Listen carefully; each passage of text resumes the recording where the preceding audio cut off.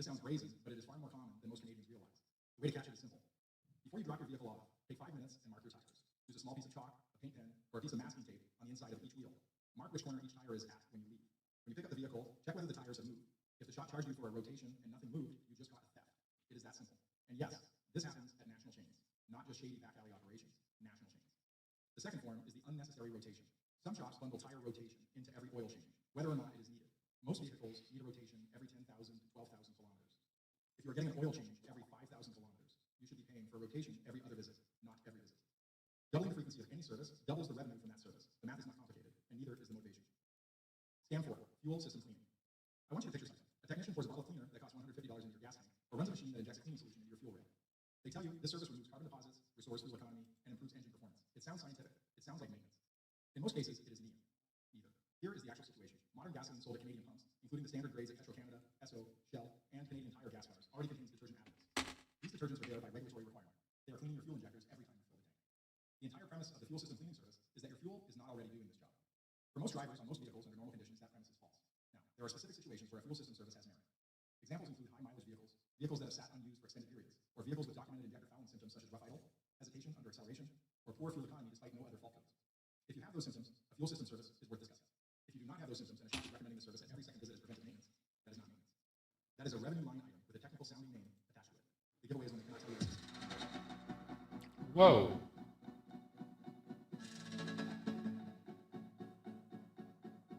What are we doing here?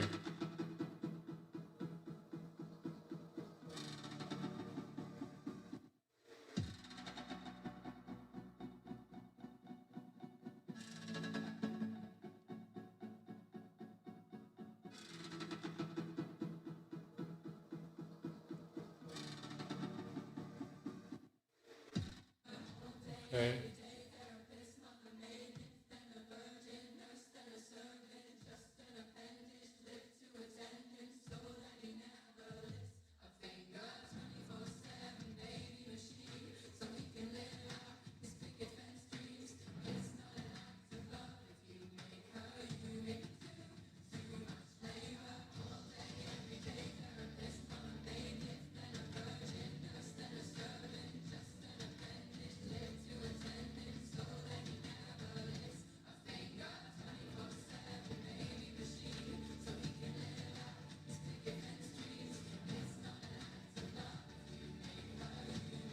Go, boys.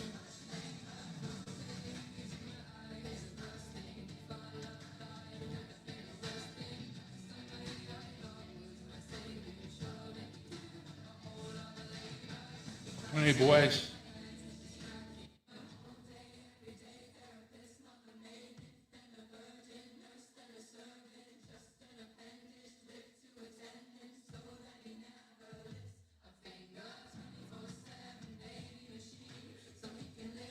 Fucking good going, boys.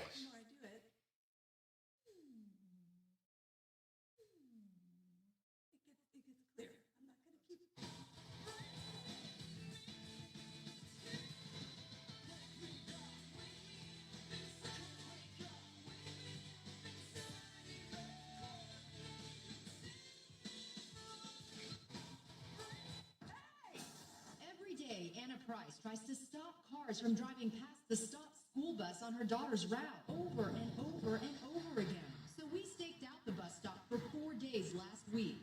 The first day we saw 3 cars drive by the flashing lights, and the next day wasn't any better. As we caught 2 more drivers on camera speeding right past the stop school bus, and 2 others stopped right in front of us at the last minute. It happened again and again the next 2 days. I feel sick. Watching these cars not stop just makes me sick. Every day, Anna Price tries to stop cars from driving past the stop That's school brutal. bus on her daughter's route over and over and over again. So we staked out the bus stop for 4 days last week. The first day we saw 3 cars drive by the flashing lights, and the next day wasn't any better. As we caught 2 more drivers on camera speeding right past the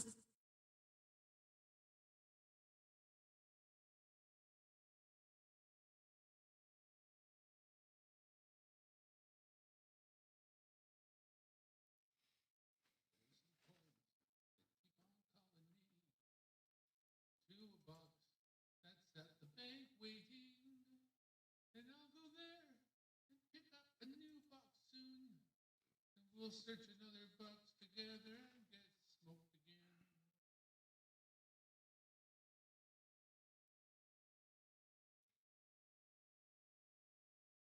We'll just keep moving on.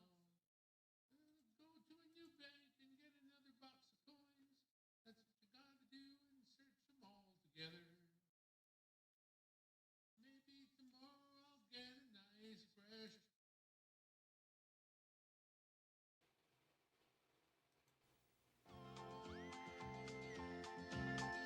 There's some coins that keep on calling me to a box that's at the bank waiting. And I'll go there and pick up a new box soon. And we'll search another box together and get smoked again. Maybe tomorrow I'll wanna settle down. Until tomorrow I'll just keep moving on. We'll just keep moving on. So if you Well, go to a new bank and get another box of coins. That's what you gotta do and search them all together. Maybe tomorrow I'll get a nice fresh box. until tomorrow I'll have to go with what I've got. Da-da-da-da, da-da-da-da. That's right. The littlest bank box, right? Is that what that was? The littlest bank box? Maybe it was. I don't know. Probably not, though. It was probably it was live from Dimebag Darren World Headquarters here in the corner of my basement. Welcome back. It has been, well, what we're finding out, there are coins out there. New ones. New ones that we don't have. Well, we have. We just got them the other day. But it's kind of rekindled my deal with the coins, so we're just going to have a quick chat about the coins, because some of you know me for the singing part and the fun we have for that. Some of you know me about the coins, and I just want to see if there's anybody out there that I've recently met who I can sort of kindle a love for coins in. Now, if we were to kindle the love of a beginner or a child, I have this one right here for you to consider, okay? This is the Canadian 25-cent commemorative coin, what I would call small book, okay? And what's cool about it is, firstly, it's 25-cent commemorative coins, meaning that the ones in here are all the special, low mintage, interesting coins that were made, not the regular run-of-the-mill. It's the moose again on the coin. As you can see here right on the front cover, there's the one with the Canadian flag. And it comes with a little legend so you know what coins you're looking for when you're looking for them. And the beauty of it is they are all just quarters, so there's not a huge investment involved to actually have this. Now, I know if you're in America, you can't really, there's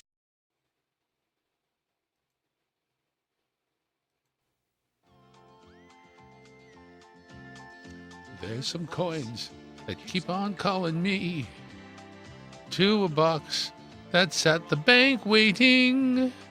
And I'll go there and pick up a new box soon. And we'll search another box together and get smoked again.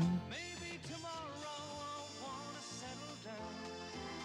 Until tomorrow I'll just keep moving on. We'll just keep moving on. So if you Well, go to a new bank and get another box of coins. That's what you gotta do and search them all together. Maybe tomorrow I'll get a nice fresh box. until tomorrow I'll have to go with what I've got. Da-da-da-da, da-da-da-da. That's right. The littlest bank box, right? Is that what that was? The littlest bank box? Maybe it was. I don't know. Probably not, though. It was probably it was live from Dimebag Darren World Headquarters here in the corner of my basement. Welcome back. It has been, well, what we're finding out, there are coins out there. New ones. New ones that we don't have. Well, we have. We just got them the other day. But it's kind of rekindled my deal with the coins, so we're just going to have a quick chat about the coins, because Some of Others you were know able me to for the singing part and the fun we have for that. Some of you know me about the coins, and I just want to see if there's anybody out there that I've recently met who I can sort of kindle a love for coins in. Now, if we were to kindle the love of a beginner or a child, I have this one right here for you to consider, okay? This is the Canadian 25-cent commemorative coin, what I would call small book, okay? And what's cool about it is, firstly, it's 25-cent commemorative coins, meaning that the ones in here are all the special, low mintage, interesting coins that were made, not the regular run-of-the-mill. It's the moose again on the coin. As you can see here, right on the front cover, there's the one with the Canadian flag. And it comes with a little legend, so you know what coins you're looking for when you're looking for them. And the beauty of it is they are all just quarters, so there's not a huge investment involved to actually have this. Now, I know if you're in America, you can't really, search for these in boxes just like we can't search for 50-cent pieces. So I have done the searching for you and put away really good examples of most of these.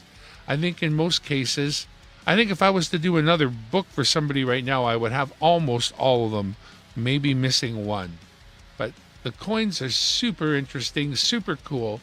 A great way to start collecting coins, basically targeted at your kids, because you're not going to make a big investment. And you're going to see if that, happens to kindle interesting coins. So, to get your kids or yourself started in an interesting new collecting of coins, reach out to Dimebag Darren at Dimebag Darren World Headquarters here. You can get a hold of me at dimebagdarrenlow@gmail.com. This will not cost you a lot more than the cost of the materials. Honestly, the book, the coins, shipping, and then I'll show you exactly why I do it, where the profit is for me, and if it makes sense to you, we'll get that off to you, and or one like it. Not this one. This one's mine. But we've made them for other people, and we'd happily make one for you. So that is it. We've got other ones as well, but for now, that is it from Dimebag Darren World Headquarters here in the corner of my basement. Thank you for listening. Right on, brothers and sisters.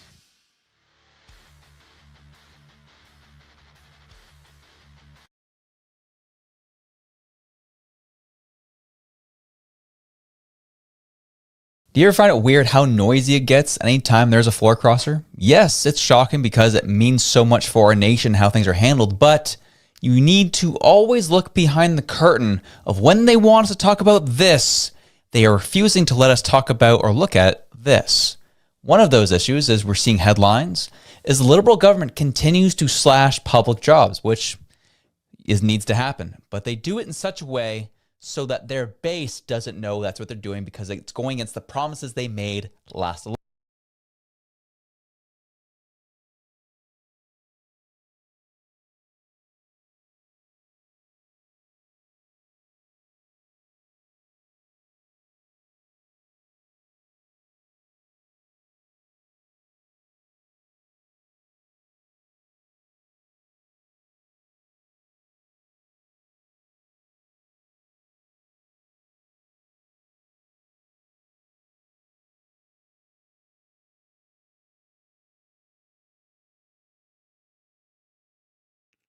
So much better when I turn on my microphone, I was thinking. That might be better. Might be better. Oh, yeah.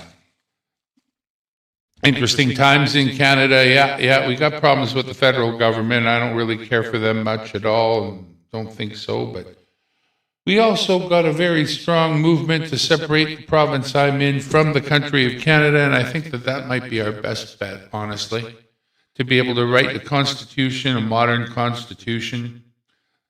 For example, the Liberals didn't win a majority government on the last election, but they've been bribing people from the conservative side over to the liberal side, and these conservative people are just corrupt enough to go for it. This one lady that they got who's been a staunch conservative her whole career just defected to the liberals. It's like swapping genders as far as I'm concerned, but she swapped to the liberals. She's making sure that this liberal government that we didn't fully install and didn't have a lot of confidence in, that it can ramrod anything they want through our government. And they said, well, isn't that weird how she's been such a conservative for so many years and now she's so liberal and so welcomed? And they said, well, no, we've heard that other people in the Liberal Party aren't so welcoming. And we've also heard, the Conservatives didn't form government, so she didn't get to play government. She didn't make it to the highest level with the Conservatives. Careers only last so long. A lot of people are speculating that she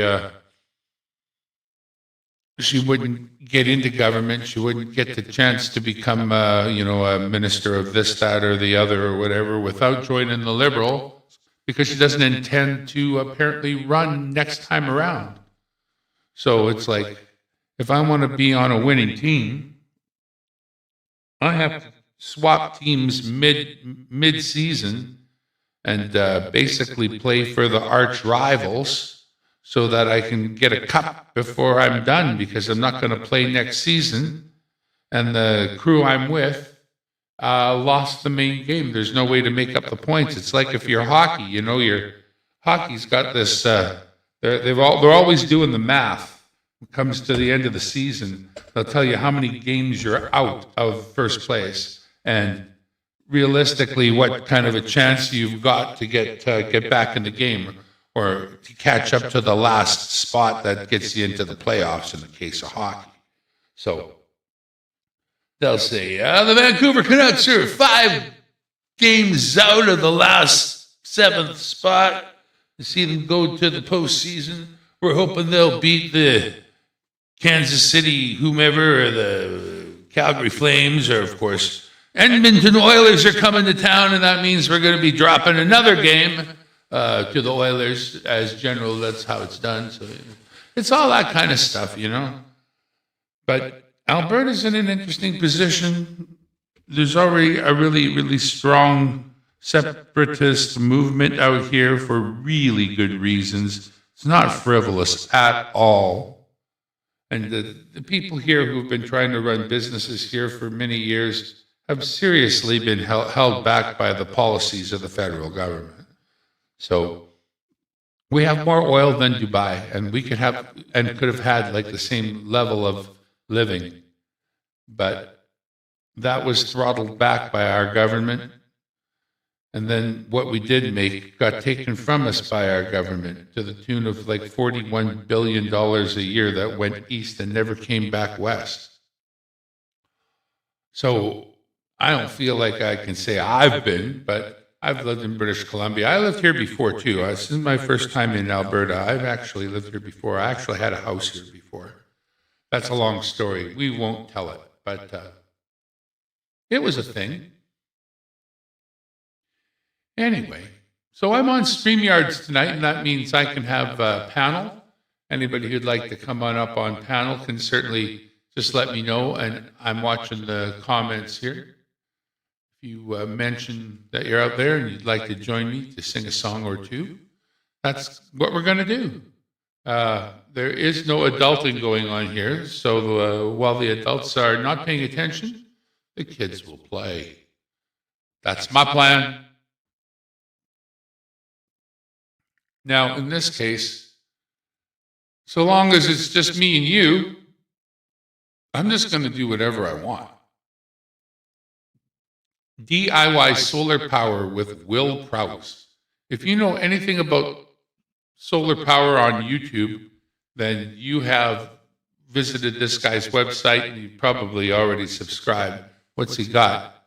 1.1 million. Not bad, Will. I mean, that's pretty good. How do you judge, right? Like, I mean, Linus Okay, let's judge like that. Linus Tech Tips just bought a jet. And although it was kind of a perfect storm for him to be able to get the jet, and there's somebody in his family who's the pilot of this kind of jet, so magically this comes together well. But I think he's got 5.5, 6 million subscribers. And I know he sells a lot of merch, but he goes deep into the merch. There's nothing at Linus Tech Tips merch-wise that is just a Linus Tech Tip badge stuck on something. Everything is very well thought through, and all the things that he doesn't make himself, like the fabric that makes up the shirts and the whatever else fabric apparel that he's got. He's very picky about exactly how and where it's made. But anyway, what do we got here? 9:47 p.m. Well, I have no idea what else is going on out there on the in the interwebs. After the test, confirming that the interrupt mechanism is irreversible under the conditions tested. Let's see it. I want to see you connect this to a cycle machine and prove it. Because I have lots of these disconnects all the time. And guess what? You can still allow current to flow. It's a loose connection. And a lot of people can press the terminal and it starts working again. That's not acceptable. A fuse should not be able to reset by moving it around a little bit. Think about a high vibration environment. All those oxides forming and then it moving around, and you're depending on that to insulate and stop current flow. They've had That's enough. ridiculous. That's not to be allowed. They've had enough. What's funny is in the picture, the bolt next to it, the plastic is melting as well. This is not the aluminum bolt. And that's holding the connection on the other side, where the bigger problem exists on the negative bus bar. On this page, they say that you should use one on. See, and this, am I on my mic's coming through? Yeah, good. He's pretty low. I think he's not coming through. That size of a cable for continuous operation will lower the temperature of the terminal. Where is that ever mentioned in your data sheet, ever? And guess what? My terminal never overheated when the negative bus bar melted. Sorry. I never had. That wasn't very thoughtful of me. I shouldn't have done that. I apologize if anybody's ears are harmed. This is Will. He's talking about batteries that at one time were considered literally state-of-the-art, the best you can get, or one of the best you could buy. And he has found that these are like literally one of the worst you can buy. Unbelievable. He's tried to explain it to them nicely so that they could fix it. And they're like, no, we're one of the best you can buy.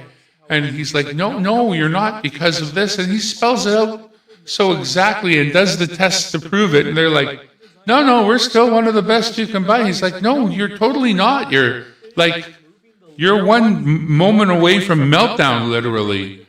So, Battle-Born batteries in the USA, not a good battery at all. And this guy proves it over and over and over again. The negative bus bar is worse.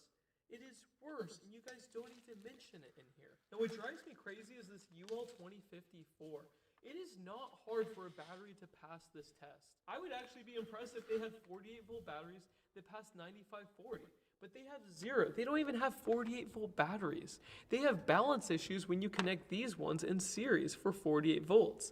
Why don't they make a 48-volt battery? Another problem they're not mentioning is in the 270 amp hour pack, it has no mechanical connection from the BMS to the cell packs below. And when it overheats, the cells vent. And I had one vent. And I've had other people have theirs vent as well. And those are explosive gases that are venting. If you contain them and have an ignition source, you can have what's called a deflagration event. And I hear no one talking about that. The company doesn't even respond to that. And that's the most dangerous one of them all. Also with the Game Changer, I have never tested that one, but I have pictures of those things melted as well. Lots of people are coming forward and they have issues with these batteries. All of this is a waste of our time. You guys are not talking about the real issues here. And this doesn't work. I've already shown it. Now, Battleborn Batteries, the CEO, I texted, I tried calling, I sent him the photos that I shared in this video. I told him, you have a real problem here, and I can prove it. And all I've gotten was crickets and denial, and the other YouTubers connected to this company are giving me problems as well too. A few days ago, Morton's on the Move, which has the little travel YouTube channel, said that I had a contract with Battleborn and that Battleborn dropped it. And then I immediately started spraying lies about unsafe design. What's strange is there's no contract. I don't have agreements, I don't hold their stock, nothing. The only thing I got was 4 free batteries from them, and I donated all of them. And all of those failed as well. Those ones failed. And I didn't know. The person I donated it to didn't tell me until all this stuff surfaced. Saying I have a contract with them is a lie. That is not true. But why would he lie? Why? What does he get out of this? And if he's an engineer, how can he not figure out these issues? He's not even mentioning the negative bus bar or anything else, just like Battleborn. It's like they're connected or something. And what is this contract? Show me the contract. I want to see. You know what? He emailed me back. Guess what he said? And this is the only response. I emailed him, called him, and everything. And he said, we removed the comment. It was written too quickly and included speculation we chose not to stand by. We do, however, stand by our disagreement with your conclusions. Is he disagreeing with the data that I made public? Is he disagreeing with what I zoomed in on with my camera? Like, what are you disagreeing with? And his comment supposedly included speculation. That's lying. That's not okay. Show me where I'm wrong. Show me a battery on camera and disprove me. But all I get is just endless excuses and lies. This is just crazy. Some people are getting disconnects and lower capacity on 5 out of 6 of their batteries. That's nuts. After testing these and melting them and having one vent, I would never cycle these anywhere, in a vehicle, in a house. These are not safe to use. We investigated ourselves and we found nothing wrong, just like the government. The rest of the paper is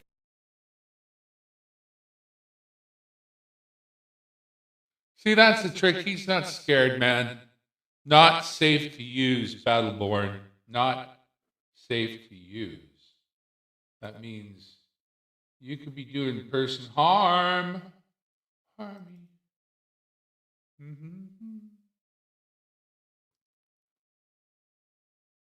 I'm looking at these scenes on the left-hand side. I think I have 2. I have no idea what these are.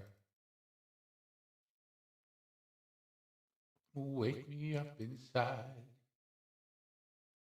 Set the outro video. No, just me.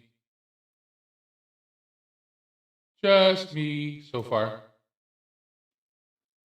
I've been watching a bit of a video and chatting a little. Just sharing. Bye. La la la la. This is just me going live, enjoying the things in my life. It's just more of this garbage. Yeah. And the last sentence It's is almost the battery over. is safe. Oh, Now, right it's here not. with the warranty process, check out the comments of my videos and check out how many people have these batteries and have warranty claims denied. Ask the distributors, especially the distributors that are no longer distributors. They have nightmare stories with this company. There you go. It ain't good.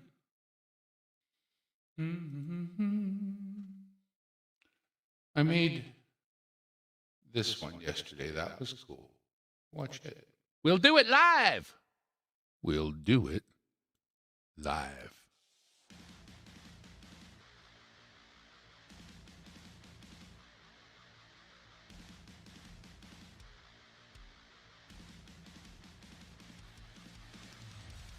Welcome back.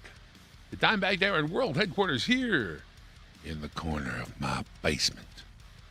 It is time to do something we haven't done in a long time. People are starting to wonder, does he still do the coins? Yeah, I do. I got a frozen screen here. That's what you get for doing it live, right? Yeah, let me unfreeze me. There I am. Unfrozen. This one's not going to take a long time because I'm just going to bring myself up to speed and you up to speed with the latest findings in Canadian $2 coins. Of course, we call them the loony. Toonie, should say.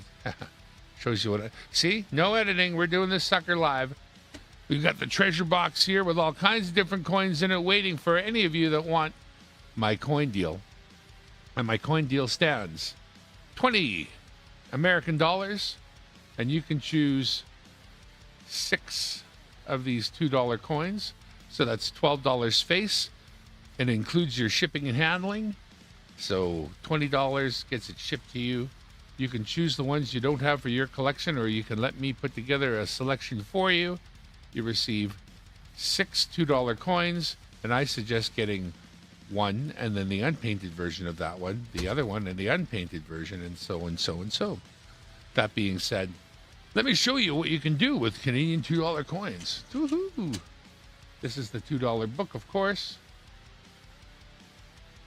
The old lighthouse. Starting it off, page number 1. There's a little bit of space there. We need a few missing. That page's looking good. This is where they start to get really interesting. We've got a really nice glow in the dark, and all the ones here that are so awesome. Let's get that more in the middle for y'all. But we are onto this page here now. Those 4 spots down there at the bottom, I think we've got something to put into all those spots. That's what we're going to be doing today.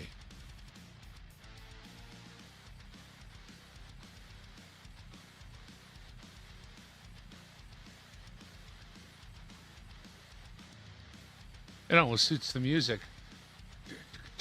Wow, wow, wow, wow. Pretty cool. All right. Got the scope out. The scope. That's the scope of it. We're going to bring the scope right down here. Yeah. Here we are. All right. Wow, wow, wow, wow, wow. All right. There have been some new toonies. We got to stick them in the book. Get caught up at least.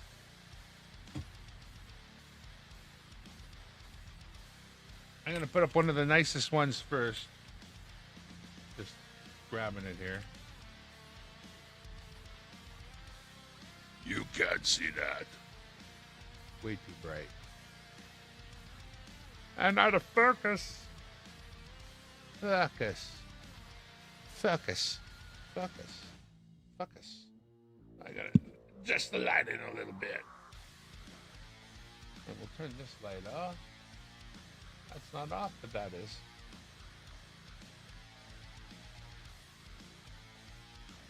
Can't do it that way.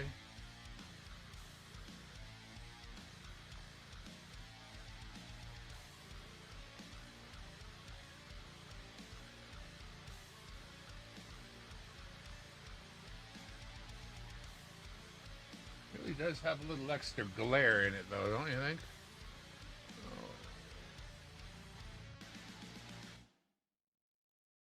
Little heavy metal in the background there. There we go. I'm going to go with that.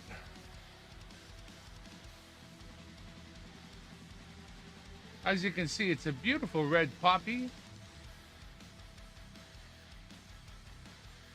There's a tiered podium with soldiers at the top saluting. That's pretty nice.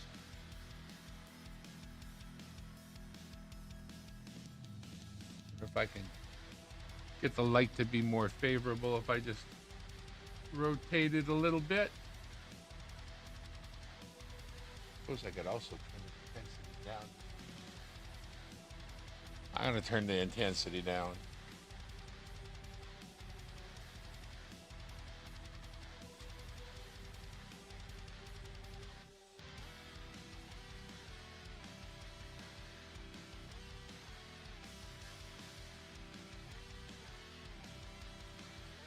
Still a funny glare there that I'd love to get rid of.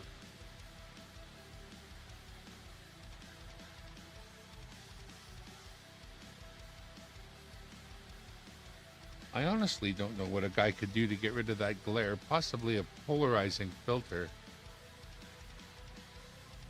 Might have to look into one of those, but this isn't that fancy. Anyway.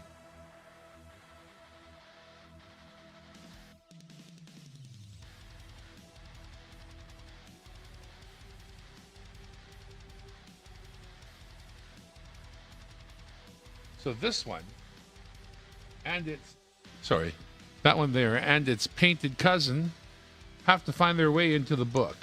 Sorry. Talk about a brain fart, huh? That one and its unpainted cousin have to find their way into the book. So we've got some nice examples here. I have to check one thing, though.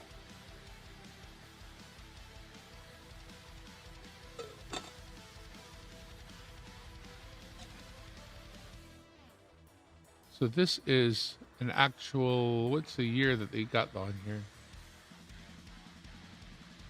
Where is the year?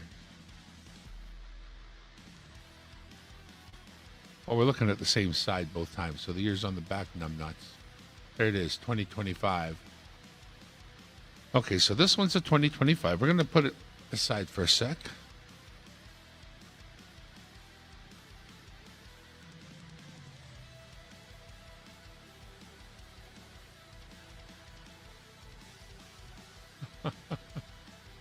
I got my windows all combobulated disc the pool.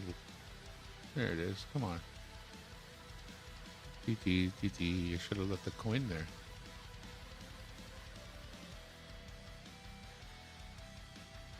Anyway. Unlock that and put the picture back on the screen. What a good idea. Okay. There is the other new one that has recently come out, and I'm not sure in what order. So we said 25 on that one, right? I think that's what we said. Oh, I've done piled these wrong. Hang on a second. I done piled them wrong, Andy.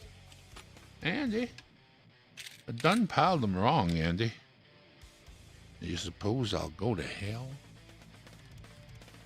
We'll put the other one up there too.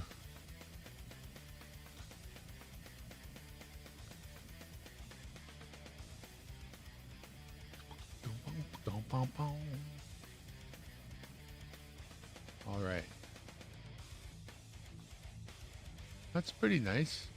Daphne Odig. Odig. Looks like a lovely young lady. Maybe making something in a bowl or banging on a drum. It's hard to tell. ODJIG, Daphne. Interesting first and last name.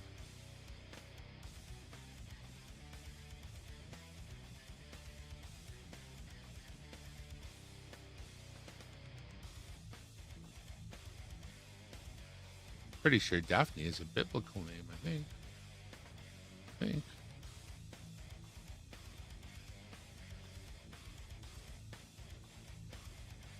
And to answer the question, what year does this one? 2025. So, I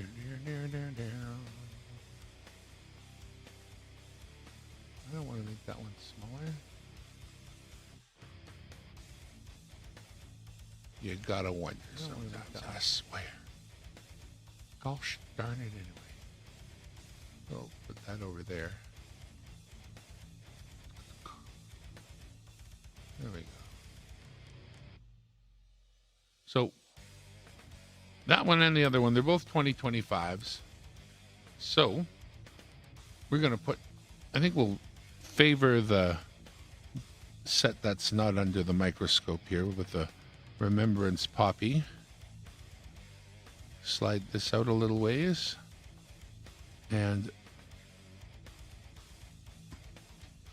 sec with that.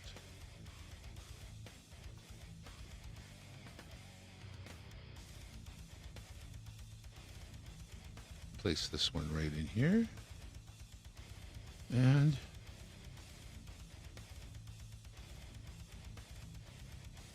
maintenance,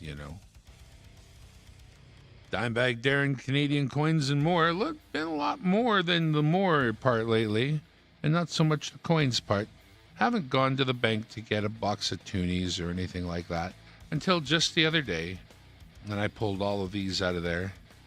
And I don't know, I think coin searches are boring unless you're in on them, like when you're buying rolls off of the American guys who've got possible silver for you. Then it's cool, then you're in it, right? But is it interesting to see me go through a box of toonies if you're not really in it? I don't know if it is or not. But for me, I enjoy it. But I do it pretty quick now. It doesn't take me long to go through a box of the toonies. And then I know what I've got. I'd be happy just to show you what we get out of a box. But I got a couple of each of these in the last box, so that was pretty good. I wanted to get them for exactly this. I know my book was missing them, so I wanted to make sure I had a chance to fill up the book. This little slidey window is a bit of a pain at times, but we won't have to remove that ever again, will we? Look at that. Oof. Oofa. That's pretty. So, we got it starting in 1996, and just a couple of missing ones.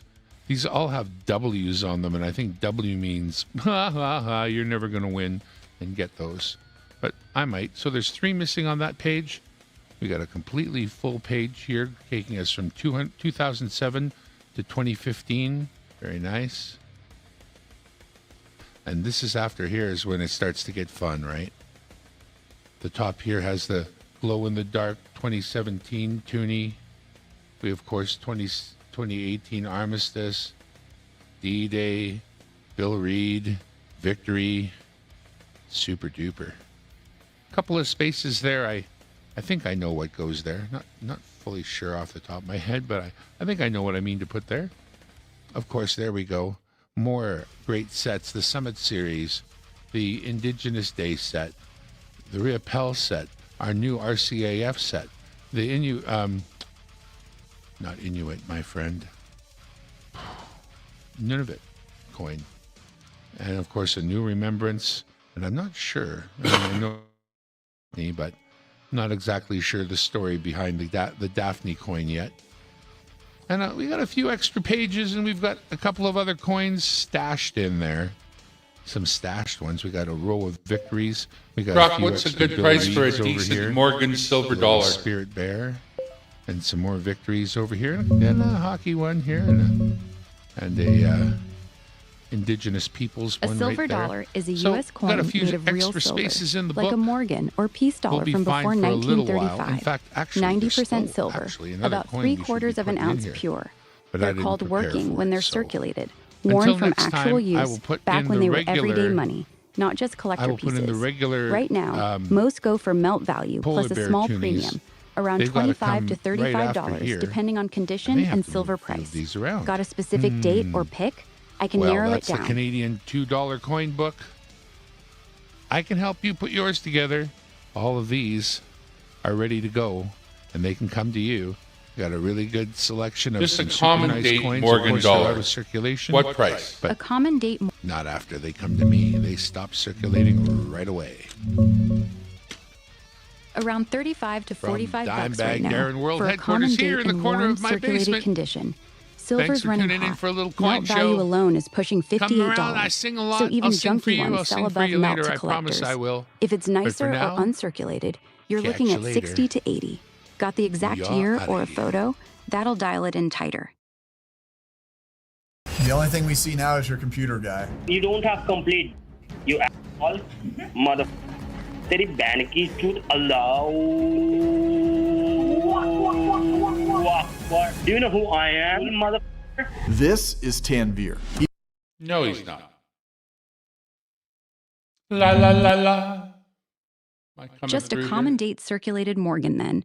hang Expect on. $35 to $45 on the street. Online, Pause you might pay here a bit moment. more. Rockopedia. Get rid of that for a moment. We'll pause that. And we'll bring this up. Share screen.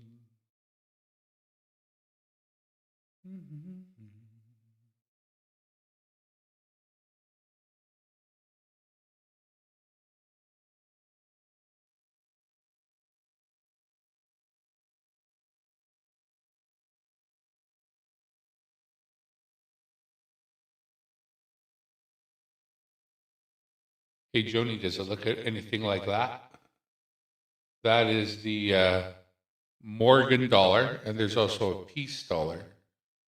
If it's not one of those, then it's one of the less common ones, but this one here is Morgan, or the Morgan dollar. The Morgan is not the lady, but the artist. If you're still in there, you think that one looks like it with the big eagle on the back? It's a dollar. And this one is a common date, meaning that it's not a time when they made only a few of them. Oh, there she is. Beautiful. Does your dollar look like this one, the silver dollar? Does it have the big lady face on it? This is a Morgan dollar, if it is. Do you recall the big lady face on it and the eagle on the back? Always going to get an eagle one way or the other. But it's all like all different presidents. Does it say $1 on it? Because it could be a coin made to celebrate the presidents. It could still be an ounce of silver, but it doesn't necessarily have to be a. Let me clean that up. Wake me up inside, wake me up inside, call my name and save me from myself. Bid my blood to run before I come undone, call my name. Wake me up! Oh, God, wake up! Can't wake up. Can't wake up. Can't wake up. I can't wake up. Wake me up. Can't wake up. I can't wake up. You can't wake up. Nobody can wake up. Ain't no waking up. Okay. Once is Richard Nixon. He's so fast. He's dead. He's big. Okay. So each coin has a different president on it? And do the coins have a monetary value on them as well?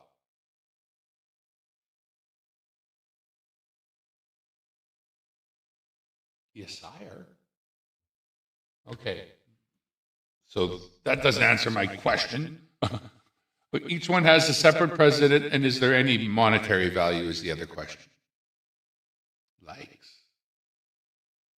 Likes. Okay. So those coins are not legal tender. They are commemoratives. They can definitely be an ounce of silver. Let's just see what Grok has to think of it.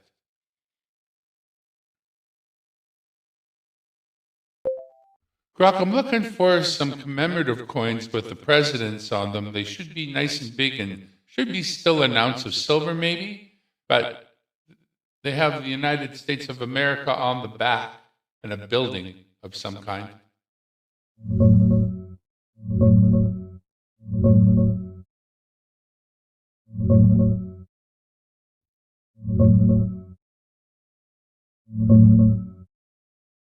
Those sound like the 1993 Thomas Jefferson silver dollar and the 1993 James Madison Bill of Rights silver dollar. Both are nice big 90% silver dollar-sized coins with a president on the front and his famous home, Monticello or Montpelier, on the back. They also have United States of America right there. The 1990 Eisenhower one is similar, with his home on the reverse. All three run about $50 to $70 each in decent condition. Those match what you're describing perfectly. Want prices or where to grab one? Get us some pictures so I can show my friends.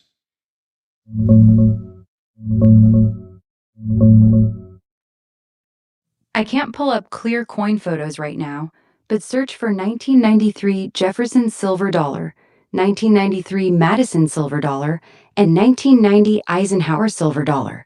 Those three match exactly. Big silver presidents with U.S. buildings on the back. You'll spot them instantly. What the hell do you mean you can't bring them up? You're Grok. Bring them up. Search the web. Do your magic.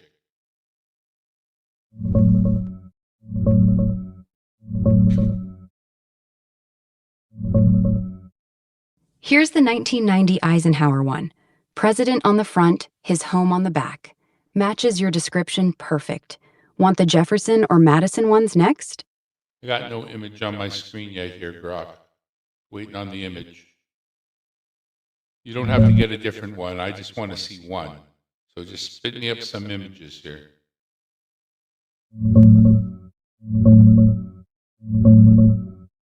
Sorry, the image search is glitching right now and not pulling up the coin photos. Try searching Google or eBay for 1990 Eisenhower silver dollar or 1993 Jefferson silver dollar. You'll see exactly what you're looking for right away. Those are the ones with the president on front and the big building on back. You can't send me to Google. That's silly.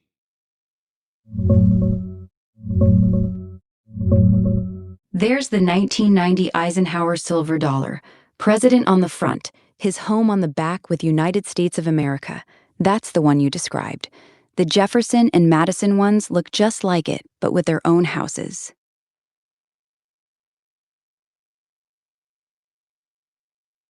All right. You could have been more helpful, but what are you going to do? Yeah, sorry about that. Those three coins, 1990 Eisenhower, 1993 Jefferson, and 1993 Madison, are exactly what you're looking for. Each one's a 72 of this sort of a coin, Nana? I think you're asking about the 1972 Eisenhower dollar. That's a copper nickel coin, not silver, about the size of a silver dollar. The silver version only came in the blue or brown Eisenhower proof sets from 1971 to 1976. If you've got a plain 1972 circulating... We'll shut down Grok there for a moment. Oh, poop. I didn't mean to change the pic there. Oh, I really didn't. There we go. I wanted to do something else. Nope. Nope what? Nope doesn't mean anything to me. Nope is for dopes. Anyway, basically any of your coins will fall into the same category. And in the case of this one on the right, whose image you can see there, that one has been sent in to the grading company NGC. Oh, damn it. It didn't follow? Wow, you suck. Okay. Wake me up inside. I get to select. I thought it would just go on. Okay, and this is called, this is the eBay. Weird. That's the one. Okay, that's the one I want to share. Okay, there we go. So here's an idea. If those are loose and they're banging together, you would want to separate them because you don't want them to get scratched even one to another. If it's in perfect shape with no scratches at all and is like this is a listing on eBay, so you know what it might sell for, who knows. But as you can see, bar coins. And that one's in the holder. There's the back side of the holder. But it would be kind of something along these lines. They have a president's head and the pic of the president's head and the years that the presidents will be on the front. Okay. So not this series, you don't think, but no years, or are the years that the presidents? Okay. So maybe not specifically these, huh? Okay.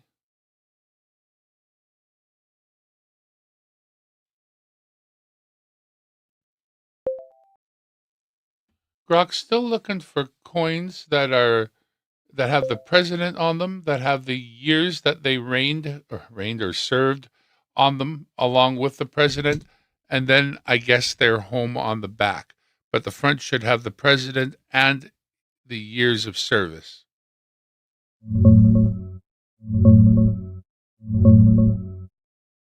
Those are the presidential dollar coins from the U.S. Mint, 2007 to 2020 series.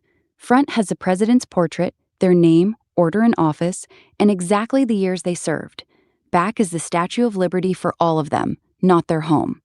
There's also an older series so of what's on the presidential back medals that side, pair Nana, each is president's Statue of portrait on Liberty? one side with their actual home or residence on the other. Those might be closer to what you're picturing for the home part. You collecting the dollar coins or hunting something specific? I'm thinking of one with James Madison on it, his face, and then 1809 to 1817. Can you find that one?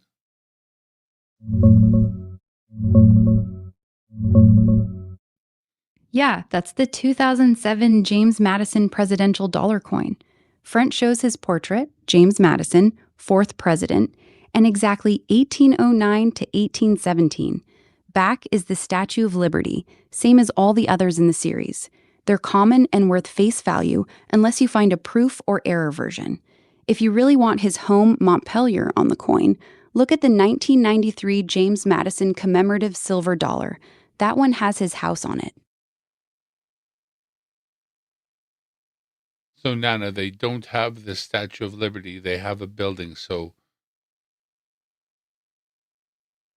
show me the 1993 James Madison commemorative silver dollar.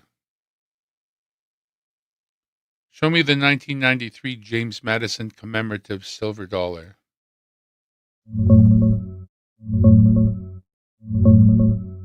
That's the one. 1993 James Madison commemorative silver dollar. Front has Madison's portrait, back shows his home, Montpelier. It's part of the Bill of Rights series, 0.900 silver, about an ounce of metal. Common ones go for $30 to $50 these days. Proof's a bit more. Want me to hunt the presidential dollar version instead, or something else? I only want the one that also has the years on it. It has to have the years of service.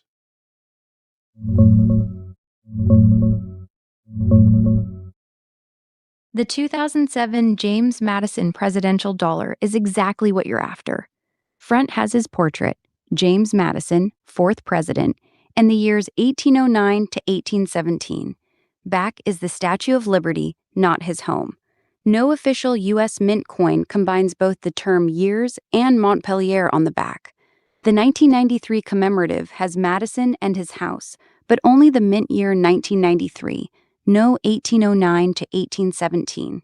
Here are a couple images of the presidential dollar that matches your specs. Okay, I'm going to want to find a commemorative coin that was made with the president's face on it, with the years of service, and with the White House on the back. Look for non-mint sources.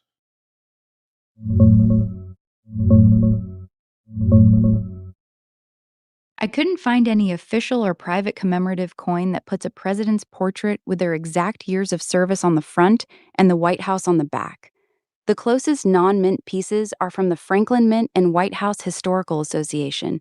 They made presidential medals with the president's face on one side and often the White House or a related scene on the reverse, but they usually skip the specific term dates like 1809 to 1817. For James Madison specifically, the 2007 presidential dollar still matches the face and years part best, even if the back isn't the White House. Want me to hunt down images or listings of those Franklin Mint sets instead? Specifically, I want Madison on the front and the White House on the back.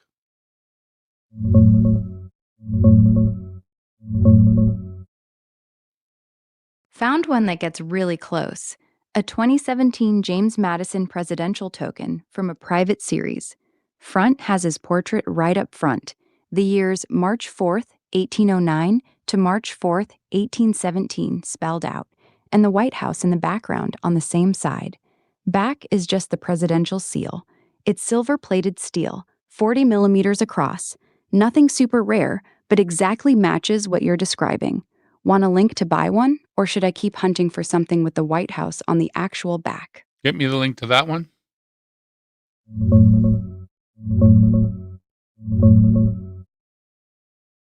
Here's the exact one. 2017 James Madison token, 40 millimeters, silver-plated steel. Madison on the Nope, front with the not years this. March 4th, I'll 1809 show you. to March 4th, 1817. White House right behind him. Check it out here, en.newmista.com. You'll find plenty of them on eBay for around $8 to $12. Want me to grab a specific buying link?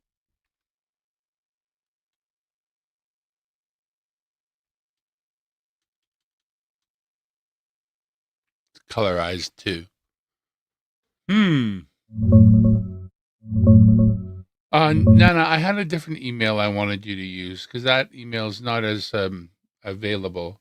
If you'll pop in here, I'll give it to you in the private, but I don't want to put it in the chat. That other email that I got there is pretty public, but the one I would like to give you is not so public. So if you would pop in, I would give it to you. Got it. I can't jump into a private chat or receive email directly. I'm just here in this conversation. No, If you want to drop the new email in the chat real quick, I can note it and we can keep hunting those colorized Madison tokens. Or if you'd rather keep it private, no worries. Just tell me what you're after next.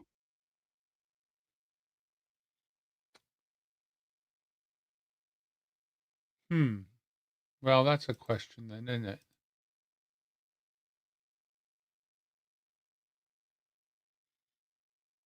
Does it look at all like this?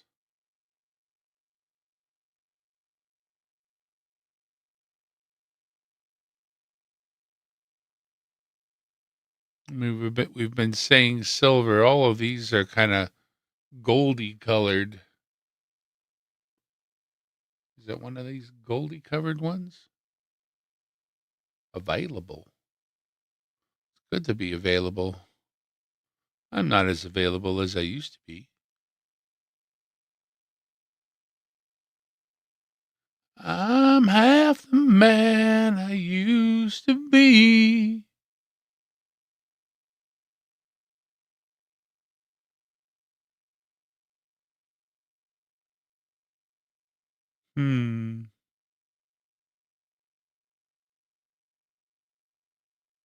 Yeah, you see Statue of Liberty. James Madison. Wish I could see the other side. Any other pictures?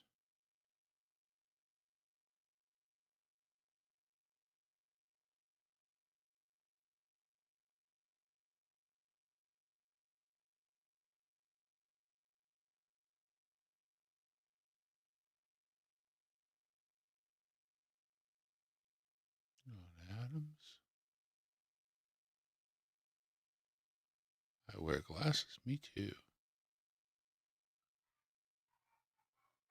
James Madison. Yeah, lots with the. I've seen those. In fact, I probably have the ones with the Statue of Liberty on them. But I have yet to see the one with the chaw. Me no no. Anyway, hopefully she'll come on in and I'll give her the other email address because I don't really want to fetch. Oh, really? Never mind. Oh, cool. Okay, never mind. I got that.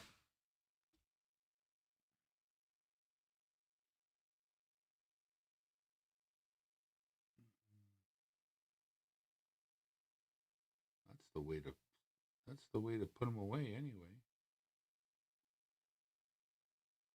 There's a lot of them. What's on the other side? Let's see if we can't see the back side. Okay. So we have United States of America. That is the White House. Those are interesting.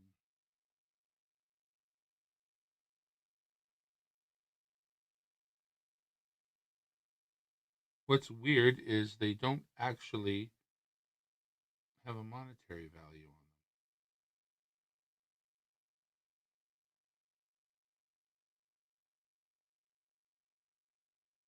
them. If they're silver, then of course there's a value in silver weight. You certainly have a collection of them.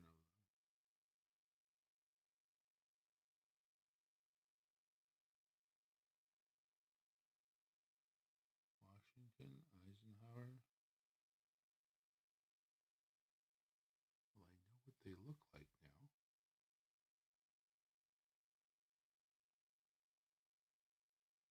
I know what I'm going to do. Firstly, let me download, save to Google Photos, save. Save to Google Photos, save.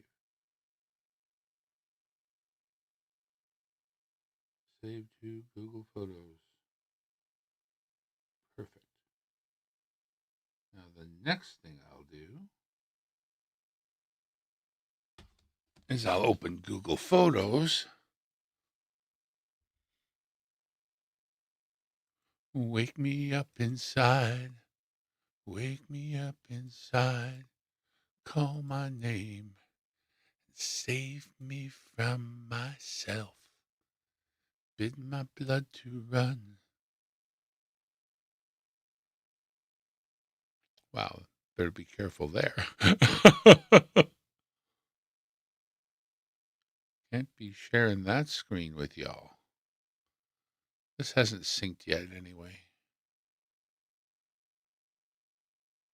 I am not seeing the photos I just took or just saved. I saved them to Google Photos, so they should come up here.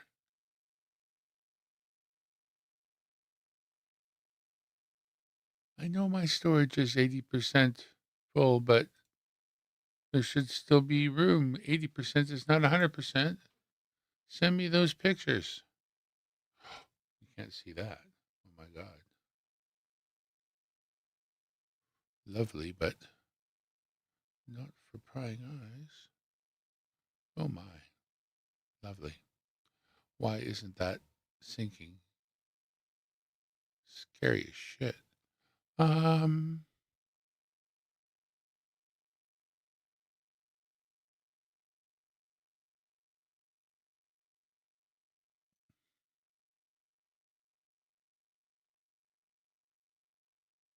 would love to make this thing sync right now. I'm not sure how.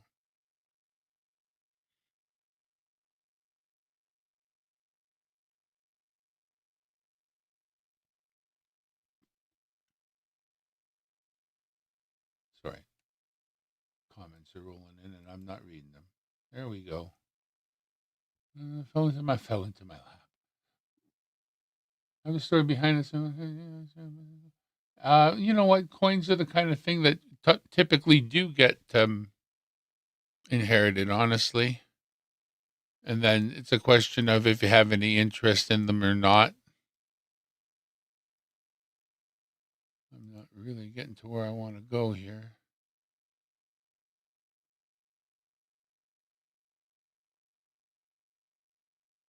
You would think that that would come in already.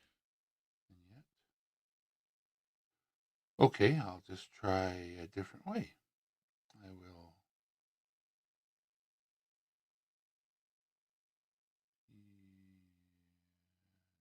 Not now.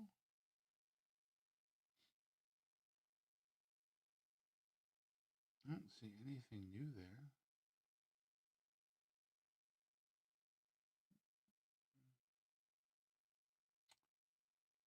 Sorry, I haven't navigated here in a while. Okay, we'll call it this. Okay, this time I'll do it different. I will save the camera roll. Gmail would like to add to your photos. This lets you save photos in email. Allow.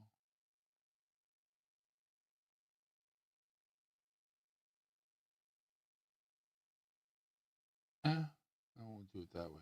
Save the camera roll. There's only 3 of them. How difficult can this be? Wait. Okay. Save the camera roll. Zoop. Save the camera roll. Zoop. That's it. Now, if I've saved them to camera roll, what's the easiest way to get them into this computer?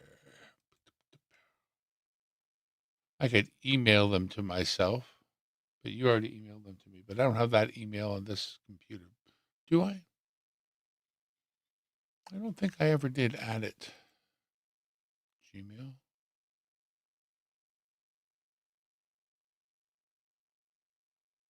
Darren. Your big moment, Darren. Video is blocked. Urgent Darren reviews the message. Time by the monthly review is here. Interesting. I guess okay. All right. I know what I'm going to do here. Then I'm going to hit this. I'm going to compose. I write it to there. That's cool. Okay. No, but it's going to go to there. And then I'm going to make attachments. And the attachments will be from photos. And the photos will be the last 3 photos. And I will just hit yes. And then I will just hi.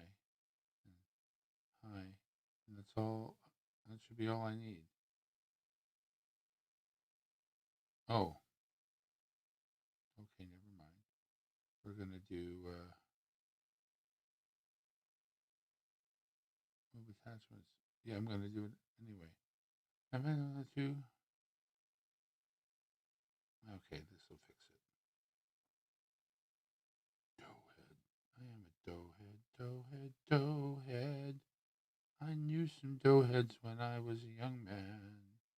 Now I really know them well, not so well. All right. Brain damage. Yes, exactly. I continued on with current coins afterwards because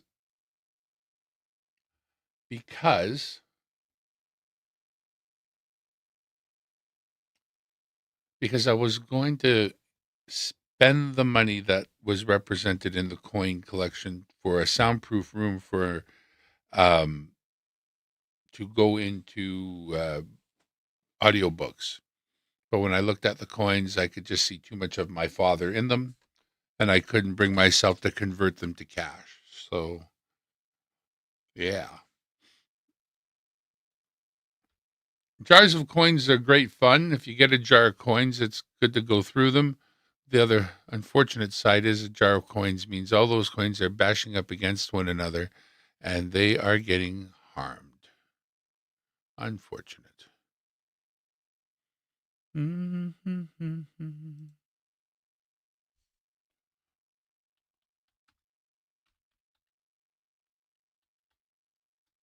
call it folder coin pictures. Wake me up inside. Wake me up inside.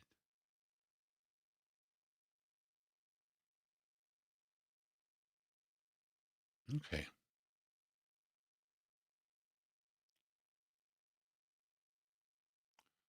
Better close that. That's scary. Scary stuff. Scary. Yeah, I'll bet. Not going to need any of that.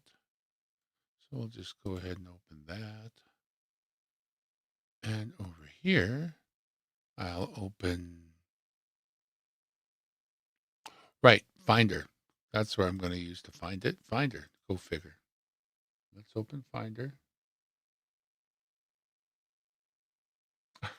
Everywhere I go. Everywhere I go, there's a pretty girl getting in my way. Oh my. What are we going to do?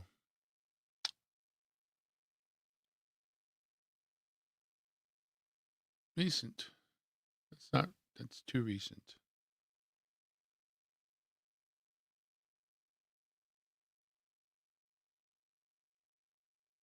Documents? No. Downloads. Well, where did I put it? I put it in its own folder. Oh, scrap it. I can just like type some sort of search, right? You know what? That's what I'm going to do. What if I do that?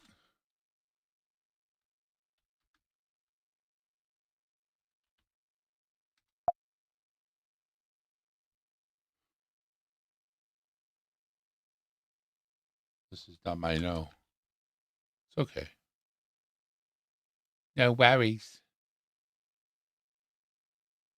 Well, where did I just save those? How stupid is that? That is funny. Me getting used to the new computer is just like silliness at the nth level. Okay. Because there's no adulting going on here, YouTube. Okay, that's that one. All right, I'll just drag it over here. I don't care. I'll find a way. I'm going to find a way. I'm going to get this done. I am. Okay. What if I just open it? I can do that too. Oh, and will I be able to switch between them? I can. Okay, this will work. This will work just fine.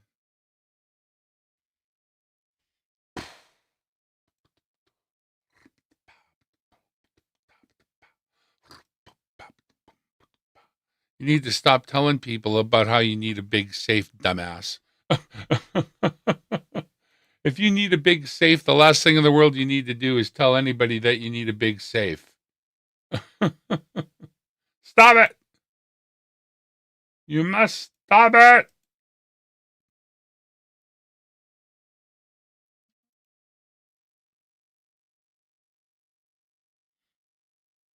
All right.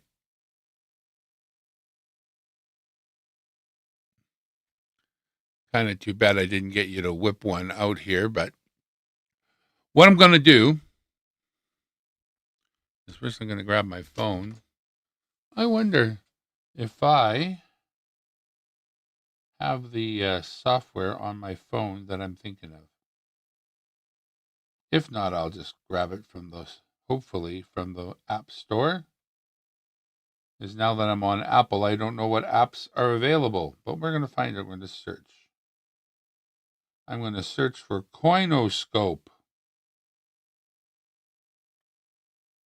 Coin. Oh. Scope.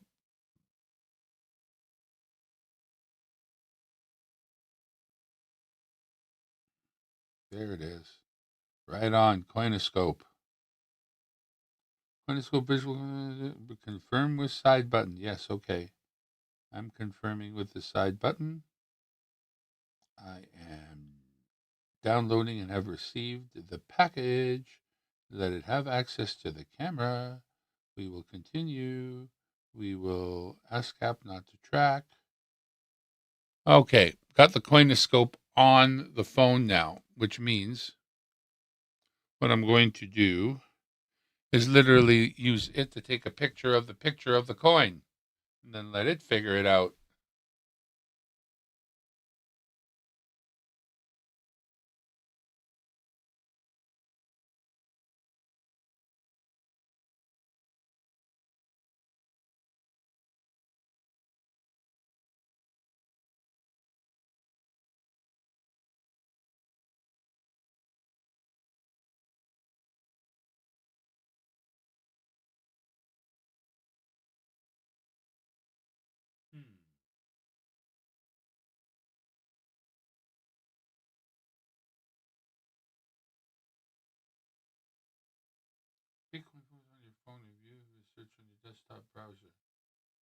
web, go to browser.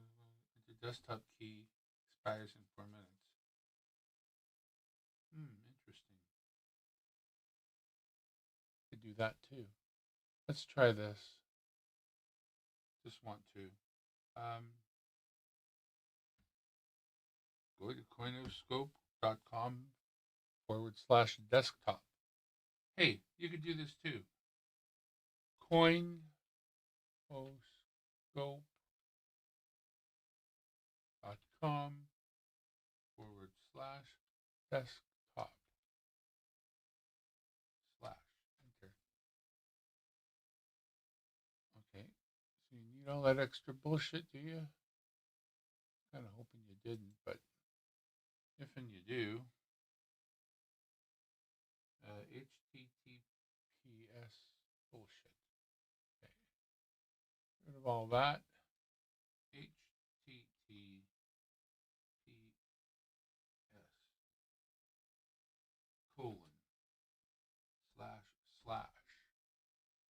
Okay, what's your excuse this time? Cool, no excuse. Session key is XH2 V7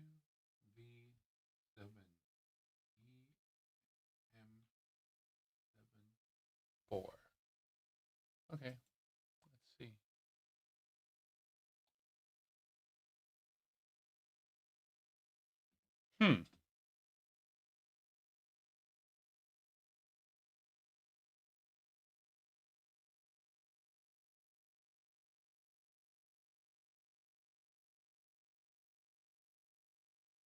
Oh, okay.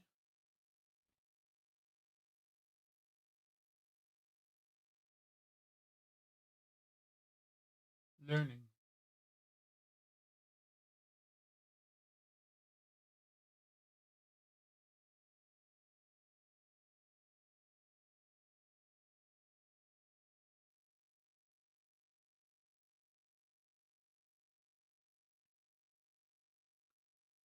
All right.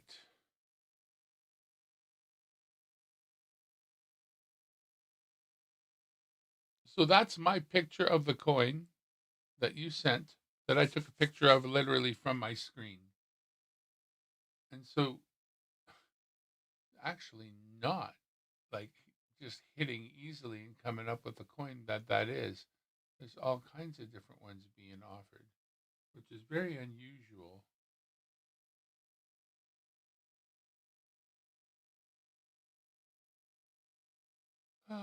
Let's try something different.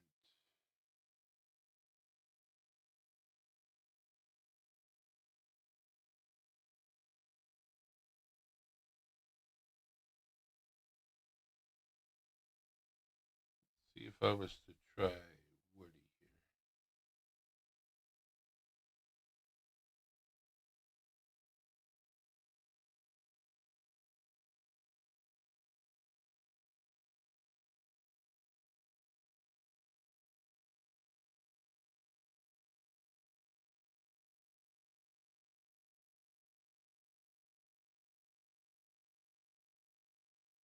Wow. This is pretty interesting because it is not hitting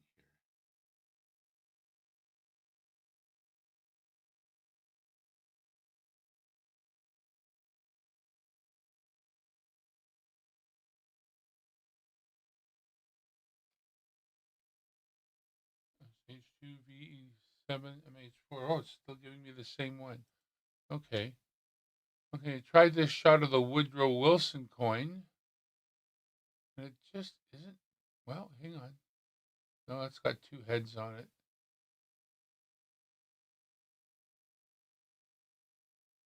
Wow. Okay. Okay.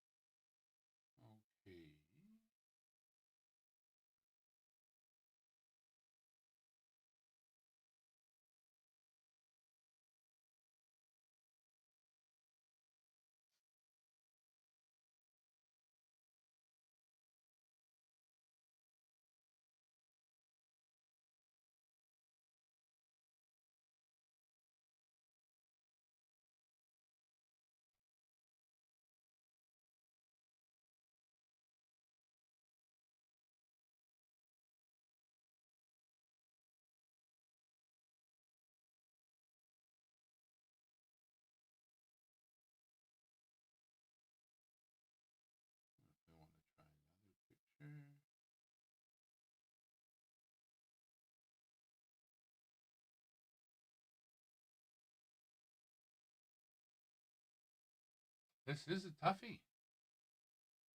I'm intrigued, so to speak.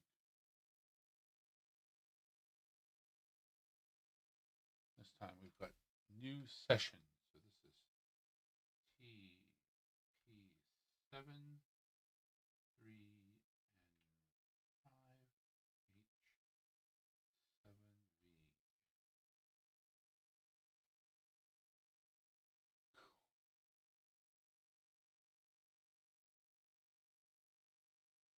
Wow.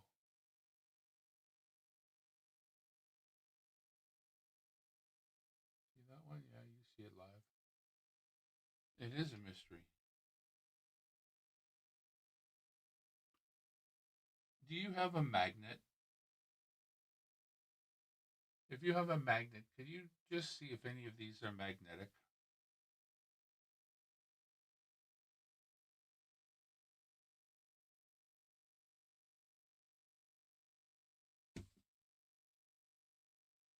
Lol, it's a mystery. Sure as shite is.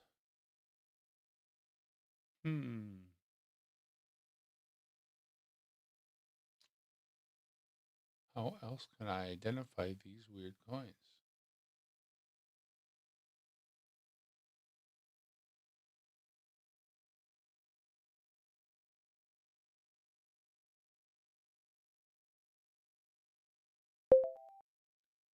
I'm looking for a coin that has George Washington on the very top, George Washington's face in the middle, and George Washington's dates of service at the bottom.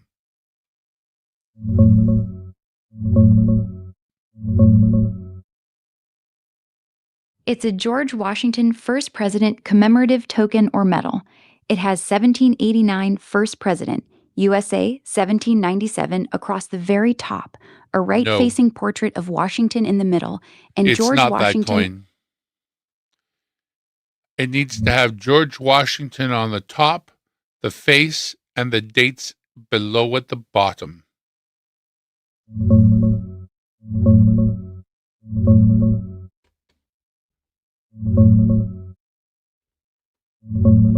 Sounds like the George Washington birth-death token. George Washington arched across the very top above his bust, the portrait right in the center, and born 22 February 1732, died 14 Dec 1799, right across the bottom below it. Both sides are usually the same, often with a reeded edge, about quarter-sized or a bit larger, in nickel, brass, or copper. Some are holed for wearing. They're common commemorative pieces from the late 1800s or early 1900s. Check eBay for Washington-born 1732, died 1799 token.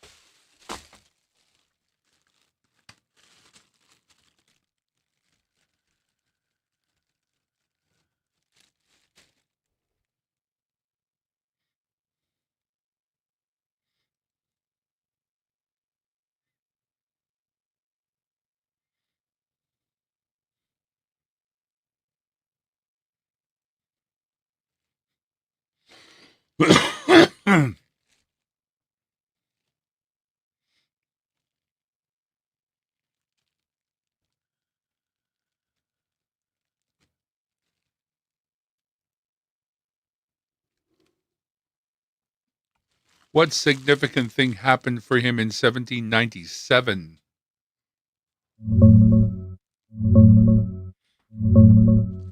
He retired from the presidency that year. March 4th, 1797, John Adams was sworn in, and Washington stepped down after 2 terms. He could have run again, but chose not to, setting the 2-term precedent that lasted until FDR. That's exactly why those tokens mark 1789 to 1797, his full time in office.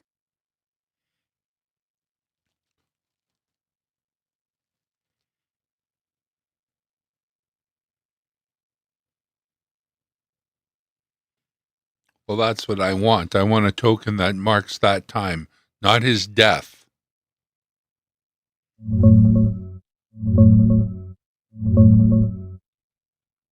That's exactly the one.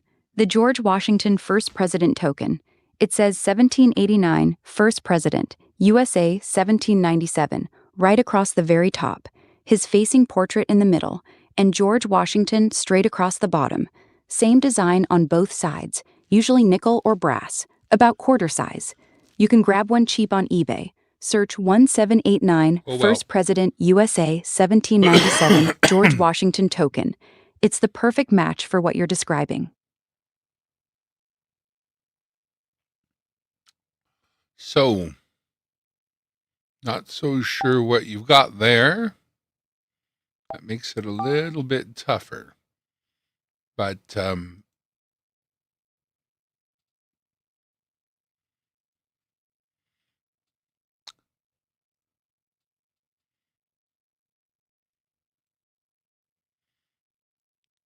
see what we've got here,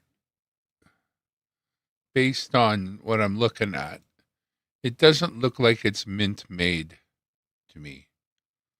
A lot of people still may collect these, but they're neither silver or mint made. So they're not currency, they're not marked as being $1 or anything like that. So what I would do with these is I would put them on eBay and see what you could sell them for. Maybe put them together as sets or whatever and just flog them. I'm not sure that there's a lot of value here, honestly, but people who want them will pay, what they'll pay for them. And a lot of people are into Americana, so it still could be a viable thing to do. But no magnetism. If you got magnets, you have not got silver. And no, sorry, talking brain broken. Yeah. Hang on a second here. Much as I love you all, I love you all. Oh, that's one of the things out of my brush. Oh, I've got it right there.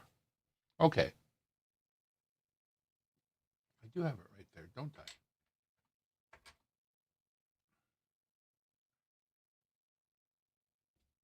I'm going to do it like that. That's a Canadian dime. That's like all the other coins. And there's the magnet.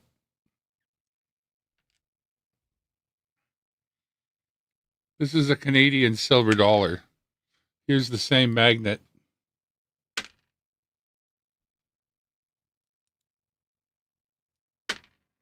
Right? Oop, got stuck on something else.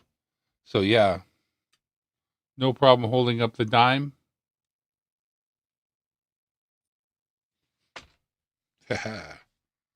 Big tummy for the block. It's like when you want to start collecting stuff that has to do with coins in the mint, and then somebody bamboozles you into going to the Franklin Mint and getting the commemorative coin set. That's not the mint, Yeah. Dang.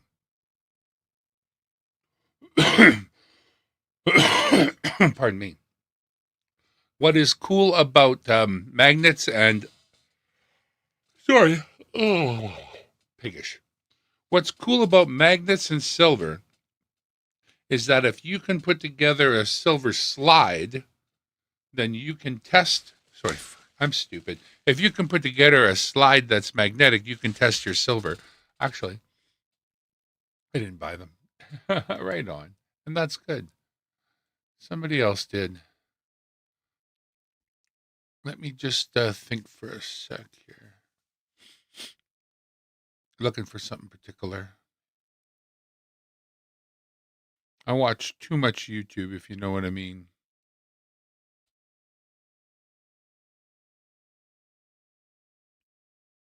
My friend put out a video recently. If I could, she's got such a weird channel name. So I'm just scrolling quickly through my previous, but I watch. Oh, there it is, beauty.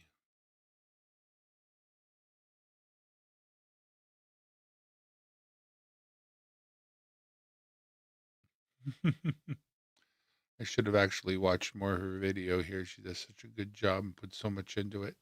Actually, screw that. I will, let's feature her. Heather with 4 hours. Very nice. Was it a short? It was. Okay, cool. So we can just take a quick look at Heather's short here. Ow. Let's look at Heather's shorts, shall we? I like looking at Heather's shorts. All right.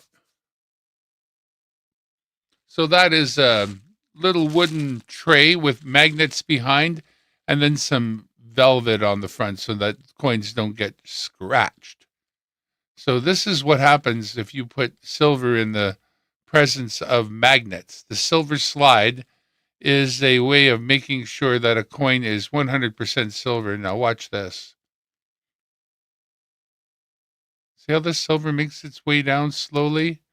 It's affected by the magnet, but silver's not magnetic. You cannot pick up any of those coins with a magnet. It just impedes the silver. Now, a non-silver coin just doesn't slide. It's stuck to the magnet good, and it's not going anywhere. But a silver coin won't stick. It will move down the slide very slowly because it's affected by the eddy currents that are created as it moves its way down there. It's literally creating electricity. Eddy currents, anyway. Yeah, it's unfortunate when people make investments without the appropriate amount. I'm not saying that they're not worth. I mean, again, it's your eBay. When somebody asks another person in the coin world, how much is this coin worth? There are some real dumb answers that are smart and unfortunate for the person who's really asking a serious question and feels like they're not going to get back a serious answer. And that is, how much are these coins worth? Because, of course, they're firstly, as coins time out, they're eventually not considered money anymore. But I would think no matter what, if a coin was money, it's kind of always going to be worth its face value. So let's start there. And then, if it's made of a precious metal, it will always be worth the value of the melt of that precious metal. So that gets you to the next tier. If it's a particularly nice example of an actual coin with very little wear, that takes you to any number of different tiers based on how much or how little wear you've actually got. We can take a look at that too. But let's see here.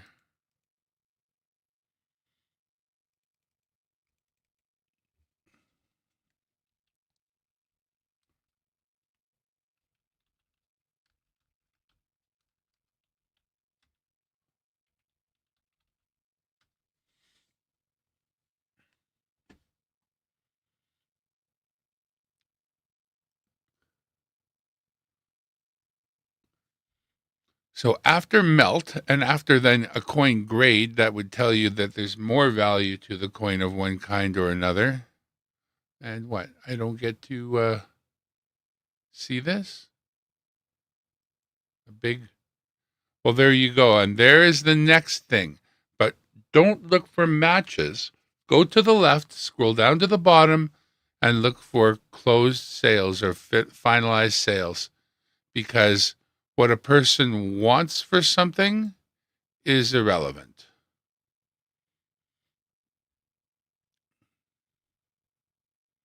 This is cool for me. I'm going to keep this one, but it's not really relevant to your situation. I need something that's a little more American.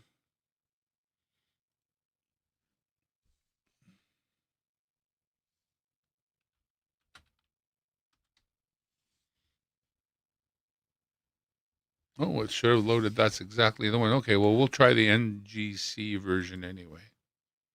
Nice. Okay, no pictures? Whatever. Isn't that stupid? Okay.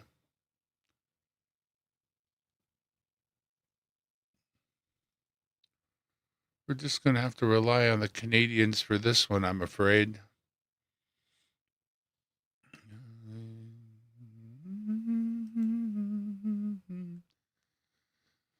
And we'll look at the big Canadian $1 coins. Probably be cool.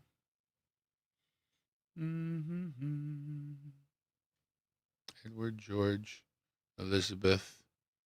And we'll look at the dollar coins from 53 to 64.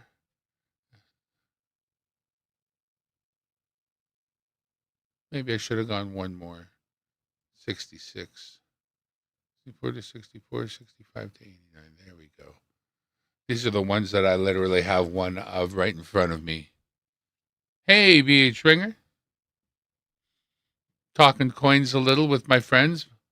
My friends had a full, somebody individually pocketized a whole pile of non-silver commemorative coins that are not circulation coins. They have the president and then his years of service and that on the very interesting, but yeah, Navy ship. They may have a Navy ship. Military, those are. Well, you never know. First thing to do is just a magnet test from the outside, so you don't put a scratch on them, and just check to see if they're magnetic. If they're magnetic, they're just a different class of collectible sort of coin, right? Bottom line there. But if they're silver, then you got something else going on. Okay.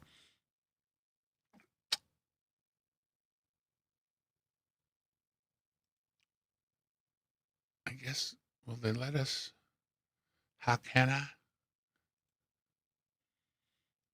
You know, this is not the coin thing I'm thinking of.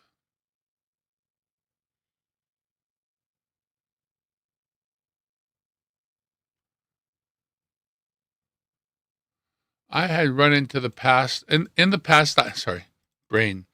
In the past, I had run into a great article on coin grading. I don't know why I'm doing this myself. This is stupid.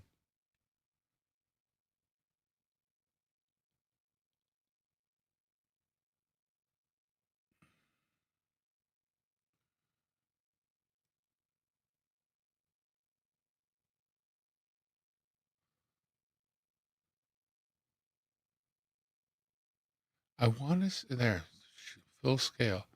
Okay, now we're talking. Okay, thank you, PCGS, the grading, one of the grading houses. Thank God. Good to know. I'll do the mag test like we do for jewelry. Jewelry, you kind of need to do almost a scratch test because a lot of times you're dealing with what may or may not be gold sort of thing. But yeah, a magnetic test for the silver certainly. Okay, now what were we talking about? Value. Yes, the next thing is value. Value is state. So this is the top mint state, MS or PR 70. Doesn't go any higher than 70. 70 is flawless. Next to impossible to get a 70, but it's not like it's never been done. And if you're getting, if I'm buying coins, trying to get coins for myself, if I can get a 63, I'm pretty happy with that. Some coins are thousands upon thousands of dollars in a 63, but some silver colors overlook silver dollars circulating Canadian coins. Some of the silvers that are overlooked. That's right. Some of them are. So here, let's see here. Okay. So doesn't get any bigger, eh? Too bad. I would love to zoom in. Ungradable is like a blurry mess, but you can kind of tell what kind of coin it might have been at one time. And this thing here has still got its value for probably most of the silver that was made to make it up, but not much else. And you can see here poor images of the outside of the edges of the coin. Fair, that's fair. And this is considered about good. And G's are good. There's a few different levels are good. Then you've got a very good and then another very good. And when it comes to coins at like this point, I like to get Fs if I can. F15, F12, fine. You're looking, pretty decent. And as you move up to the very fines, I mean, things will take a jump. These VF 25s, 30s, And then extremely fine and almost uncirculated, or about uncirculated, as they say. That's looking like, but has been circulated. And then after that, goes into the MS or mint state, starting at 60 and going up from there. That's a coin with no wear, literally. And basically should be as nice as a 67 or even a 70, but somebody mishandled it along the way, kind of thing. But I wish these pictures allowed for a bigger view, but unfortunate.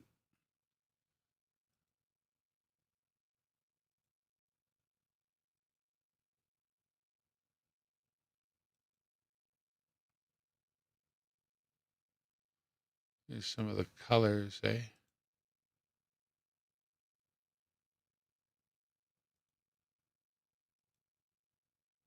Anyway, it says they are vintage presidential commemorative coins. Yeah, there you go. Vintage is old, and they're certainly old. Commemorative, and they're certainly commemorative. Presidential, definitely no argument there. And coin, absolutely. I'm not going to argue with any of that. I agree. All of those things. How much are they? What do they want for them, dear? I didn't crick on the cricker.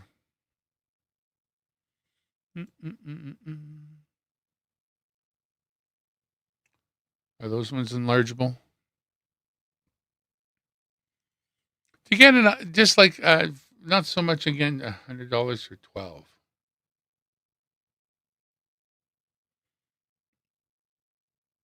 Well, there you go. You could undercut them if you've got as many as that. What was I looking to do here? Right. I know what I'm doing. I wanted to see Nana's eBay listing here.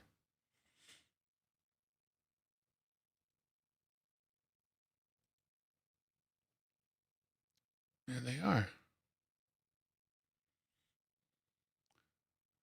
This product is a set of 12 vintage presidential commemorative coins from the United States, featuring political themes and slogans related to presidential history.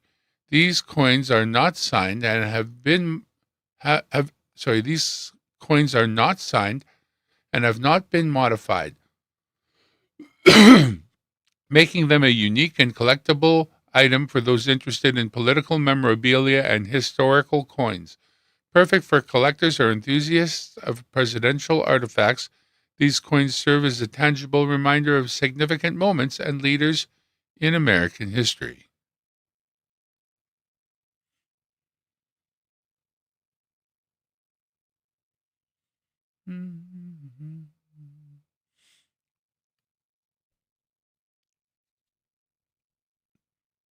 Looks like they might have a few other things for sale as well.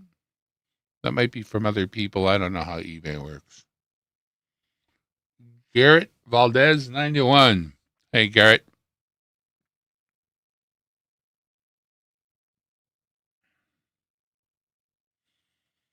And this is a buy it now, make an offer. You can make an offer.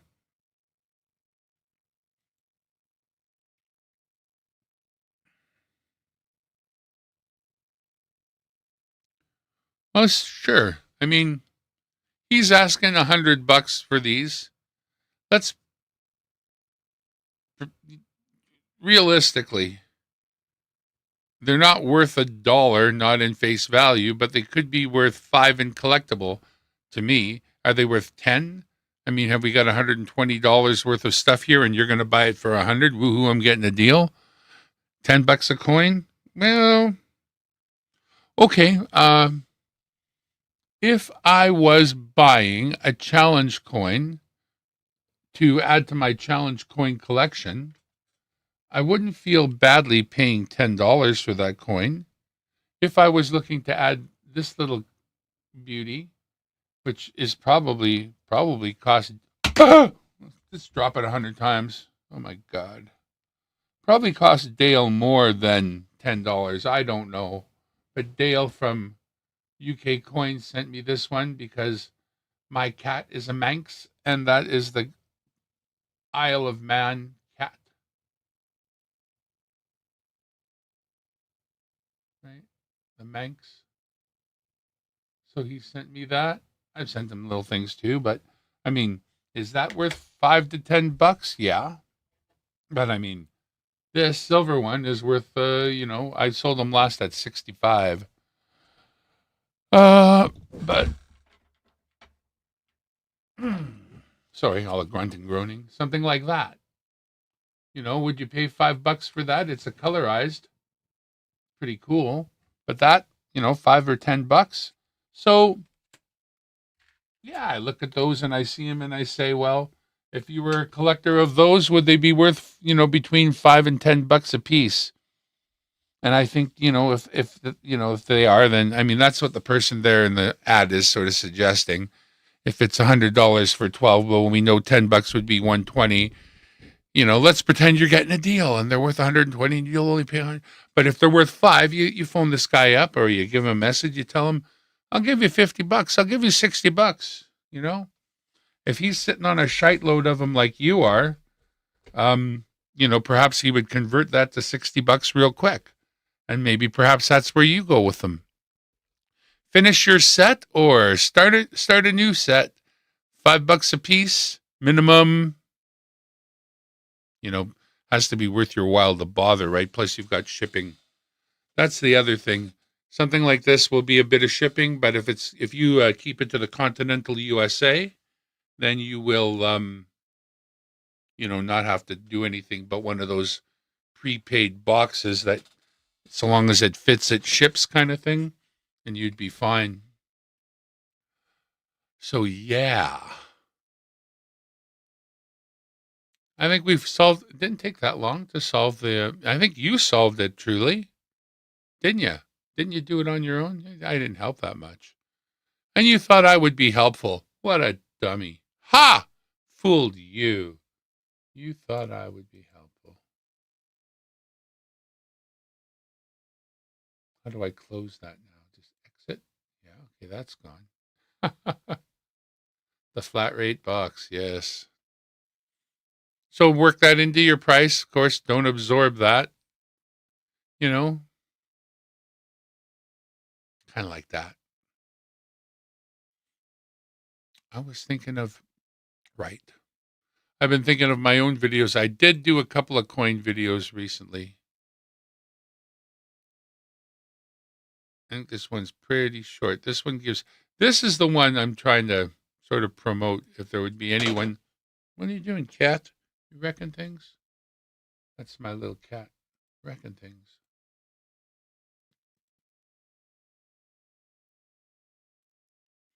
I'd like to get people involved in this, if I could.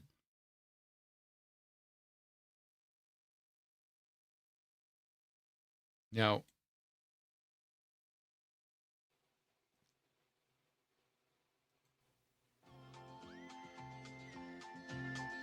there's some coins that keep on calling me to a box that's at the bank waiting, and I'll go there and pick up a new box soon, and we'll search another box together and get smoked again.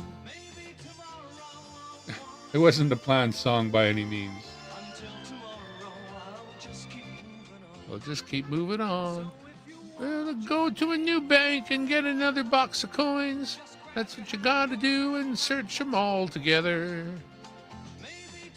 Maybe tomorrow I'll get a nice fresh box. I'll have to go with what I've got. That's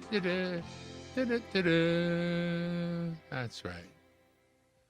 The littlest bank box, right? Is that what that was?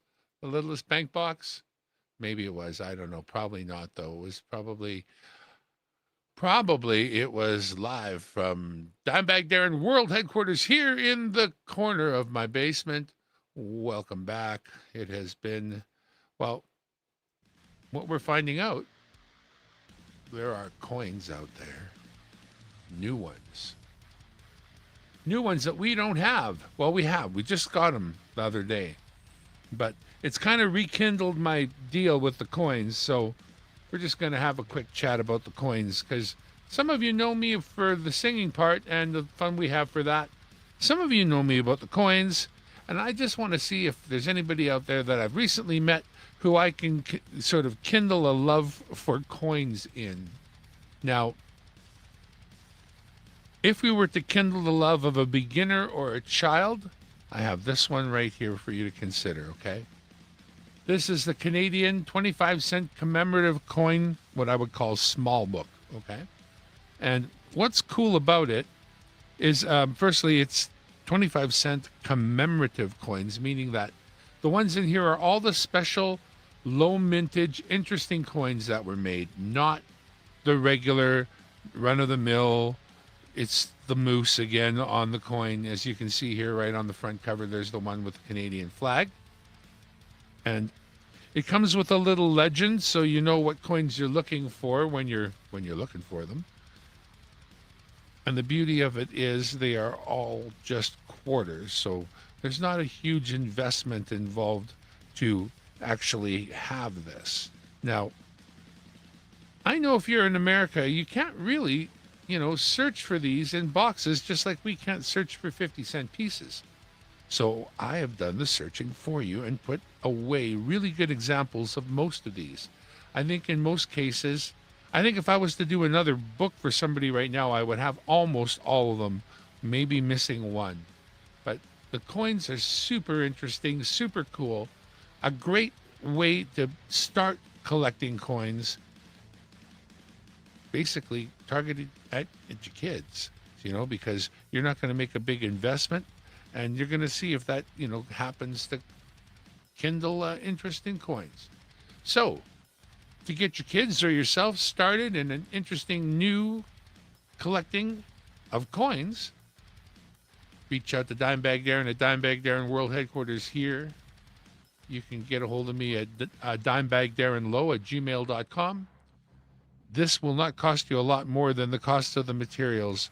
Honestly, the book, the coins, shipping, and then I'll show you exactly why I do it, where the profit is for me, and if it makes sense to you, we'll get that off to you, and or one like it. Not this one. This one's mine. But we've made them for other people, and we'd happily make one for you. So that is it. We've got other ones as well, but for now, that is it from Dimebag Darren World Headquarters here in the corner of my basement. Thank you for listening. Right on, brothers and sisters.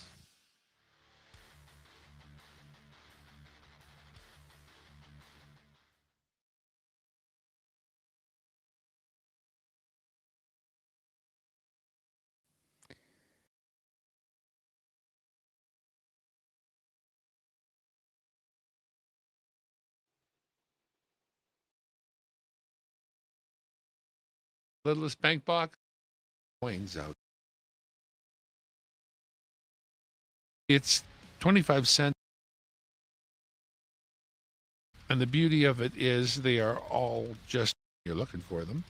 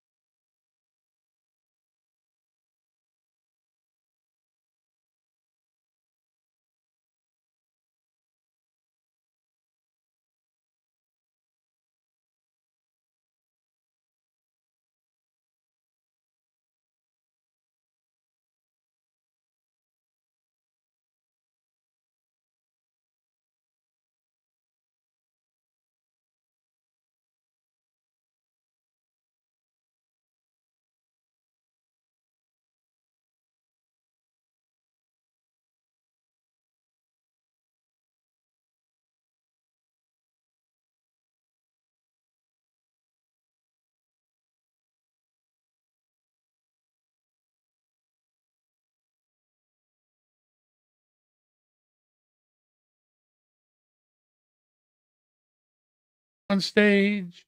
Put me back on stage. La da da da da da da da da. Bid my stage to run. Okay. So maybe I'll play a song. Maybe I do that. Meow? Did you say meow? Are you here? Hi, kitten. Hang on, my kitten's here. She can't get up on this chair. Only when I have the lazy boy in place can she really enjoy my company. Where'd you go, baby? Oh, well. Don't have the right chair in place. Boo-hoo. Nothing I can do.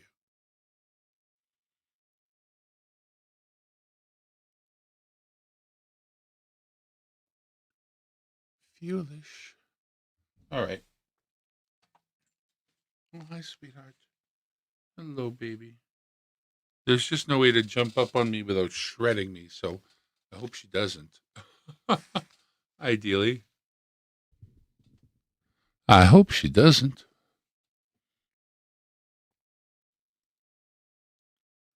Turn that down, turn that up.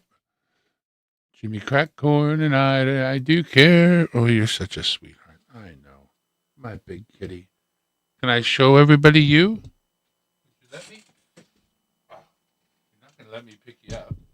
If you're going to come around, then if you come around again, I'm going to try real hard to pick you up next time. I'm going to back up just a little bit to give myself the clearance to do so. So bring your kitty ass over here and I will elevate you to stardom. Come on. Noname. Come on, Noname. Come on, sweetheart. Noname. Come on, baby. Don't you want some love? Don't you want some love?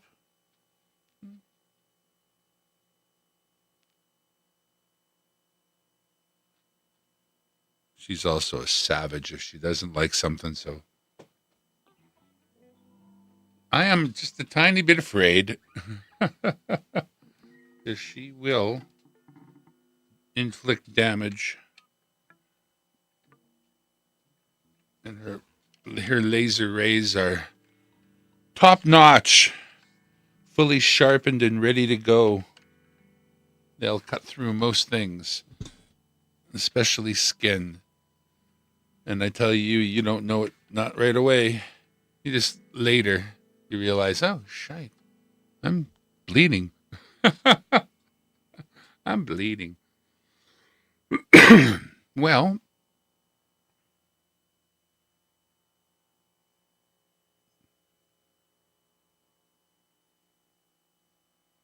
I don't think that works, does it?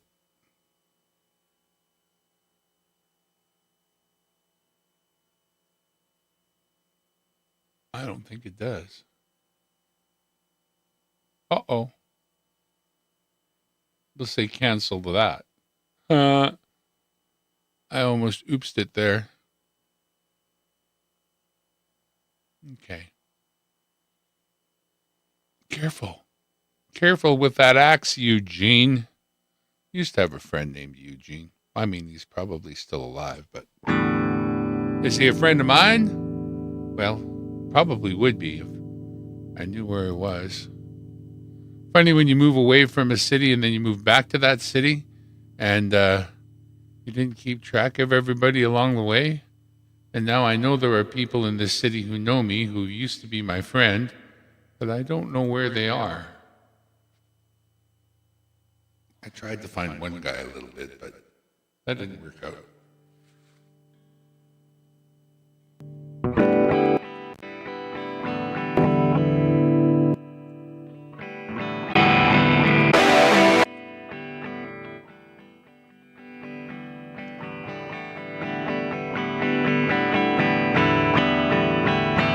All right, I guess that's the nicest, cleanest sound I got on tap anyway.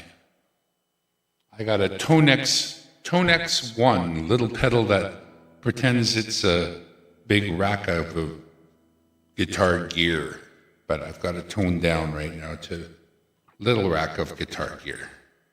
And so we'll see how this goes. For those of you who aren't here.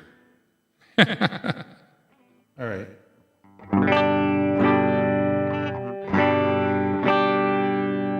Well, heading on down to the land of the pines. I'm thumbing my way through North Carolina, staring up the road, praying to God I see headlights. I made it down the coast in 17 hours, picking me a bouquet of dogwood flowers. I'm hoping for Raleigh, I can see my baby tonight. So rock me, mama, like a wagon wheel. Rock me, mama, any way that you feel. Hey, hey, mama, rock me. Rock me, mama, like the wind and the rain. Rock me, mama, like a downtown plane. Hey, hey, mama, rock me. Coins, I can't get away from the coins. They're coming for me.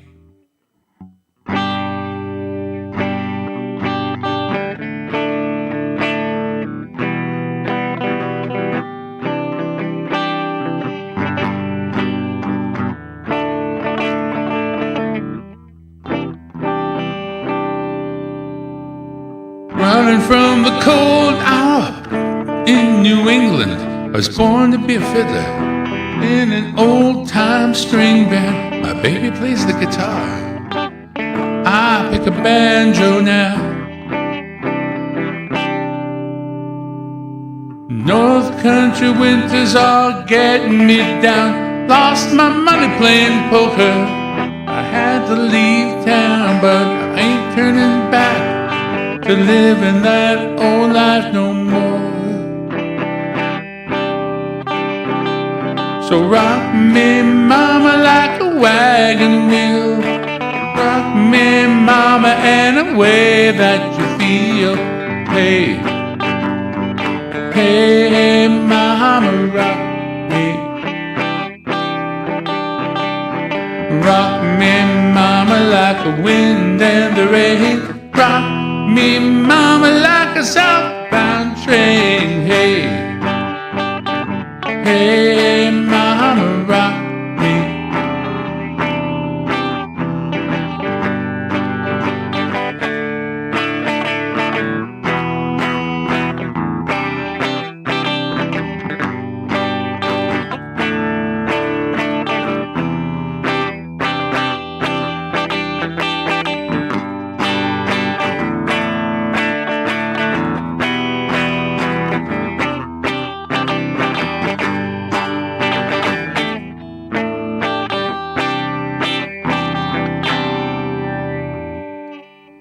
Walking to the south, out of Roanoke, caught a trucker out of Philly and a nice long toke. He's heading west toward the Cumberland Gap, to Johnson City, Tennessee. I gotta get a move on before the sun. I hear my baby calling, I know that she's the only one. And if I die in Raleigh, at least I will die free. So rock me, mama, like a wagon wheel. Rock me, mama, any way that you feel. Hey, hey, mama, rock me. Rock me, mama, like the wind and the rain. Rock me, mama, like a southbound train. Hey, hey, mama, rock me.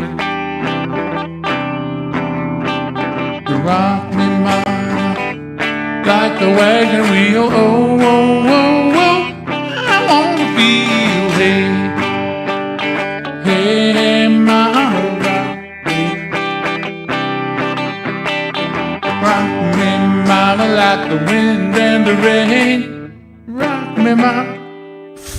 Rock me, mama, like the wind and the rain. Rock me, mama, like the southbound train. Hey, hey, mama.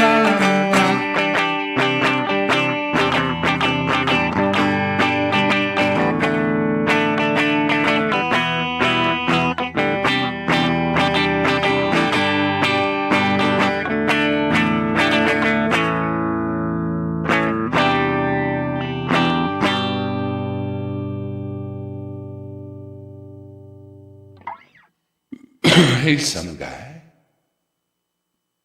I did put the link up, but it was like up a long time ago. I'll put it up again. I'm not doing much.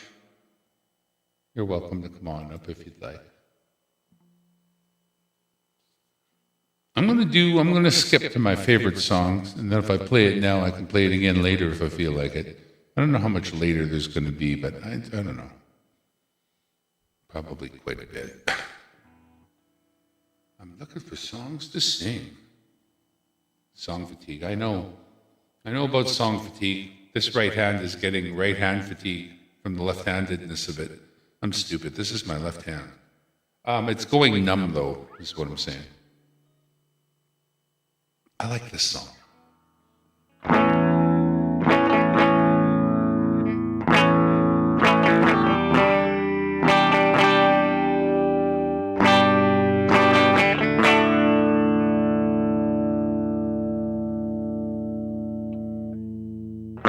I'm waking up to ash and dust. I wipe my brow, I sweat my rust. I'm breathing in the chemical.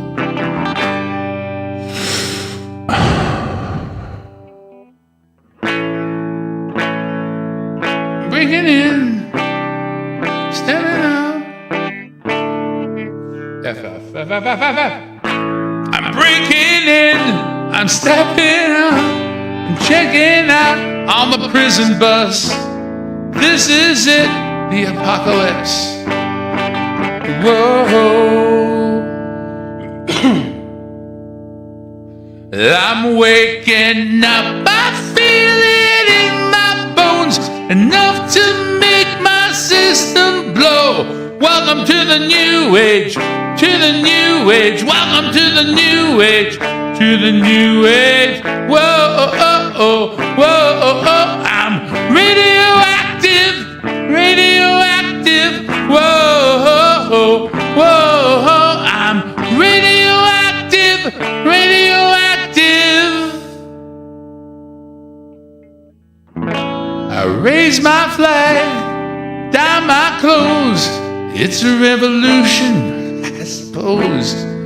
We're painted red to fit right in. Whoa. I'm breaking in, I'm shaping up, then checking out on the prison bus. This is it, the apocalypse. Whoa.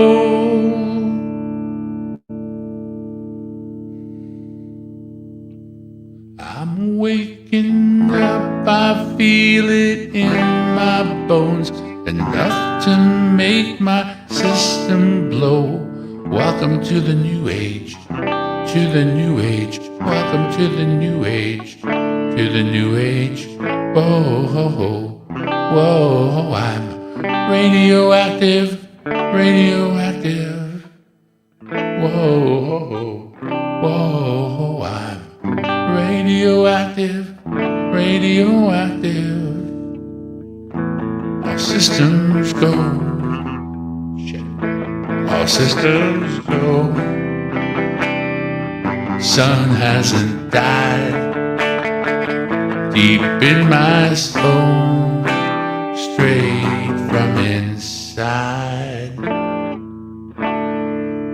I'm waking up, I feel it in my bones, enough to make my system blow. Welcome to the new age, to the new age. Welcome to the new age, to the new age. Whoa, ho, ho, whoa, ho, I'm radioactive, radioactive. Whoa, ho, ho, whoa, ho, I'm radioactive, radioactive.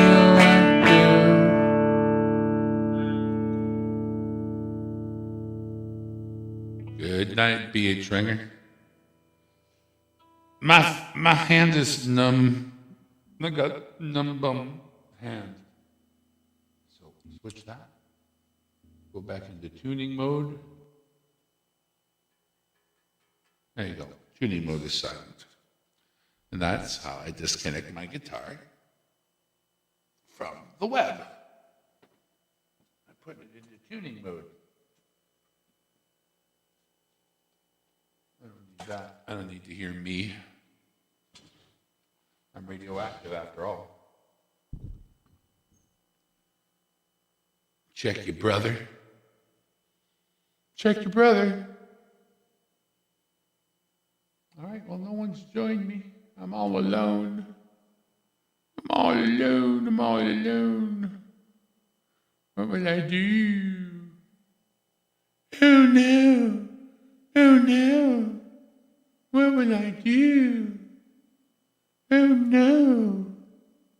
Where's the Bug radio?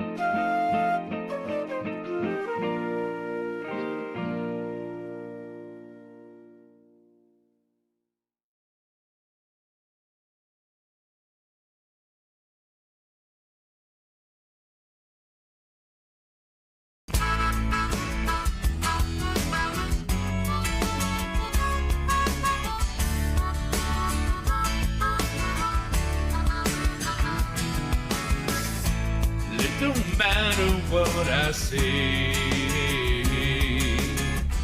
So long as I sing with inflection that makes you feel out one day. Some inner truth, fast reflection. But I've said nothing so far. And I can keep it up as long as it takes. And it don't matter who you are. If I'm doing my job, it's your resolve that breaks. Because the hook brings you back. I ain't telling you no lie. The hook brings you back. On that you can't rely. There is something amiss. I am being insincere. In fact, I don't mean any of this. Still, my confession draws you near. But here's the issue. I refer to familiar heroes from long ago. No matter how much people love her, what made the parent refuse to grow was that hook brings you back. I ain't telling you no lie. The hook brings you back. On that you can rely.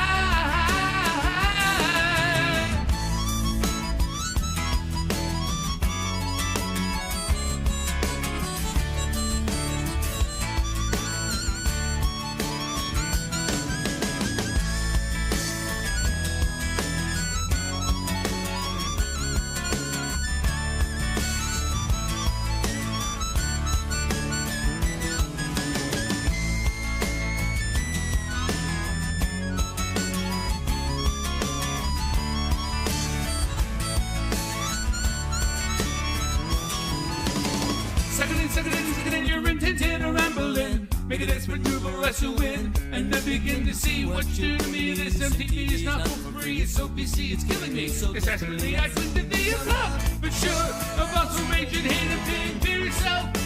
I can't keep these things on the shelf. Try it. No, in fact, I lied.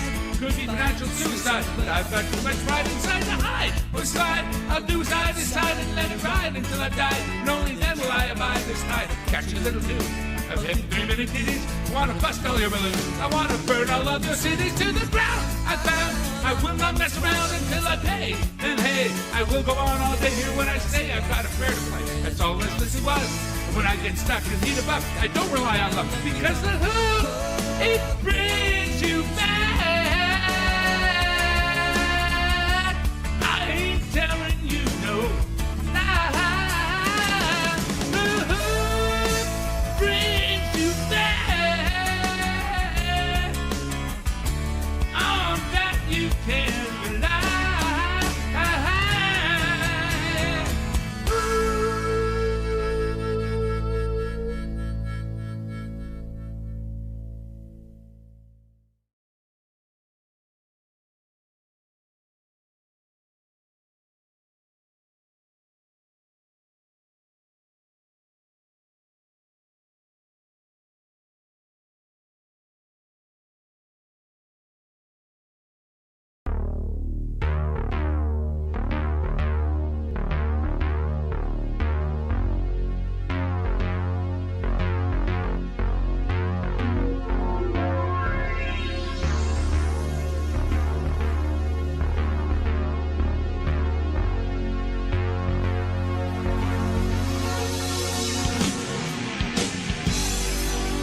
All we are is all that love brings.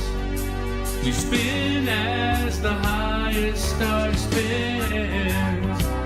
We get hearts on fire and in love. Sometimes we're too blind to see.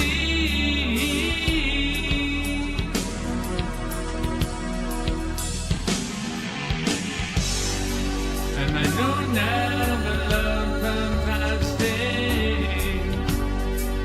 I'm waiting for the telephone ring, and you feel like the lone star spinning. You might as well give up burning.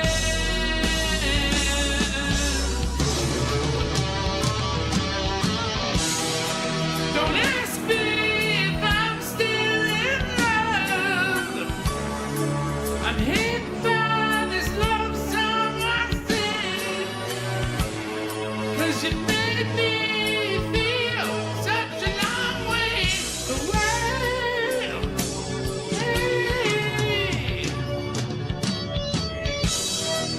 I know now that love sometimes stings. I'm waiting for the telephone to ring, and you made me feel such a long way away.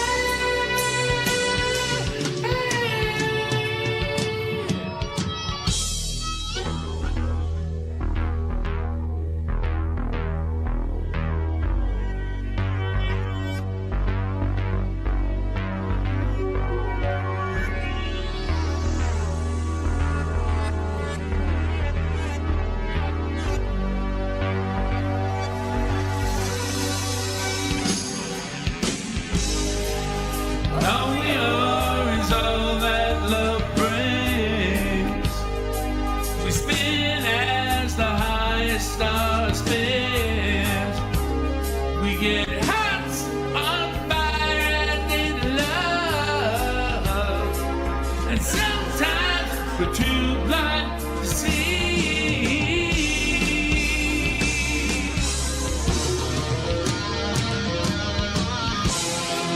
Don't ask me if I'm still in love. I'm hit by this love song I sing, and it makes me feel such a long way away.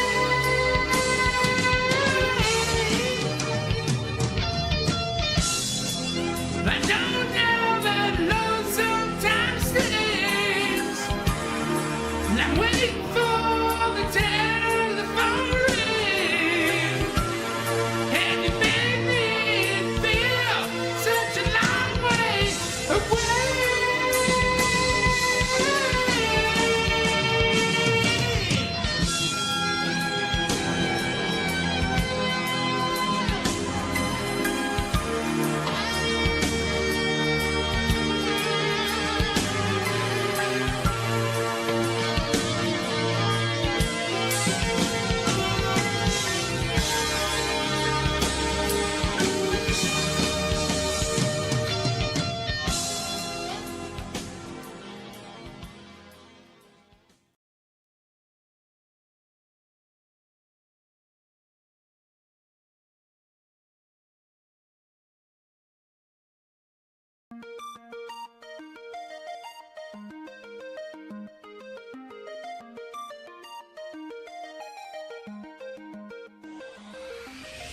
You would not believe your eyes if 10 million fireflies lit up the world as I fell asleep. 'Cause they fill the open air and leave teardrops everywhere. You think me rude, but I would just stand and stare. 'Cause I'd get 1,000 hugs from 10,000 lightning bugs as they tried to teach me how to dance. A foxtrot above my head, a soft hop beneath my bed, a disco ball is hanging by a thread. I'd like to make myself believe that planet Earth turns slow.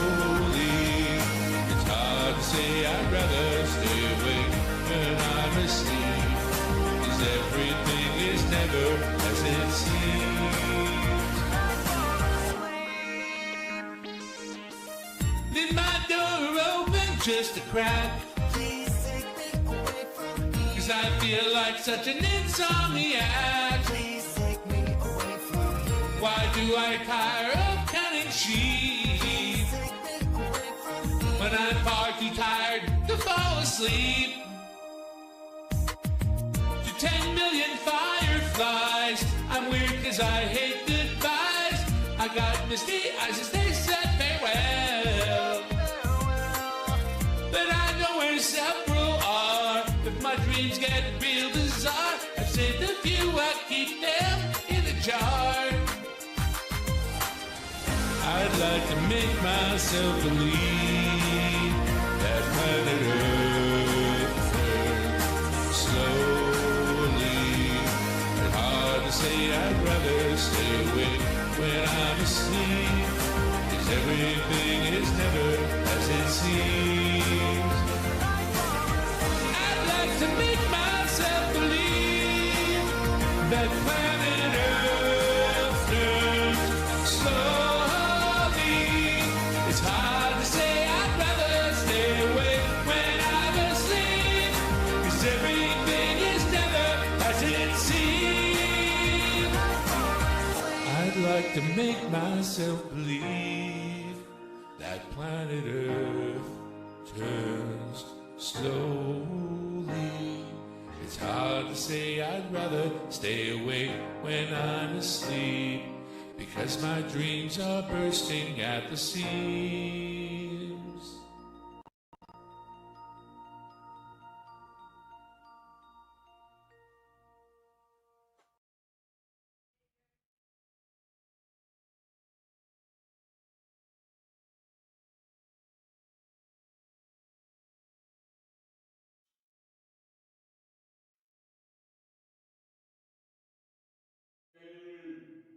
I'm here. I'm here. Are you frozen? I'm here. It only seems frozen because I'm so cold. All I gotta do is find my OBS and then I can switch the scene. Good. Big face. There we go. There I are. Pardon.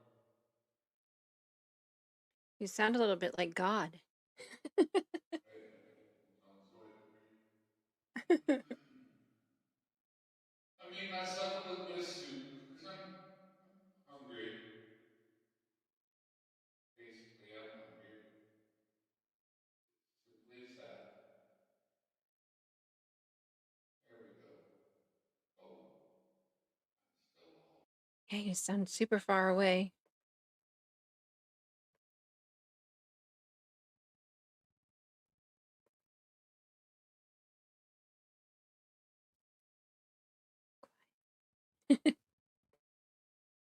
What a doughhead. There you go. Okay. That sounds more like Check, Darren. check, check. Yeah, that works. I was like, oh no, where did he go? Oh no. Oh no. What happened? 3-step. Oh no. Okay. Yeah, I was really hungry, so I What did you made get? myself a little microwave soup here. And Okay. there was some chicken salad. I don't really want a lot of bread, but I took some of the chicken salad and took one piece of bread and broke it up, and I'll kind of dip it in the chicken salad that's already ready instead of putting it on a piece of bread and covering it with another piece of bread. Mm-hmm. I'll just sort of like use it like a hummus. Right, yeah. I usually don't like bread. If I have a sandwich, it's usually like either half a sandwich or I just have like an open face sandwich. It's usually like sourdough bread or something. I like sourdough. That's good. Yeah, it's pretty much the only bread I eat. If I eat bread, I usually limit it to like maybe one piece a day. Do you ever do a grilled cheese? With sourdough? Well, with anything, just in general. Oh yeah, yeah, we do a lot of grilled cheese here. You Grilled do 'em- cheese is made of soup. Oh yeah, that is a good combo. What about open face then? Do you do it Yeah. open face grilled cheese? I've never done open face. I usually just have half a one. Instead of doing that, take the standard sliced cheese, the packaged individually, Mm-hmm. butter the bread a little bit, put at least one, if not two, cheeses on the top. Like, don't stack them on top of each other, space them out so there's no bread visible. Just a cheese. And then put it in broil on the oven. And Oh, let it almost burn the cheese. I love burnt cheese. That's like one of my favorite. Okay, let it burn the cheese. I could have. You know I what I was mean? just saying. Like if you make like meatball subs, and the cheese gets like kind of almost burnt around it. Oh my god, that's so good. Now Got a you're little hot making for that cheese. That's not going to stop me. It's not going to save you, cheese, Mr. me. Cheese. I'm gonna want to go get some. Mm. I'm looking to see. I was looking at this Jack's tracks. He's got like all these acoustic. See, at Costco, they put together from the chicken they don't sell. They make it into chicken salad. Oh, okay. Then you grab one of these, and everybody makes chicken salad sandwiches for the day, but there was only a little bit left, so I just took it all. Yeah, I like. Do you guys have Ritz crackers there? Mm-hmm. I like Ritz crackers like with tuna fish, like tuna salad. I was looking all over for some Premium Plus just now and couldn't find them. I guess we're out, but I wanted them for my soup. Is that okay? That's saltines, like salt. Yeah, the Premium Plus ones are the saltines, not the Ritz. The Ritz are the round ones that have a hint of, I don't know, cheese on them or something. Oh, weird. Yeah, I like that. The only time I like saltines in soup is sometimes chicken noodle, but any like clam chowder, lobster. Chicken noodle, there it is. There you go. Or But fish chowder. the combo of the grilled cheese and the tomato, that's one of my favorites. Mine too. My kids too. My boys will have that for dinner sometimes. I'm like, that's not a whole dinner. Like, why not? I'm like, all right. So I'll get out the griddle and make like a whole bunch of sandwiches, and then they just dip it in their soup. Or breakfast for dinner, that's, what are you having? Bacon and eggs? Sausages? Yep, they love. Yeah, we call it Brenner. They love having Brenner. Yep, they do. Let me see. Trying to find. I want to try to find some new songs. I don't know why. I'm just getting sick of all the songs I know and I've done, and I don't really know any other ones. So I either have to learn some new ones or. I'm challenged in trying to find more songs that follow my ability to play chords. Grok was very helpful. Mhm. When it pointed at Radioactive, I'm like, are you kidding me? Really? I could play this? And I was straight for it. And as soon as I realized, yes, it's playable by me, like, this is going to be like my personal favorite song at this point. Oh yeah, I love that song. Fun to sing, great band, fun to play.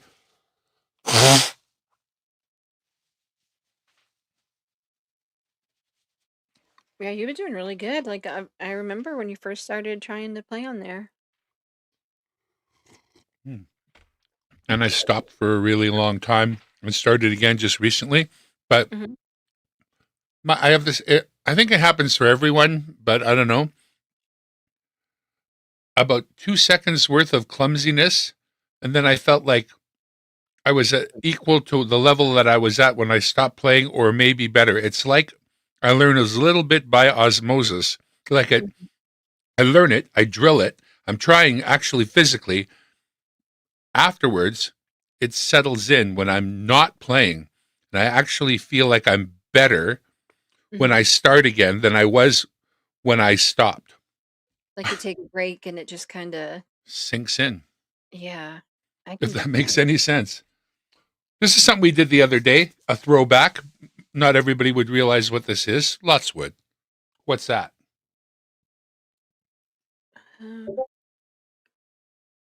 It's like a soup spoon?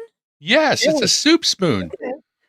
Most people, these days, it's like, don't have soup spoons in their houses. They have regular spoons and bigger regular spoons, but they don't have a soup spoon. Soup spoons are round. Yeah, I only know because I bought them by accident one time. I was like, they're way too big for my mouth because I have a small mouth. I'm like, what the hell are these spoons? Well, there you go. Yeah. So you didn't know where the soup spoon was until you bought some by mistake. Yeah, and I was like, what the hell is this? They're English. Are they really? I don't know. I think all cutlery is. Are you Those kidding? little- You Americans, if you were left to your other druthers, to be eating with your hands. Well, actually, well, there's some countries that do eat with their hands. All you really need is a big knife. Yeah, that's true. Just stab stuff and put it If to it's your mouth. liquid, just suck it up. If it's meat, you have to slice it. If you want to pick it up off of something hot, you just stick it. It'll be fine. Yep, that works. Oh, trying to.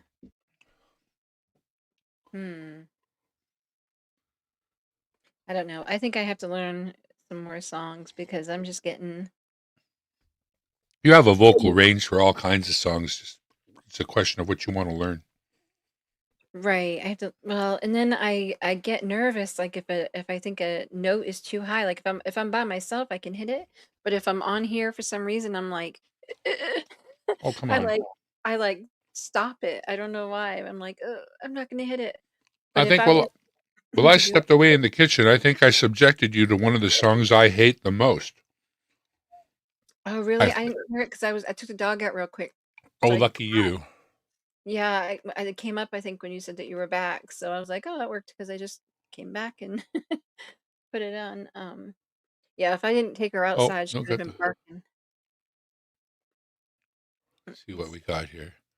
First thing that played was Fireflies. I love Fireflies. Mm-hmm. Oh no, not there was no, that wasn't first anyway. Then the Hook. I love the Hook. Yep, that's a good one. Oh, Kim Mitchell. All We Are. Oh, I don't think I've heard whatever. that. I don't think I've heard that one, or I don't know it by name. Hey, listen to this.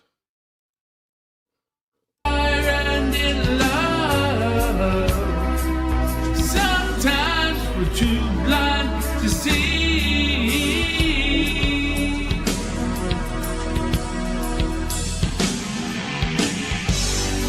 And I know now that love sometimes stays.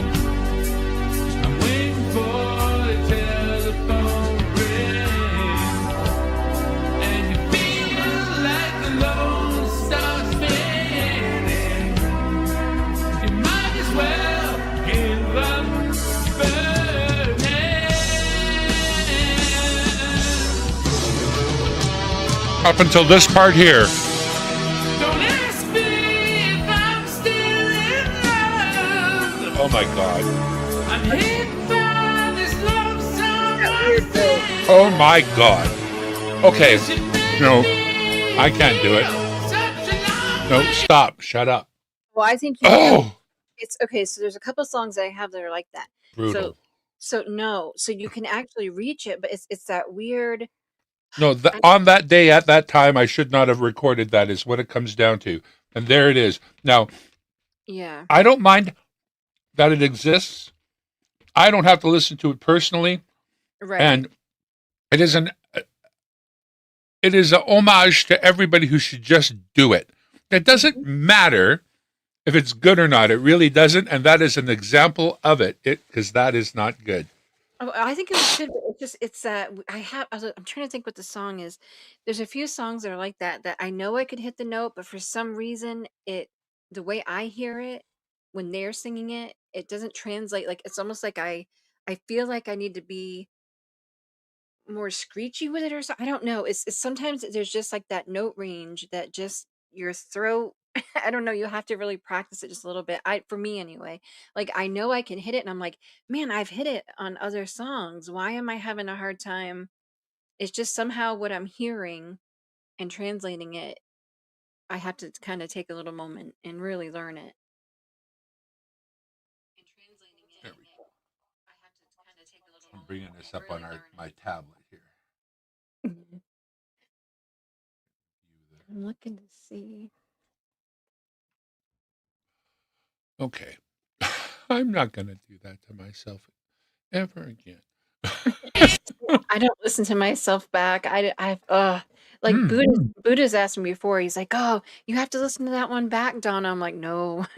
I If don't I mind. When I think I've done a good job, I'll critique it still Right. critically, but I'll pick out little things I want to fix. There are little differences. I tried something that didn't work or did. Mhm. When it's an abomination, I just can't. I'm sorry, world. Anyway, there are people who do worse things. Yeah. Hey, you can tell it isn't AI. Oh my gosh, I can't. Oh my soapbox about AI. I can't stand AI. And I have such a hard time because sometimes like the new music that's come out, I'm like, is this a real person or is this AI? Like, how do you know? And it doesn't always tell you. And I'm like, this sounds like but some of the people that are coming out now that are real people Hmm. are sounding like AI. Like whatever their music I don't know if they had AI write it for them, but they're coming out and it sounds just like AI, like that. Like the melody just sounds like it's from AI. I don't know. I hope it's not going to be what music's coming to. I was listening to Rick Beato. Sorry, was listening to Rick Beato show the other day, and he had somebody on. Don't know who it was, but he said because of the compression, they got a program that can just like 100%ly almost always tell if there's been any AI in a song. So at least there'll be somebody who can tell no matter what kind of thing. Hopefully, I'm not 100% against it, but like I explained it, I only got so much time to listen to music in a day. And when I'm listening to music, I want to listen to organically made music by human beings because I want them to reap the benefits of my watch time and I want them to be benefited by their efforts. Even if it isn't as good, I'd still rather watch a person than a machine. I'll let you know when I'm interested in using a machine. In the meanwhile, don't try to trick me. As long as you're not trying to trick me, I don't care. Make what you want. Right. Well, I think it's the art, like the art form and the arts, like even like the drawings and things that they're doing, like taking it away from artists and now they're using I've seen ads that are using AI videos, so now like actresses and actors aren't needed anymore. That's they weren't really needed before. No, yes they are, because think about how boring life would be if we didn't have the arts. Really, I mean, if we didn't have TV or um movies or music, like I don't know, life would be so boring without all those things. I don't know. No, you're right. No, you're right. I'm being hyperbolous there, of course. Yeah. But Don't take me too seriously. I mean, here I am, wanted to have a career in radio. I kind of like the media and the arts and all that, but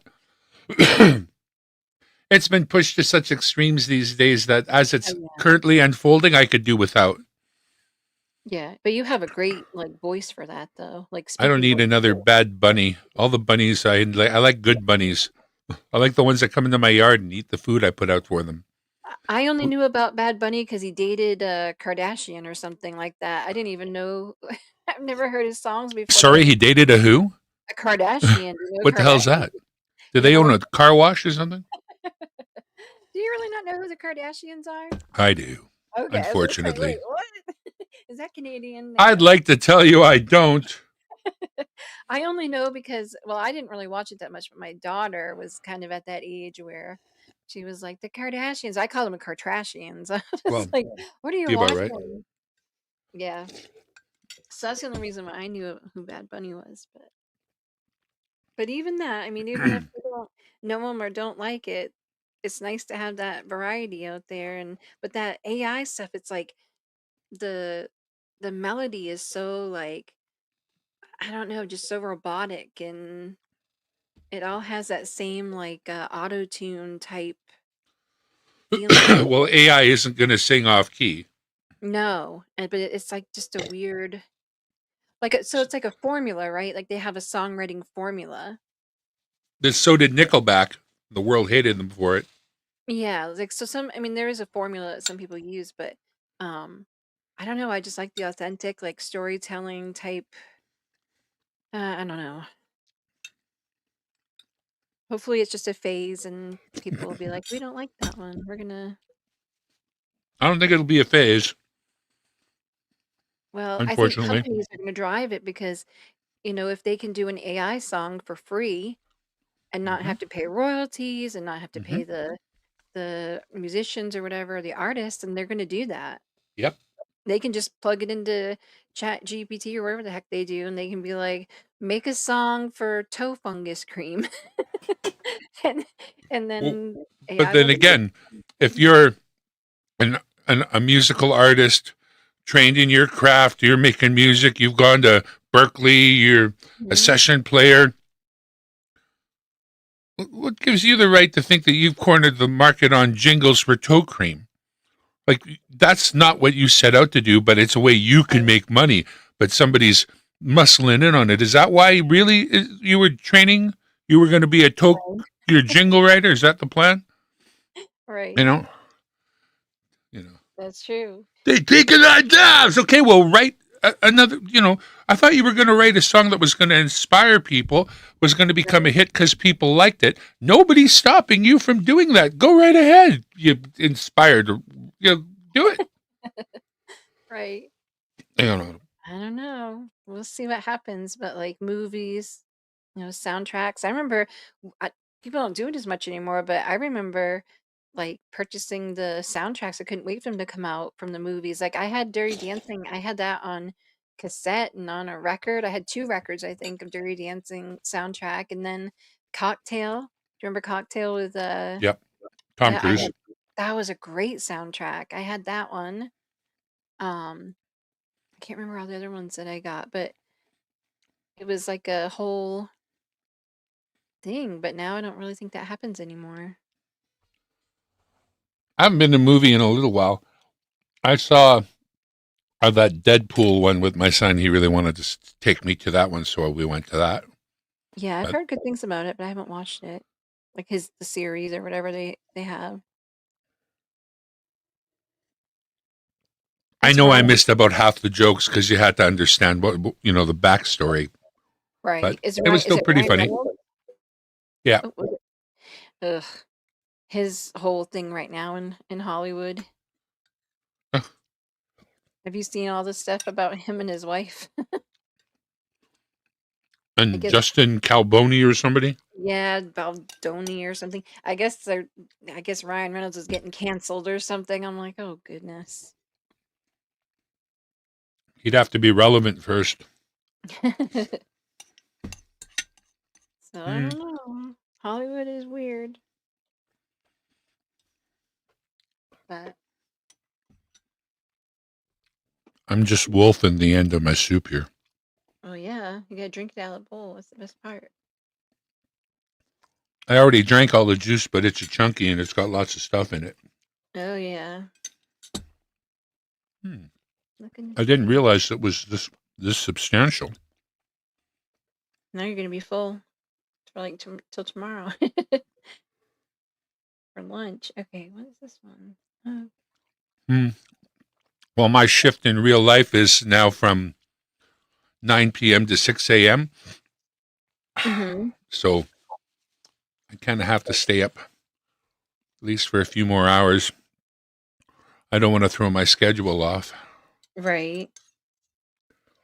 So this for your job, you mean? Yeah, Nice. I'm the up all night crew. Well, I would rather have a night job. I'm a night person anyway. I work for an unnamed company doing technical help for people all over the place at night. You get to work from home? I do, right where I'm sitting. Oh, nice. I would love to be able to find a work from home Please job. be near your computer for me, please. Please type in www.anydex.com. No, I'm not scammer. No. Everybody's in India these days. No, don't worry. I sound like Indian man that you never had nothing to do with. I will just give me. Okay, go to your bank on your screen. I will watch. Oh, you have lots of money. Or they have you go to Target and get gift cards. Pardon me. Yeah, they have you buy gift cards. Burping. Then you give them the gift card information. Do not redeem. Yeah. I've seen some of those. Why you redeem? They do the different voices and stuff. But I like the swearing, the Hindu swearing, or Hindi swearing. I've You ever watch Scammer Payback? I don't know. I've watched. Is it Kit Boga? Yeah, Kid Boga. Yeah, Yeah, they're contemporary. Scammer Payback is a contemporary of Kid Boga. But, yeah, I like Scammer Payback, and I like Kid Boga too. He's good. Yeah. I haven't watched them in a while, but for a while YouTube was suggesting them to me, and I was like, "What is this?" And then I find myself just like laughing, and then another one pops up, and you're like, Yeah, I'd say Scammer Payback. He's sort of a hub. He brings all these guys together at times too. Then there's the famous English guy. So famous I've forgotten his name. There's one hacker guy who hacks the hackers, and this guy Jim Browning, his channel, Jim Browning. I don't think I've seen that one. Well, at least it isn't cool. This is cool, and you don't know how to spell it. You know, it's Jim Browning. You can find him, but he's like the OG of the whole thing. Okay. Yeah, he's cool. Yeah, I like it when they like can show pictures. Like they're like, see, I look inside, or like they get into their computer and they can start doing stuff to the hackers' computers. Jim's in on their CCTV cameras while they're trying to scam them. Knows their names. That it's like, don't you think you shouldn't be a scammer, Priya? And you can see the girl go, what? Oh wow! And then she says, how do you know my name? He says, I know everything. And she says, what do you mean you know everything? He says, I know you're sitting across from Abhishek. I know sitting right beside you is Marina. Like just, I love it. Him in the camera, like looking all around. Yeah, he did that. He's done it more than once. I mean, the other guys, they wreck their computers, which I like. And they tell them, we know who you are. We have your pictures out of your computer. We know where you are. We geolocated you, but, you know, right. Not so much ever unless they try to get the guy to turn on his camera, or they try to turn on the camera so they can see who they're dealing with. But Jim likes to hack video systems. Mm-hmm. My favorite is like when I think maybe it was Kit that did it, but he was like, it looked like he had a whole bunch of money, and then it was like he moved it around. It looked like he moved it around. And I'm like, no, don't move it. Pardon.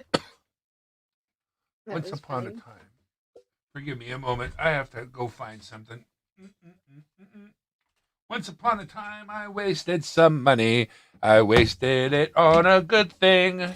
I thought it would be a very good thing to have, and the joy that it would bring. I called it a... Yes, it is a...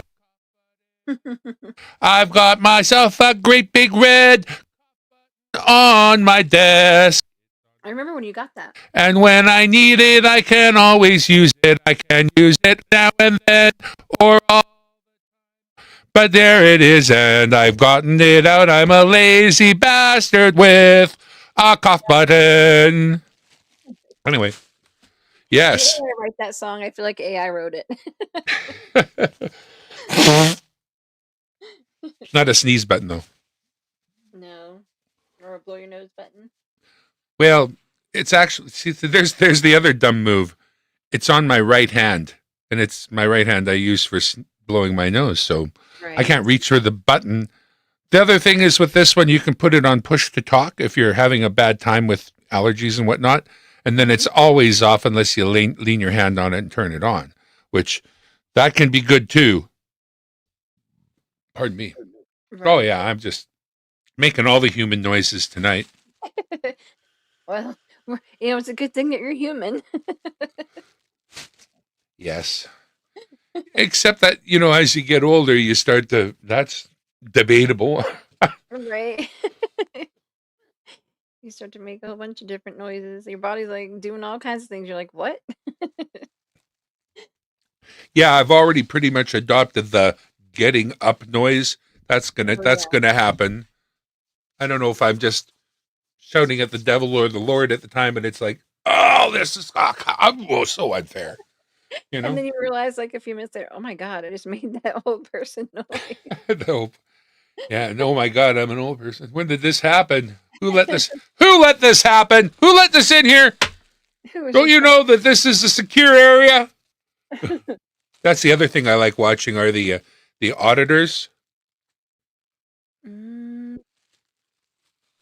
don't know what that is. Well, it's your constitution down there, and the things that you're allowed to do based on your constitution. And Okay. for example, I would say as an example, Long Island audit. Long Island audit will like go into the lobby of the police station with his camera on its stick, right? And he's, filming what's on the wall, filming this, filming that. And they'll come out and they'll say, "You can't film in the police station." And he'll say, "Yeah, I can." And they'll say, "No, we say you can't. And we've got a piece of paper on the wall that says you're not allowed to." He says, "That's cool.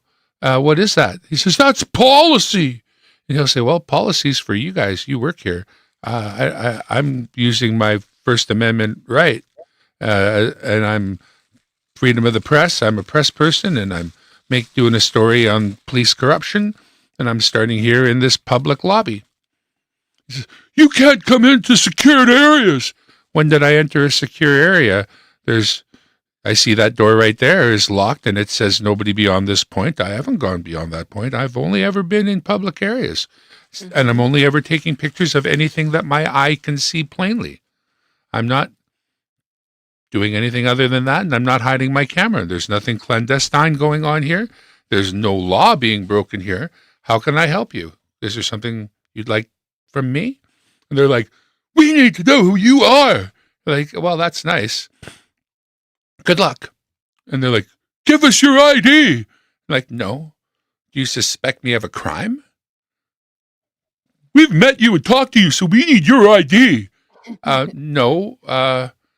Only if you can pass reasonable, articulatable suspicion of a crime. Unless you can tell me what you suspect me of having done, I will not produce my ID. And then it gets to the point where they'll basically either trespass him, or it doesn't have to be a police station, by the way. It can be anywhere. But if it's public property, that's all he ever goes to. He doesn't ever go to private property. Right. And they'll if he gets to the point where they're going to trespass him or they're going to take him to jail, which they've done, he wants them to get to the point where it's, if I don't leave here right now, and if I try to go back into that public building with my camera, you will charge me with trespass and possibly arrest me, or you will arrest me. You will arrest me. He says, "Yes, we've trespassed you. If you go back in there at all, we'll arrest you." He says, "Perfect. That's all I needed. Just the threat of arrest is all that's needed. You don't need to be arrested." The other thing is, if I go back in there without my camera, is that fine? "Oh, that's fine." And if I go back in there with my camera, "You'll be arrested." Thank you. That's all I needed. A bunch of times he'll be talking to them, and they're like, on camera, they say, "Well, you're not," he'll say, "Am I doing anything wrong? Am I being, and they'll say, "No, you're not doing anything wrong." He says, "Am I breaking any laws?" "No, you're not breaking any laws." He still ends up in handcuffs in the back of a car. It's like, you realize you on camera said, "I didn't break any laws. And I'm going to use that in court against you along with all your body camera footage. So everybody keep your cameras running, and we'll see you there." Does he sue them for like false arrest? Oh, yes. Does he Absolutely. If they go the wrong route, but he's also gone to police stations to educate them so they won't do that. But one way or the other. Wow. This one cop gave him basically what I just described. Mm-hmm. Now, he's an agitator, of course. He's got a billboard truck, and he goes right outside the guy's house with the billboard truck about telling his story about how he was treated by this cop. And his cop's got this super long private driveway. In fact, it goes up and then it branches off to 2 homes. But it only goes up to those 2 homes. So, and there's no way out. So it's got a sign on it that says private driveway, no exit, no turnaround. But this is his address. So he's looked up the address, and before, here's the beauty of it. Rolling film the whole time. They pull up, he turns on his camera, and it's like, well, as you know, we've got to look around for signage for private property or anything like that. Could be an arrestable offense going on in private property once it's marked. Don't see any signs looking around. Private drive, no turnaround. That's not a private property sign. That doesn't apply. So we're going to go up and knock on the door because the guy made like $300,000 in overtime. And it's like, well, how did you do that? Explain that. The world, we'd like to know how you managed, to, basically fleece the apartment or whatever, how it works out that a guy can make 4 times his salary in overtime, they want to know. So he comes to the door, he knocks on the door. This cop, Fahey, sees him, confronts him at the door, but turns around and goes back into the house. And at that moment, and at no time did he stop going back off the property. He may have had his back turned, so he's looking towards the house. He may not have, but his feet were always moving his body off the property. He wasn't running, but there was progress continuously. Out of the house comes Fahey with his pistol in hand, runs up into his face, gets half an inch from his face. They have an argument. Fahey spits in his open mouth. Oh my God. This is a Connecticut state trooper. Ew. And he says, "Ew, you spat in my mouth. You spat on my face. You're going to jail," because that is a jailable offense if you do that to a cop. But guess what? It isn't if you do it to a non-cop. It isn't. It's not a charge. But they found that out later. Anyways, going forward, this guy muscles him off the property to the sidewalk, threatening, didn't raise his pistol, but he had a pistol. You don't have to raise it if you're the only one that has one, Right. and, and basically telling Sean, who is Long Island Audit, that, you threatened my life. He says, things might have been said in a chat, but I never did. I never said that, and I can't control other people. They've seen what you do, but I never, ever threatened you in any way. He's very formal, Sean.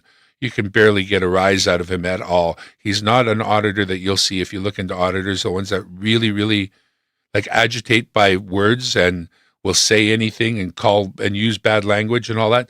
Sean just puts the whole thing on a billboard truck outside your house and lets your neighbors decide, But anyway, so he got ran off this property by this guy. And of course, the cops come, charged him and his cameraman with felony voyeurism and a couple other charges, like high-end felonies. And so that got to court and got downgraded. But at the same time, the normal bail was 10 times. So whatever the normal bail would have been, like $5,000, it was $50,000.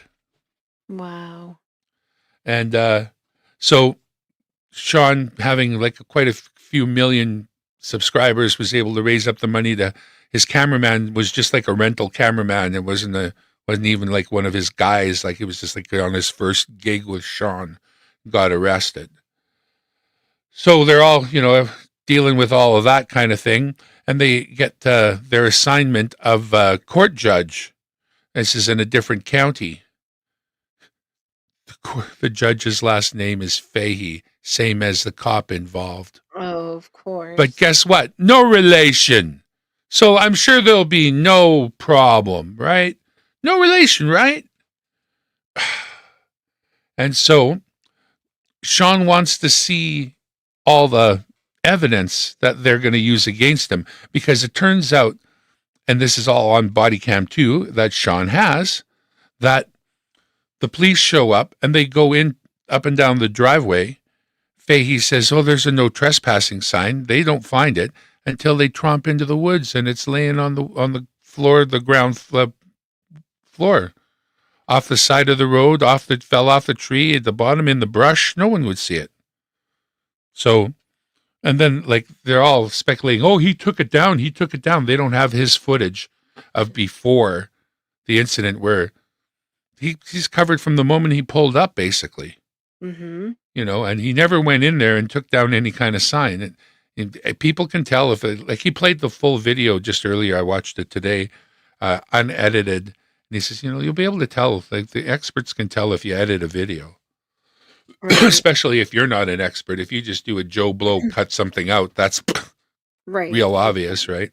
Mm-hmm. So, you know, all that kind of stuff. I like that auditor stuff. There's a few Liberty Troll. He's a good auditor.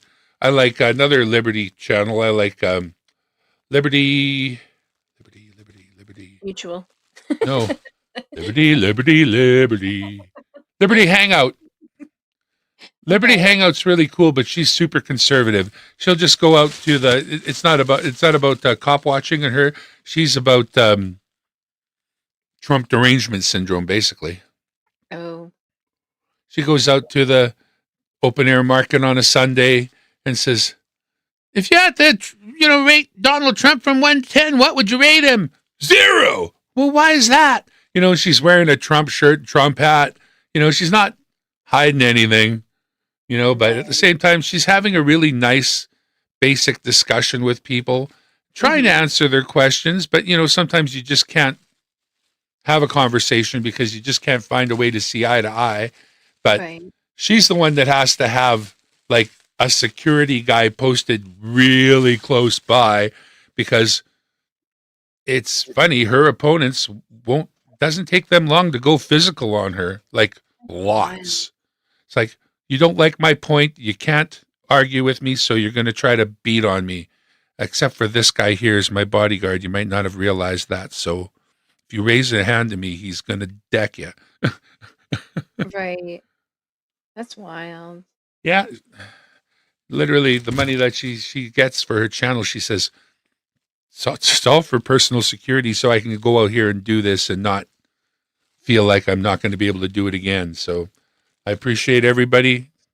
Here's Big Steve. Thanks, everyone. It's kind of like that. Yeah, I feel like I might have seen something like that. It was some woman who went to like a public event, but they tried to tell her it was a private event, but it was outside, like a market type thing, and she was like, "Why am I being asked to leave?" Yeah, that'd be Caitlin. Yeah, I wonder if that's who. Caitlin Bennett. It'd be, Hmm. you can stand here. Why is that? Because all the people who are against this protest have to stand here. She says, I'm not against the protest. I'm a journalist. I want to ask them questions about, the protest. No, you're against the protest. You have to stand here. Weird. I like it when people in America, like in Canada, we don't have so spelled out actual rights. So it's a little harder to stand your ground when it's hard to define what your ground should be. But Right. it's nice when somebody can, somebody says, you got to do this, you got to do that. And you know very well, no, I actually don't got to do that. In fact, I can do this. Oh, you can't do that. No, I actually can. And, Right. If you think I'm wrong, feel free to do the thing that you do. Well, I do the thing that I do. And, in the end, I want to think that it's about clarity, right? Because once it's all figured out and everybody knows how it's supposed to work, then you would think with that clarity would come an understanding and no further, Yeah. disagreements. But the world that I would like is so far from the world that we have to deal with. I don't even know what to think of it anymore. Right. Like, I mean, I could just drop my pants here and show everybody my dick, right? Like, in other words, what I mean by that is, I hate the fact that Palestinian flags are waving in any North American street anywhere. I mean, I do live in a place where I think religious freedoms are important, and I would like to give all the religious freedom I can to all the groups. But the ones that shout, murder me in their book, and like death, anybody who's ever shouted death to America and means it, none of those people should be here. Like that's all it's got to be. And I think I watched a Muslim guy who was interviewed by an American guy, and he said, "Well, you're a citizen now?" He says, "Yeah, I'm a citizen of America now. But soon as more of us come, we're going to vote in the Sharia law. And what are you going to do? It's your rule that the whole thing goes by, majority vote, and you're bringing us in as the majority. As soon as we're here, we're going to swap the whole system. Don't worry." And the guy says, "This is your fault, not ours. This is the rules that you've set. We're just working within them." He says, "Yes, but you did the Pledge of Allegiance when you took on citizenship." He says, "I stopped speaking at that time, and I did not speak those words. It was up to you to get that out of me, not up to me to say it." I think you say that on camera, that's an instant deportation. You shouldn't even get to go home. The oath that you took to become the citizen, you just nullified it by telling us all you didn't do it. We should take your whole family and send them with you. And when they cry, you can tell them how it happened, how you screwed it up for everyone. Sorry, I don't have a lot of room there for crying children who were born here. You screwed that up, buddy. Where are you going to draw the line? How do you draw a line? The line is hard because people's lives are important and short. But again, it will 100% happen if they don't, and you guys have, and we have not, shut down the immigration of the Muslim nation. They'll take over your country. That's exactly the plan. Sorry to say. Yeah, it's a lot going on for sure. And then I live in the province of Canada called Alberta. Have you heard about Alberta? I've heard of it before, but I haven't heard of anything going on there. I don't pay attention. Fair enough. Alberta, well, firstly, Canada's gross national product, all of Canada, is currently equal to like Alabama. Okay? Like all of our whole country is equal to the single poor state, Alabama. So this is how the government has screwed up the entire country so far. Now, we started off in the east in the Ontario and Quebec range. It's sort of where the Great Lakes are, the Michigan area and all that. And you may not know, or you may have heard, the most southern part of Canada, you know how the map has longitude and latitude, right? Dear, are you there? Your voice just mucked up somehow. I'm not sure how, but on the map, longitude, latitude marked. The 49th parallel of latitude, I guess, is typically the border between U.S. and Canada, except in the east, where Canada dips further south. How far south? You may not know this. The furthest south part of Canada is further south than the northern border of California. So sink that in. Canada actually owns some of California. The southernmost part of Canada is on the same parallel on the map, right, as the northernmost part of California. Okay.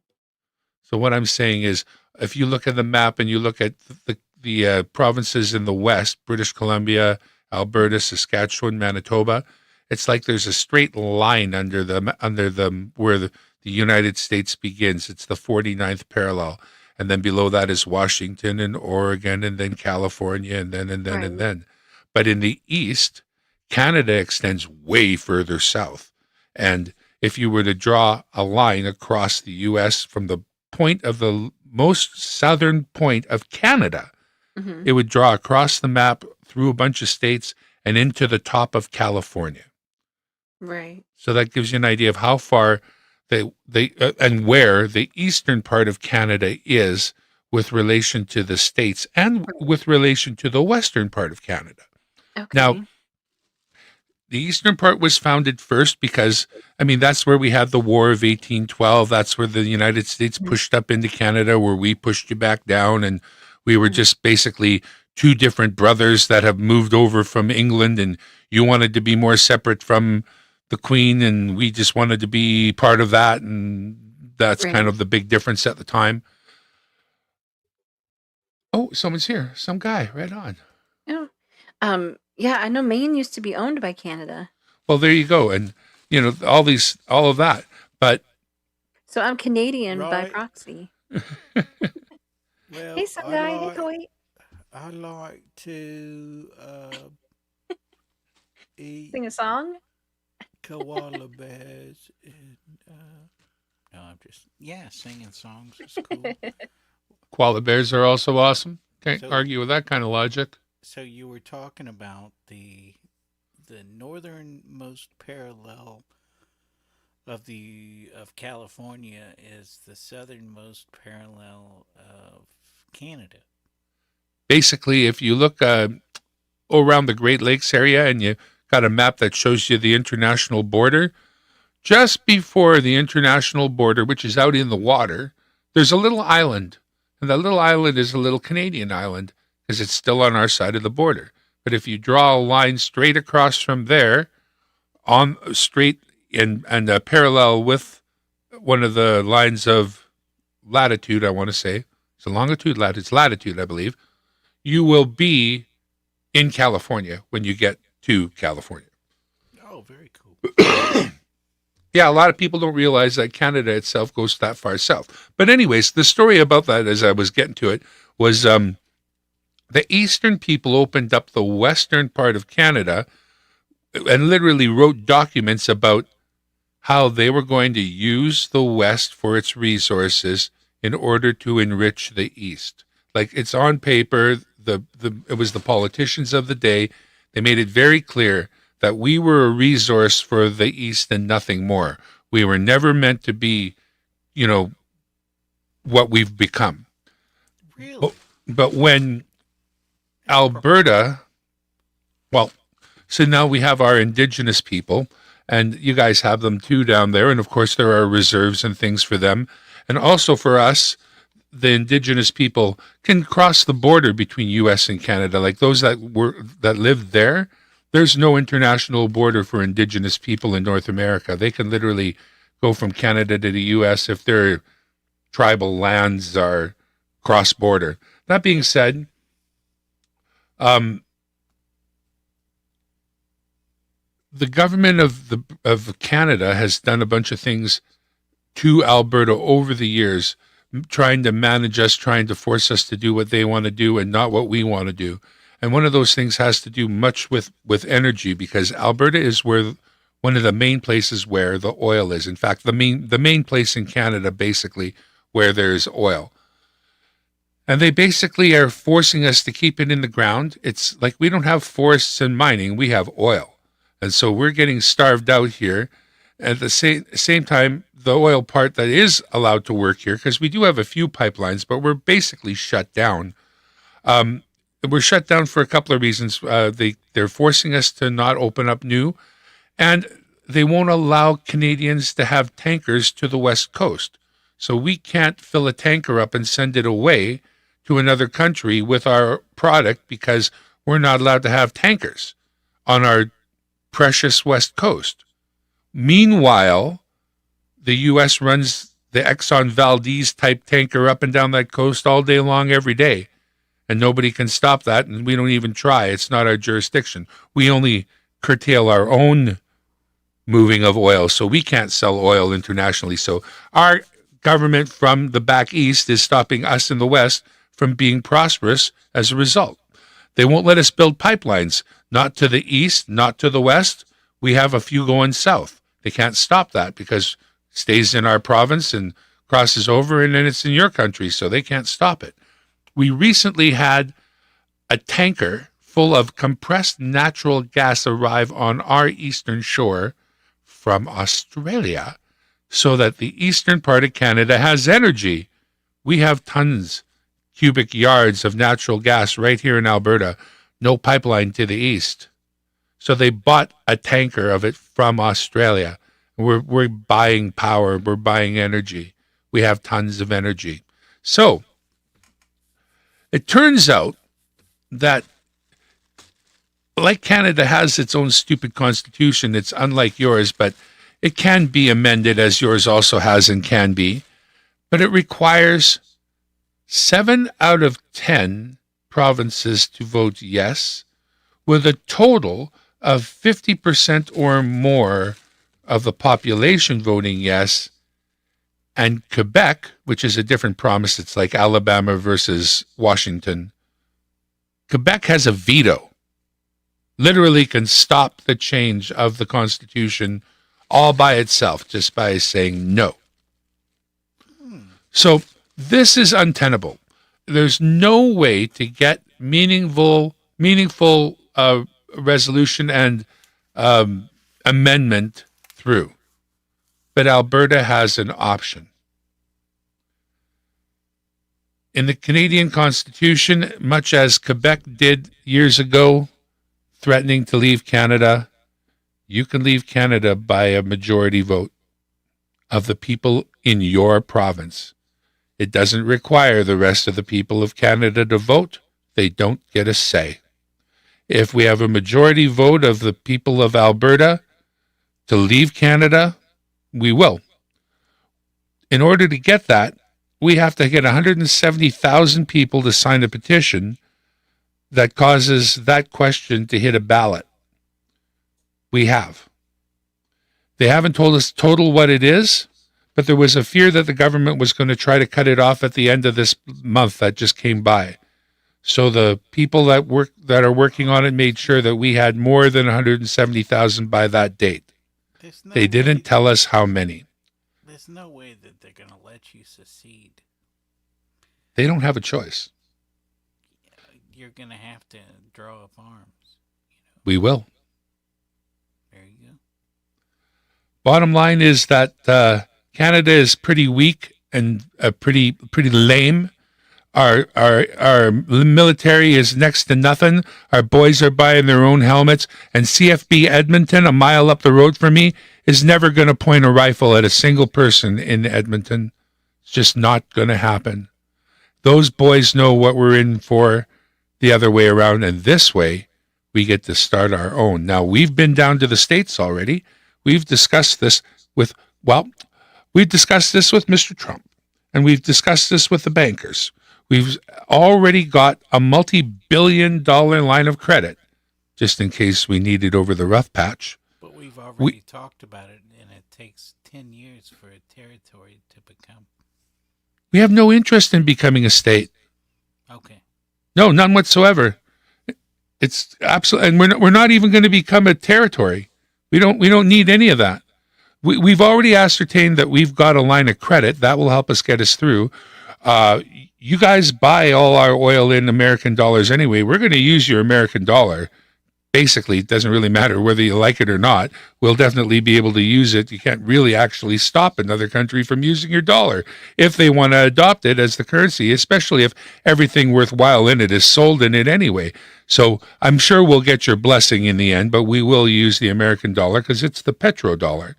And when it comes to being militarily supported, we've actually already taken care of that because we've already determined that so long as we make this change by a democratic vote, we are told it will be recognized. So long as it's not hanky-panky, proper democratic vote by the people, for the people, of the people, that is pretty much your credo, and we have been told that that would be acceptable to our friends in the South.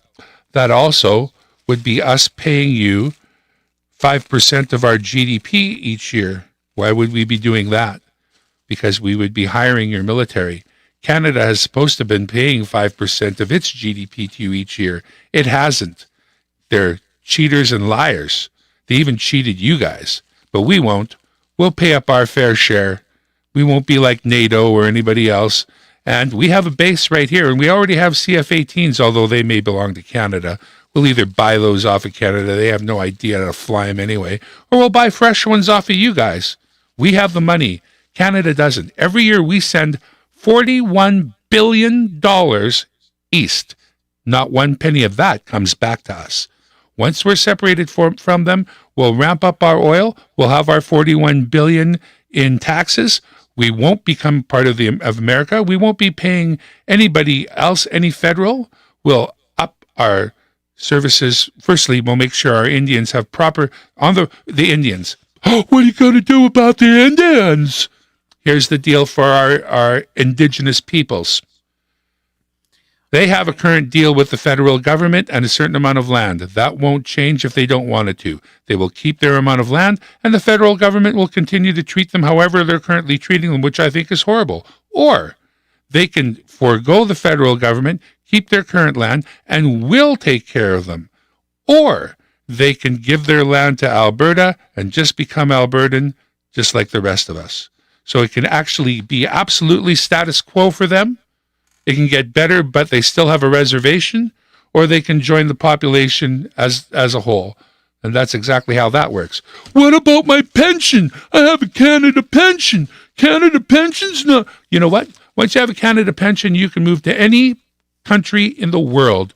You can move to the Philippines, and your Canada pension comes with you.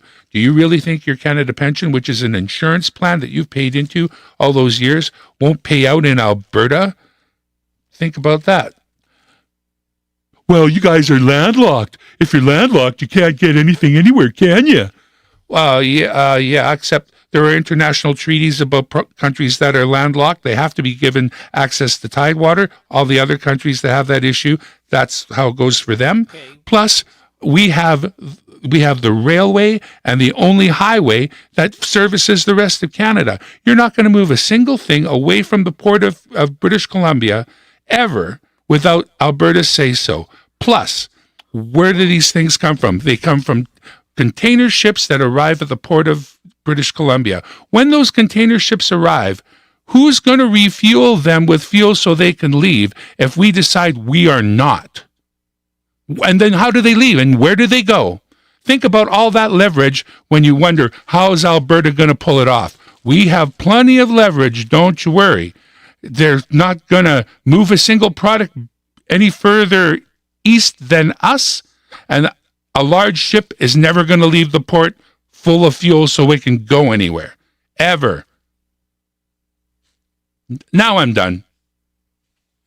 Whoa. What about... I just wanted to cover all the aspects I could think of, because every one of those is a valid argument. What about my pension? What about this? What about that? Right. And what I'm saying is, we have that covered. Whatever it is you can think of, we have it covered. Our military, our money, our banking, all of it covered. Well, that's very progressive of you, you know. Actually, conservative. Well, progressive has... I'm talking about progressive in the sense of nonpartisanship. You know. Well, I would, in a new Alberta, I would have room for every party. And also, I would also have room for, if there was a vote of the people to rejoin Canada, I wouldn't stand in front of that either. I just want, if the majority wants it, I know what I want. I only have one vote, and I intend to not only cast my vote, but campaign for my side. So, are you familiar with Christmas List? No. Okay, Christmas List. Chris is this guy from Toronto, and his channel name is spelled just like it sounds. Chris Must, M-U-S-T, List, L-I-S-T. What this dude does, he's from Toronto. He travels around the world and he just explores the world. So he might go to bad neighborhoods and see what's going on. And recently he's in Asia. He's trying to get into North Korea right now. But this dude is so neat.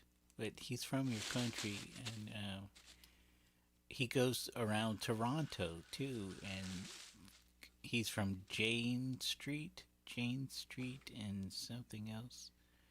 Jane is supposed to be like this hardcore area, but that's where his family's from. So he's not afraid of the ghetto, and he wrestled in high school, so he's really confident about his physical, ability. But yeah, right now he's in China, but he's been to Guyana, he's been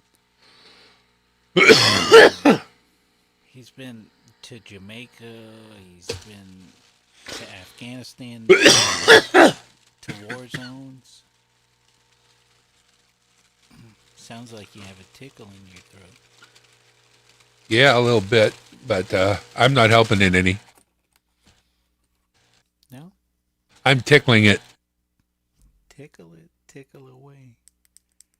I'm going to tickle my throat too. Let me turn my camera off. Put it in the tickle trunk. Tickle time. But I'm excited that you're excited, about Succession.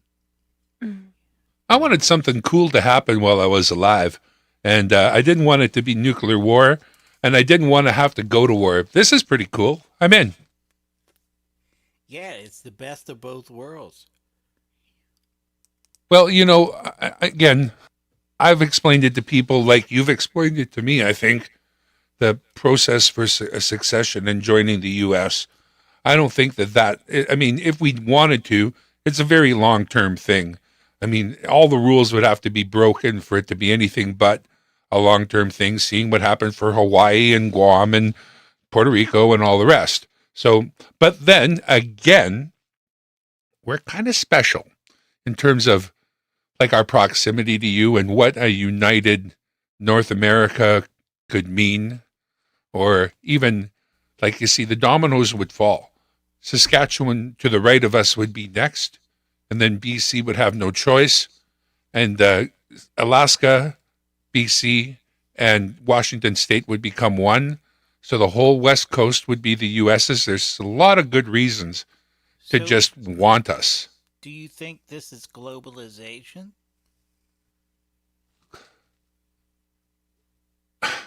Well, okay, here's what I think. If globalization is moving your type of person all over the world, the British were way better at it than any of us. They took over most of the world and then gave half of it back because they felt like it, and took slavery with them. Us and the Britons and the Americans at that time were the fighting force in the abolishment of slavery around that very same time. So globalization, making the whole world more like you, taking over places, is that what it is? We came from the same place. We are both from England. You left and we left, but you guys fought against being English and wanted to be American, and we just reticently said, it's okay with us. And we've paid homage to the Queen and King and still do. And you guys are an independent nation, but we are brothers of the same mother. If we become the same homogenous nation, we're bringing something back together. We are not tearing anything apart that wasn't together in the first place. You and I are brothers. Yeah, absolutely, we are. We're both Americans, and there's nothing that could keep us from being American together. feel really close to you, like I would cuddle with you. You know, I give you a great big hug. Absolutely. I got 3 or 4 for you. You can have them in a row if you need them. I would love to hug you. Hug or a handshake, as Nate always says. Yep. Whichever makes you happier. I'm a germaphobe too. Do you know Nate? That's the whole thing. Just Nate, Knate. He's on YouTube. He helps the homeless around Las Vegas and stuff like that. He'll get them a backpack and a new tent and some sleeping bags. I mean, he can't solve their problems, but he tries to make the day better. And then it's always hug or a handshake. It's up to you. Yeah, and me being a germaphobe, it's hard for me to hug somebody, dude. Or handshake, even touch like a convenience store door handle. I feel for you, brother. I really do. I'm that person who eats whatever the hell he wants and doesn't worry about it. There's nothing I can't digest, or I shouldn't do this or I shouldn't do that. And the only allergies I got are to like cut grass and crap like that. And I don't care. I just go out in it and start sniffling. Who cares? Dogs, cats, any kind of animals, no trouble at all. Just I cut grass today. Are y'all getting grass cutting weather, or is it so close. No, actually, I'm going to need some time to grow some grass first. After the snow clears, we're going to need a little growing time. But what a nice season it's been. The wife was saying that, we did get a wild rabbit, and we've been feeding it, so hopefully it knows where to come, and we'll take care of that one. And the other day, I guess they were doing some construction on the house across the street where there've been a couple of quails sort of hiding out in there. I don't know where exactly, but they got disturbed and they whipped over to our yard and started hanging out. So we fed them too. I don't know what. I think we do have general bird seed out, so probably that, because we put the bird seed out for the magpies. We lost the girl. Oh well. Oh, I'm sorry. It's all right. I hope it wasn't me. But it's there's a message in the private chat. It's probably a goodbye for us. Yeah, hop down for a bit. Well, if you come back, that's fine. I'm on the night shift now, so I can't basically start going to bed normal time during the days off. It'd screw me up, so absolutely not. I got to stay up. Yes, you do. It's not the worst thing in the world. Nice and quiet around the house. And fortunately for me, this little room I'm in is literally in the perfectest corner of the house, away from everything that's bedroomy. There's only one son who has any chance of hearing me. He's down on the lower level here with me and just across a sort of open area in our basement. But the other son, who's also in the basement with me, there's like 3 rooms between him and me. There's no way to basically be heard. So I can feel pretty good about this. I had what was a big family room, and I cut it. Basically, I took a third of it away from my own office, put up a wall, and then I did the standard 16 on center framing, filled it full of rock wool, and I'm going for a double sheet of 1/2-inch gypsum, but I want something. The other side, not the side I'm looking at. I'm looking at rock wool, but the other side of the wall has 1 sheet of gypsum up. What I want, maybe, are you a woodworker, woodman, woods person? Because this is what I need to do, I think. But I think there's maybe a chance, there's a reason why people don't do it, and I need somebody to tell me if I shouldn't. I did steel frame housing when I was a teenager, so I wouldn't say. I got a story about that. Yeah. Well, the most wood work I did was carrying particle board up for the roofing. Oriented strand board. Yeah, like glued particle board. Well, we had in Canada, I don't know about you guys, how it is for you, but there are different things. Particle board. Particle board is any kind of board made of particles and glue. Oriented strand board is what you see typically on the outside of houses in place of what would have been plywood back in the day. And it is great big sort of chunks of wood Yeah, glued it's together. That's what it is. Whereas particle board can be very fine, and when you get it really, really fine, it becomes MDF or medium density fiberboard. In other words, they grind it to a fine pulp and then put it in the slurry with the glue. And when you make speaker boxes out of MDF, it's very dense. It's a great replacement for like 11 ply oak.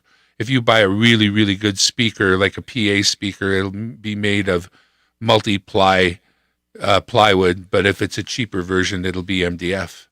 Oh, no kidding. Yeah, Man, absolutely. you know a lot of stuff. Built a lot of speaker boxes, actually. Custom car installs back in the day when we were stupid and spending all our money on a car stereo that's over there in a box, I might say. Should show you all the stuff in the box. Pfft. Stupidity in a box. You know what? I think I cleared it out of the other office because I wanted to be as clean as it could if the wife wanted to use it. But as I was saying, the other 2/3 of this room downstairs here is basically another office for the wife, or it could be a bedroom. I kind of made it that way so this could legitimately have another bedroom in it, this house, if you want to get technical. This room I'm in doesn't have a window, so it couldn't be a bedroom legally, but you could put a bed in here. There's plenty of room. Yeah. But yeah, here in Canada, if it doesn't have like its own door and a window to the outside and a closet, you can't call it a bedroom for the real estate purposes.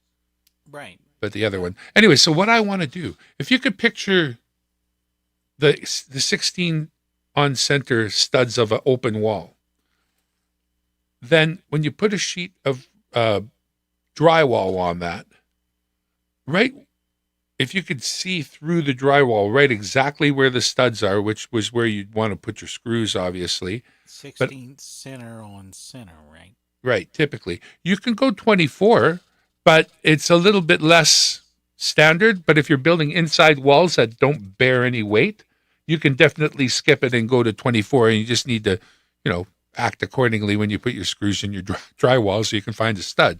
But yeah, if you're just doing some basement walls and they're not bearing any weight, 24-inch centers are fine. But 16 is so common, and in the future people expect to find a stud behind if they're measuring 16. So I figure for an extra few more studs, 16 is the route I'll go. And of course, that fits the insulation properly. So the rock wool insulation I put in the wall. But after putting up a sheet of drywall, 1/2 inch, I want to take a 2x4 and let's picture it as a 2x2. So take a 2x2, take it to a table saw, cut it to like 48 inches, as wide as the sheet is. And then I want to run it through the long way in order to make a tiny little strip that is, if I could get what I wanted, 1/8 of an inch thick. And I want to make as many strips as I can. Now, I mention it as a 2x2 because having the same dimensions, you can see on a table saw what kind of a strip I'd be making. Now, I would use 2x4s, right, to get that much more material to strip. I just wanted you to picture in your head a 2x2, because then, of course, it can't lay the wrong way and you're wondering what side I want to strip, right? I'm not stripping the big side, I'm stripping the little side. And then with those little 1/8 strips, I'm going to take a little bit of glue and I'm going to glue them on the particle, or on the gypsum,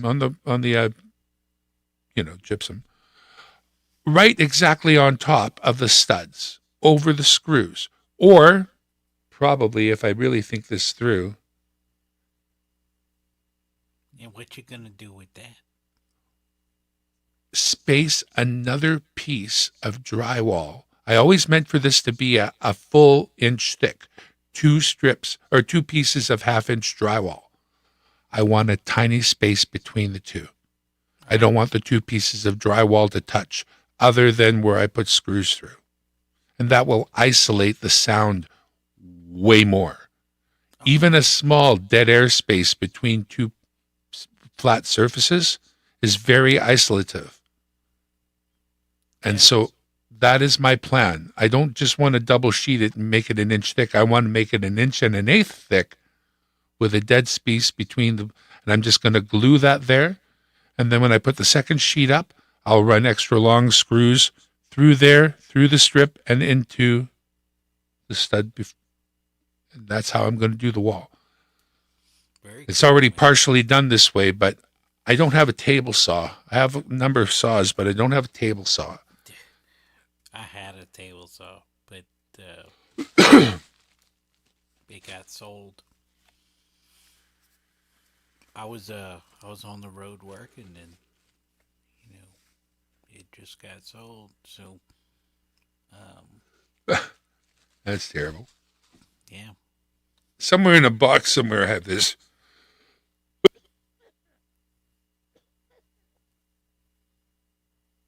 Pardon me. I have a great skill saw. It's got a laser on it. So whenever you're like working around the house, if you're a carpenter kind of guy, you want to cut a 2x4, grab it in one hand, skill saw in the other, just like that, right? And having this laser draw a line across it just makes it awesome. I have it somewhere. I couldn't find it. I don't know where it is in the move. So I'm doing this work downstairs. I'm cutting 2x4s with a jigsaw that I found, and I'm cutting them so horribly with the jigsaw. Oh, jigsaw sucks, dude. Ah. Mine, if it's a Black & Decker, mine sucks. Well, this thing didn't want to cut a nice straight line cut that would equal a circular saw come hell or high water. The So blade keeps falling out, so I don't know which direction that the blade goes. Which direction you cut with the handle coming toward you, right? the blade, you push it. I've always pushed it away. I put the blade out front, blade and the teeth going forward. I think you could flip it around if that was something that would work for a certain kind of cut that you might need to do. But I always use it with the blade teeth facing forward, and I just push it into the cut. Okay. That's probably where I was messing up. I thought you pulled the handle to you. You never pull a blade towards yourself. Never. Yeah. You're right. You're absolutely correct. So I decided I was going to call around to the local pawn shops, figuring, that's where the cheap tools are often. And I finally came across a place that had a circular saw available for $19. And I said, and it fires up. It runs when you pull a trigger. And she says, yeah. And I hung up. I thought I'm going to go there and get it. And then I called her back and I said, and it has a blade? She says, yeah, it has a blade. I said, okay. So I'm coming and I picked this thing up, $20. And it's perfect for cutting 2x4s. It's got a blade. I cut a bunch of 2x4s. I noticed I was kind of burning them a little bit. Not the very best blade, but I'm getting through a 2x4. Happy with that. Pardon me. Went to get a door. Went to the building recyclers, finding me a used door. Got a door, but then seen circular saw blades $5, $7. I thought, I'm looking at these. They're new. This one's in its package. $5. So I bought the one. 24 tooth is the typical one for just sawing general. And then a 40 tooth one, which is used if you want to do a nicer job on plywood or something. Finish. And the plywood one was only the 40 tooth was only $5. I looked at it and it just had nothing for wear on it. Didn't seem to ever be used. So picked up the door and these couple blades, put on the 40 tooth, and have been using it. Cuts nice. And retired the other one. And yeah. Cool, man. I did this. First time I ever hung a door. And of course, I'm understanding, doors need to be plumb and you want them to hang a certain way. Of course, I got to shut right and be straight and all the other things. I'm a steel fabricator by trade, and I know work a tape measure and understand what level means. So I'm figuring I'm going to figure out a goddamn door. I can get on YouTube and see how real people actually do it for really. I hung the door on my side of the office. It worked out not too bad. It was a little bit of a compromise because I don't have a full ceiling height and so a couple other things, but did a good job, I think, of hanging that door. And then I did one on the other side there recently. And I cut this material. And it's a big, doors are big deals, dude, because you're basically keeping folks out of your house. You know? Oh, yeah, you want a good door. Like a good fence makes a good neighbor. A good door does a lot of things for you, too. But a if lock, you... A lock keeps an honest thief away, you know. It keeps an honest man on. Pardon me. I picked up this door for me. It was $20 as is, had some flaws. I made use of it. Went down next time for a door for the old lady's side of the office, and there were no $20 doors to be had. I had to give them $100 for that door. And it's not like if you wanted a door in a jam with all the pieces and parts and the hinges and all that, that was like $250. But if you just wanted a door, a slab, you get yourself a couple of hinges and figure it out. That was $100. I got her a 36 wide door. This door is awesome. This is not your 20-inch stupid bullshit door. If you need something to get through the door, it's getting through this door. It's got 36 inches of door. My door is a 32. She got a 36. Nice. But yeah, it's a damn good door. Put a Cadillac in there. At least some cattle, they'll fit. I put up this piece of wood, though, and I don't have a lot of tools. One of the things I have is an angle grinder, typical metalworker kind of angle grinder, but the smaller one, the sort of the 5 1/4 inch disc sort. And I had to cut this piece of wood, but it was already in place. And in order to cut it, to move it, I would have had to unscrew so much stuff because I put it all up with screws, which is a really good idea if you're not that smart. Because if you really mess it up, you can take it apart. But anyways, I had all this stuff up, and I'm like, I'm not pulling it all up to get to that, to make that change. So how can I cut that? That was, my son works at the hardware store, and I went in, and I says to one of the helper guys, not my son, he doesn't work in that department. I said, you know what I need? A blade that could go on the end of my angle grinder, but let me cut wood, like that's kind of like a circular saw blade, but little. And, of course, there's some for these smaller, you've seen battery saws that are just made for cutting 2x4s, that kind of a thing. These blades are like $50 a piece. I'm like, well, I don't, I mean, that's a lot of money to make one cut that I need to, I screwed it up. And I says to this guy, well, what about, is there anything else? He says, oh, no, that's all there is. There's nothing else. And I was walking along, and I looked at a 3-pack for $19. They were about the right size. I think they're about 5 1/4. But what they were diamond cutting wheels. Yeah, you can cut anything with that. That's what I thought. I thought, well, at $19 and not $50, and I'm getting 3. One of them is like continuous. The other one has little cuts in it to gather debris. And then there was another one. But it worked like a hot damn. Yeah. We just cut some 5-gallon buckets with that windstorm that just came through here. We cut the bottoms out of some 5-gallon buckets to keep the wind from the plants. So basically... Oh, yeah, it's a sheath around them. Yes, sir. Gotcha. That makes sense. If you got a bunch of buckets, that's the answer. So it saved this crop. We had some money invested in a few plants. You're spending 75 cents to $1 a bucket for a used bucket.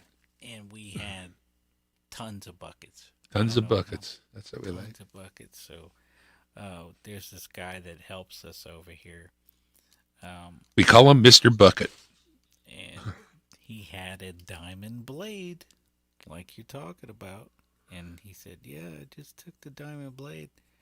I had a grinder, but somebody stole my grinder out of the shed. But you'd be surprised you've seen what those round ones you've used and you described. I got, but when I was working in Vancouver at a place called EBCO, in fact, in Richmond, British Columbia, if anybody wants to try to, EBCO's not in Vancouver, it's in Richmond, and I worked there as the senior pressman. And one of the things I needed to do was bend super heavy metal into circles, like 5/8 of an inch thick, and I need to make a circle. And how we would do that is in halves. And you would cut in the material, calculate it out, cut, and you would leave an extra 6 inches on both sides of both pieces. So you would have 12 inches of wasted material because you needed that material in order to handle and make the circle. Exactly. But once you had that material and you formed it and it was time to cut that off, there are a number of different ways. You could use a torch and whatnot, but if it was handleable, we had what was like a bandsaw. And the bandsaw had a diamond bandsaw band in it. And you would take the material, 5/8 of mild steel, and push it into this blade with a good amount of force and wait. And in a second, it would light up red. And you'd start gliding through this metal like it was nothing. What? Yeah. It was totally had to do, it was a friction saw, diamond friction saw. And it lit up just like a torch, red glowing. And it just cut it like butter. As soon as you got it to temperature, the bandsaw carried the material away and the friction kept it hot. It was one, it just, when the first time I was shown it, I worked in a lot of other places first. I never had one. And I've never run into another one since, actually. But swear to God,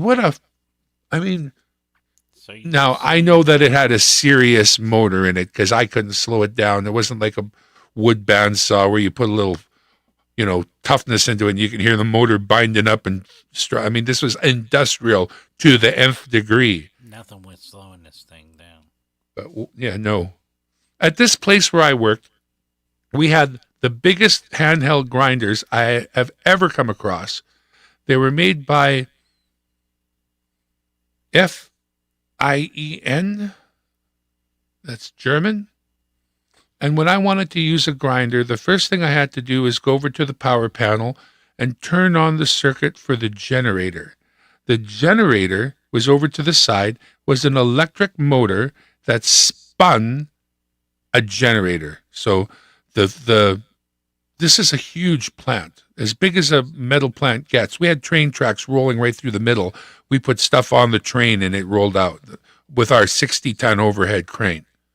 Nice. Okay. Yeah. So, like full-size trains. Yeah. Yes, absolutely. Full-on trains. EBCO, Richmond. So I'd fire this thing up. The motor spinning on, 480 volt would spin this generator. This generator put out, I actually don't remember the voltage, but the frequency was 250 hertz. It was a high frequency system of motors for the grinder. It was just for the grinders. The high frequency network was just for the grinders. When you put a 9-inch wheel on that, you couldn't slow it down. There's nothing you could do. As a human being, you could push it into the metal as hard as you wanted, and either the metal or the disc would give, but it wouldn't slow down at all. And it was still kind of the same size as a regular biggest grinder you can buy that you can plug into the wall. They say it was much more efficient at the high frequency, so it didn't actually have to be physically bigger. And apparently they say to service them, it's quite a bit easier and better too. But again, what an infrastructure you have to install in order to actually use the thing. And this one company is the only company I ever heard of that even makes high frequency motor tools for industry. FIEN. They make other tools too for general use, but if you look up find high frequency, you might actually find the big assest grinders I ever had to use. Goodness. I did hardwood floors for a while. My cousin, the one that got me in the film, he before he did film, he did hardwood floors, and we would use these huge hand sanders, but they were electric. But he had this machine. It was a big stripper, for lack of a better term. But belt sander is what it was called, and it weighed probably 500, 600 pounds. That's what did the majority of work. You would bring that into the house, usually 2 people manhandling into the house, and it had a nice wide belt on it, and you could shave down within,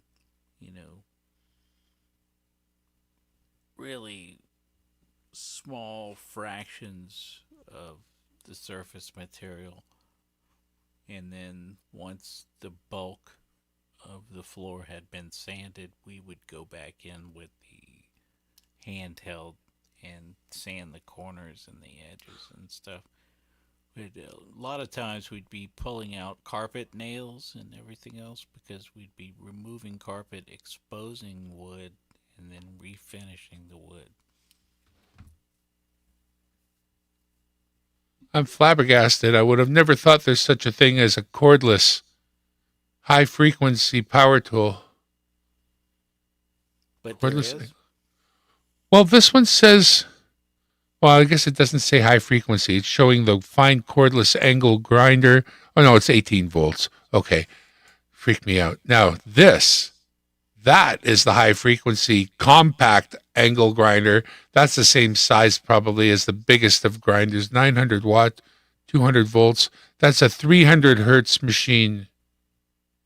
It says up here, world's leading manufacturer of high-frequency power tools. Fine power tools operate with increased network frequency, 300 hertz. Fine has been producing durable, stable, powerful use focused grinders for industry and manual trade since 1953.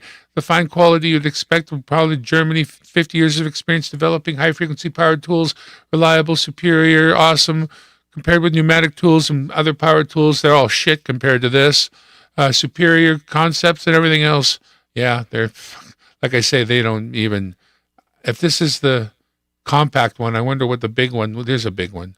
That is, see, oh, come on, fill in no product details. If you click on latest price, they're like, no.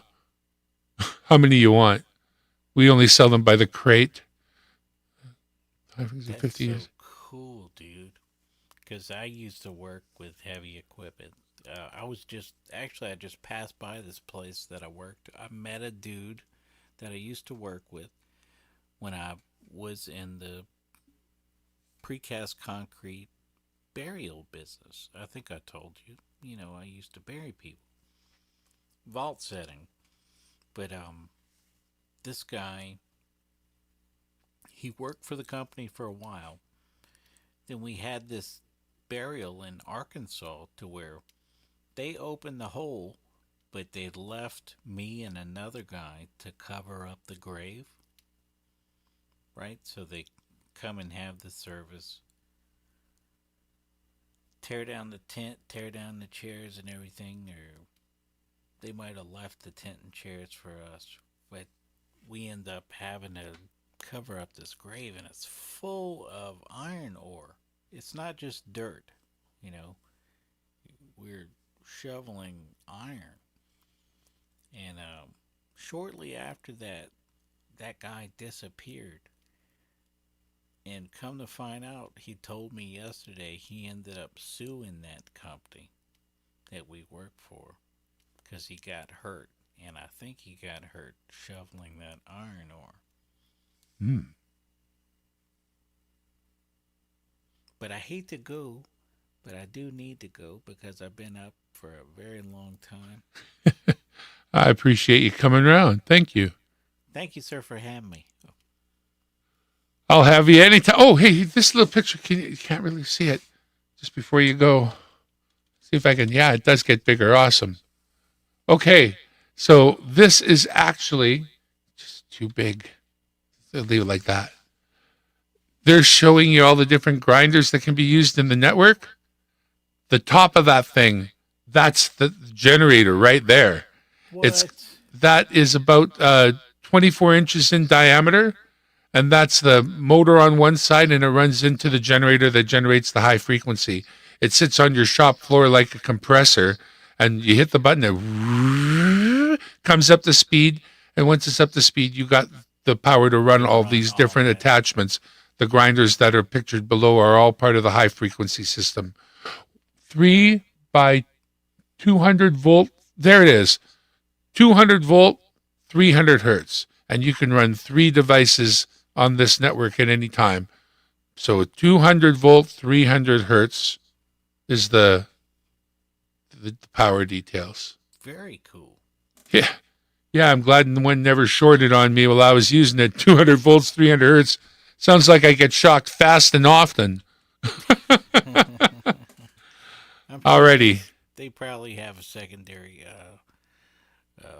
ground circuit. You would sure hope so. Okay, sir. Good night. Good night. Ah, yes. The performance of the pneumatic bonus also depends. We got 90% lower energy costs, 70% lower investment costs, 75% lower maintenance costs. See, I told you, lower maintenance. 50% less grinding disc consumption. Yeah, because if you bring that metal up to temperature underneath your grinding list, you start to remove more material. And if you can keep it up and the machine doesn't puke out on you, then you're doing a faster job. Oh yes, the grinder, the grinder, the nemesis of every good grinder, the guard. We always modify our guards if we have them on at all, because we're like, that's how we are. It's how we roll. Don't let the boss see that that you've got no guard on your grinder, because it's a safety issue. Yeah. Yep. Not just those, though. Not just like grinders. Thoughts on fine grinders? You know anything about them, really? Yeah, Metabo. I like Metabos, too. Yeah, I see. These people don't know. Both of these are great grinders. Metabo or fine. You can afford a fine, buy one, but you're not going to be buying a high-frequency grinder. It's not relevant for home use at all. Period. End of story. It's just not going to happen. Not going to happen. Well, what do we got going on? Well, we've got no more co-host. And that sucks. So, why don't we just concoct ourselves a co-host, shall we? Does that seem reasonable?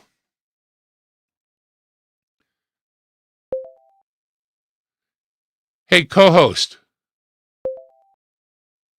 Hey, what's up? I'm all alone. I need a co-host. You got one. I'm right here. What are we doing? Well, I've been talking about high-frequency grinders for use in industrial applications. Know anything about that? Yeah, high-frequency grinders run on 3-phase power at 300 or 400 hertz instead of 50 or 60. They're lighter, spin faster, and deliver more power for the same size. Common in shipyards, foundries, heavy fabrication.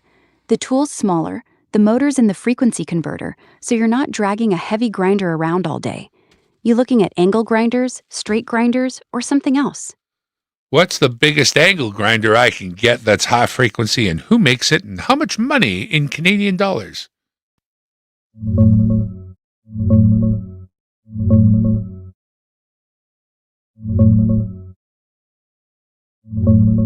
The biggest high-frequency angle grinders take 230 millimeter or 9-inch discs. Bosch and Holler both make them. The Holler 3200-watt model runs on 200 volts at 300 hertz and goes for about 2,600 Canadian dollars. Bosch's HWS 810-230 is even beefier at 3,800 watts input, but costs around 4,000 Canadian dollars. Those are the heavy hitters for industrial work. Thank you, Grok. Appreciate you so much. $4,000 for a grinder.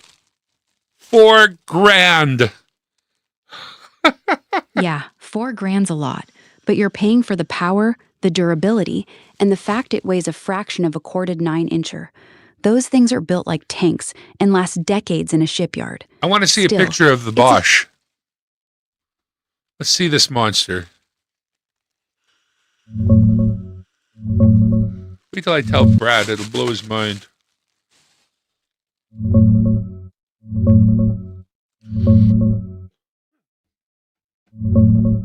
It's a beast. 230 millimeter disc, 6,600 RPM, almost 8 kilos with that 3,800 watt motor. Looks like a serious industrial tool, thick handle, safety switch, built for shipyards. The monster you wanted to show off. I need a picture or a link to a picture.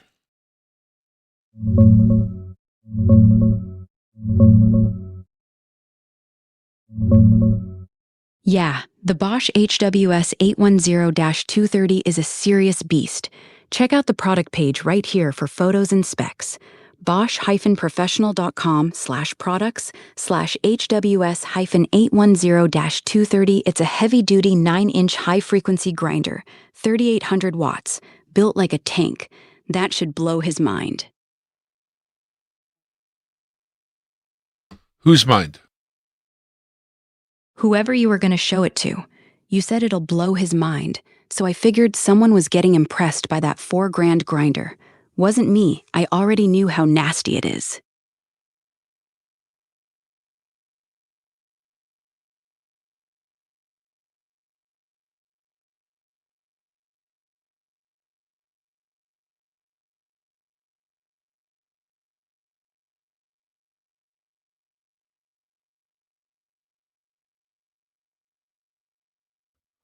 Wow, that's no fooling. Yeah, it's a proper beast. You gonna pull the trigger on one of these Oh, or hell just dreaming no. big? Who has power to run one of these? You know what you need to have for power to provide the input for power for this?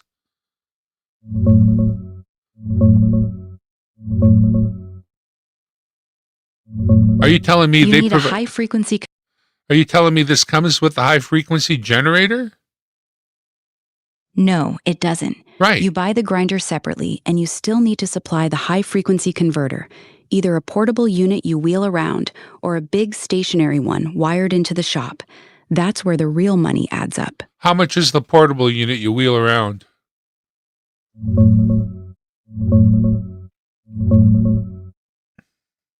A small portable one for lighter tools runs about 1,500 to 2,000 Canadian. For that 3,800 watt Bosch Beast, you'll need a serious 5 kVA or bigger unit. Those start around 4 to 6 grand Canadian, sometimes more. The converter often costs as much as the grinder. It's a $10,000 grinder outfit.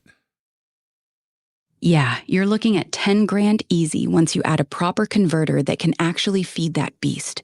It's a full shop investment, not a weekend warrior tool. That is cereal.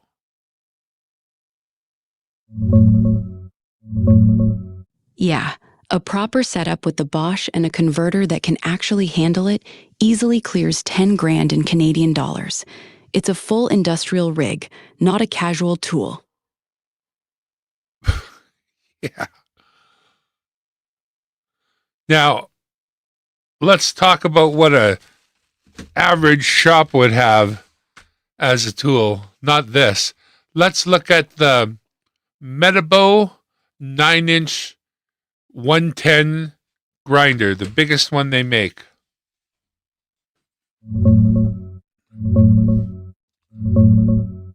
Metabo's biggest standard 9-inch is the WEPB 24-230 MVT. That's 2,400 watts, 6,600 RPM, with a mechanical brake for safety. Shops love it for heavy grinding, and it weighs about 6 kilos. In Canada, you're looking at roughly $400 to $650 depending on the retailer. Way more reasonable than that high-frequency monster. When I was working at the shop, they gave me one of those brand new, and I put my name all over it and made sure it stayed with me pretty much the whole time I worked at that shop. But what if you couldn't afford that one and needed to buy the closest Makita equivalent?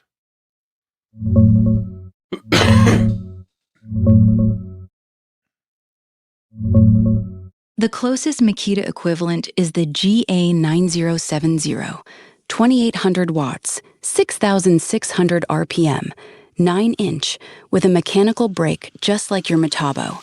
In Canada, it runs about $270 to $350. Solid pro tool, though shops often say Metabo feels a bit smoother and tougher long term. Other than Makita and Metabo, what other names should be considered? DeWalt and Milwaukee are the other two big names worth looking at. Both make solid 9-inch grinders with mechanical brakes and variable speed options. DeWalt's DCG 414N or Milwaukee's M18 Fuel Super Hog are both tough tools, though they're cordless and won't match. No cordless tools.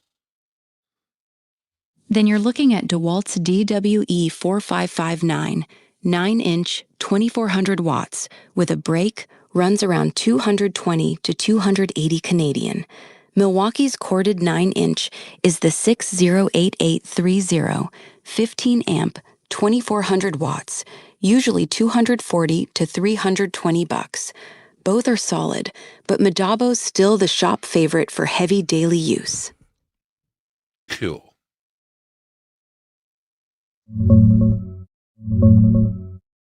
Milwaukee's 608830 is the one, 15 amp, 2400 watts, handles 7 or 9-inch wheels, around 280 to 400 Canadian, depending where you buy it.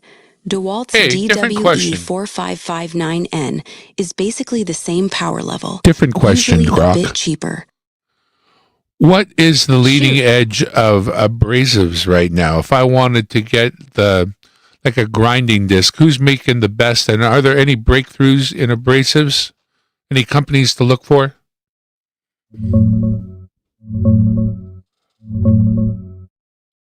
The leading edge right now is ceramic-shaped grain technology, 3M Cubitron 3 and Norton Quantum 3. They cut way faster, last longer, and run cooler than old-school aluminum oxide discs. If you're grabbing a grinding disc, 3M Cubitron 3 is what most shops swear by lately. Walter's new Excavator XX ceramic is also turning heads for beating them in speed and life. Fared Victograin is another one to watch, super aggressive on metal. Those are the names dominating the pro side. I want to learn all I can about the Fared, all the different things they make, not just the Victograin.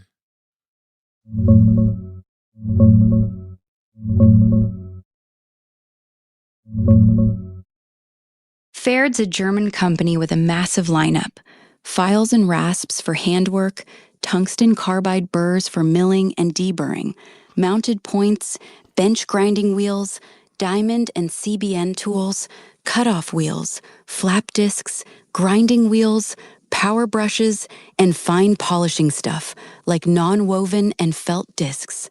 Their star right now is Victograin, triangular-shaped ceramic grains that cut super aggressive, stay sharp longer, run cooler, and last way longer. Show me than their regular line of abrasives. grinding discs. Faird's grinding discs are pretty much all in their CC-GR line. The CC Grind Strong and the newer CC Grind Victorain are the ones you want.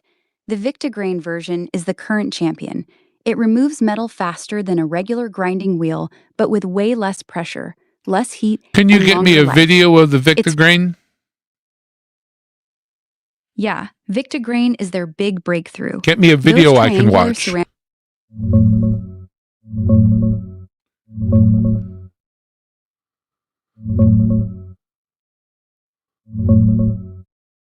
Check out this official PFERD video on the CC Grind View with Victograin, youtube.com/watch?mark V=RUJX DQPNN7E.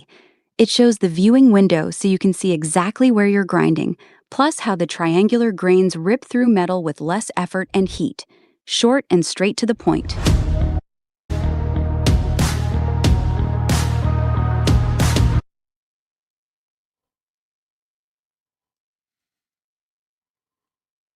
Ah.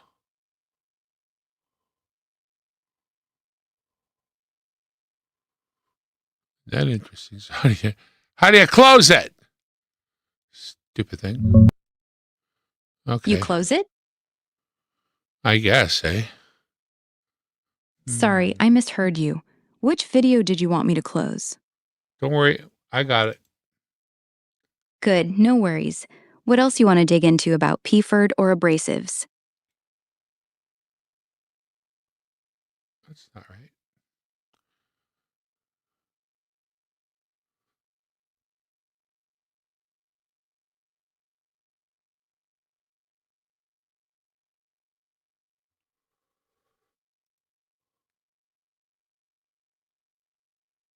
Weirdos. And I know who I want to do. Who are you picking?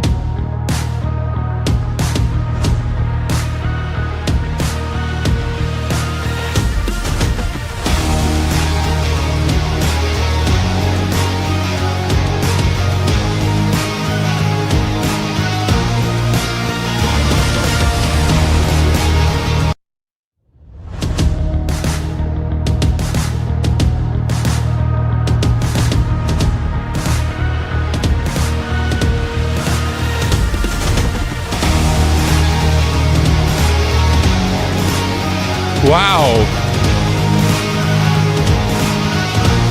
What?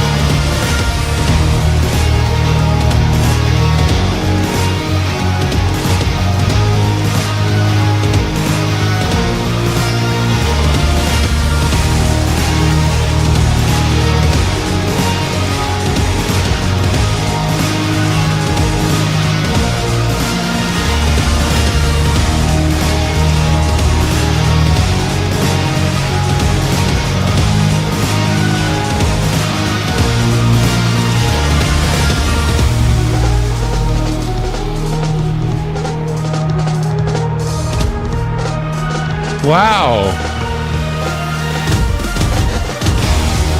What the hell? And those little windows let you see through the... Oh, okay. How the hell? Okay. And welcome back to the National Telegraph. Yeah, that little viewing window on the CC Grind View disc is pretty slick. You can actually see the weld or the metal through the center hole while you're grinding. Makes it way easier to stay on the scene without guessing. Pretty smart design.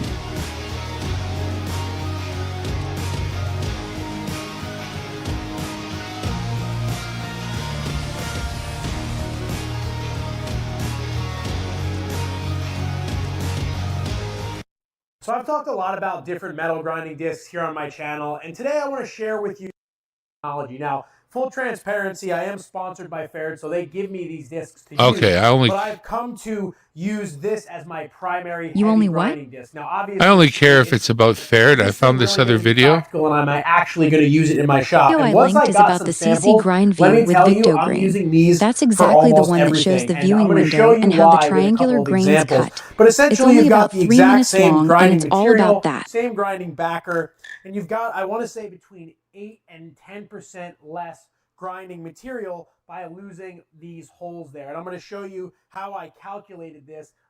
I don't care. Straight line as a reference. See, that's the kind of material that I'm used to using. It's not that difficult to do. Quarter inch, So let me show you how 5/16. when you've actually got a grinding disc that you can see through. And I'll show Okay, you let it have. Quarter-inch thick discs are what most guys use for heavy grinding. No, That's the quarter-inch standard for thick weld material. I don't care about the disc. I'm talking about the material we're using. He's doing heavy steel. He's not messing around here. Quarter-inch plate. Yep. Okay, got it. For heavy structural steel that thick, PFERD's got 2 things you'll actually use every day. First, the CC Grind VictoGrain 36 grit rips through quarter-inch fillet welds and heavy bevels crazy fast with almost no pressure. Really? Second, tell me. really. Tell me what's second. The second. Yeah, tell me. Polyfan Z-Cool flap. The top of that weld, and I'll show you The second one is the Polyfan Z-Cool flap disc in 36 grit. That's what heavy structural shops actually run all day, on quarter-inch plate. It's designed so it doesn't load up on hot-rolled steel, runs cooler, and the flaps don't shred as fast as regular ones. That's the workhorse for guys doing heavy fabrication every single day. All right, so both of these welds are sticking up above the base metal. Obviously, this one's super dramatic because it didn't fill anything. But let me just show you kind of how you could use this disc to take down those welds and try to do minimal damage to the actual base material on the other side.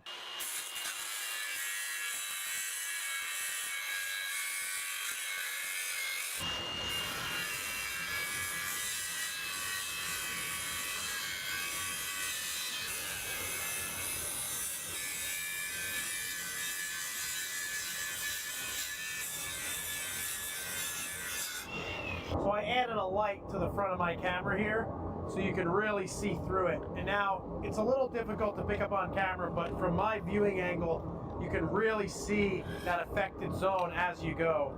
Now we'll grind this other weld, which is a lot more pronounced and arguably a lot easier to grind because it's sticking so far up. But you'll be able to see the difference here.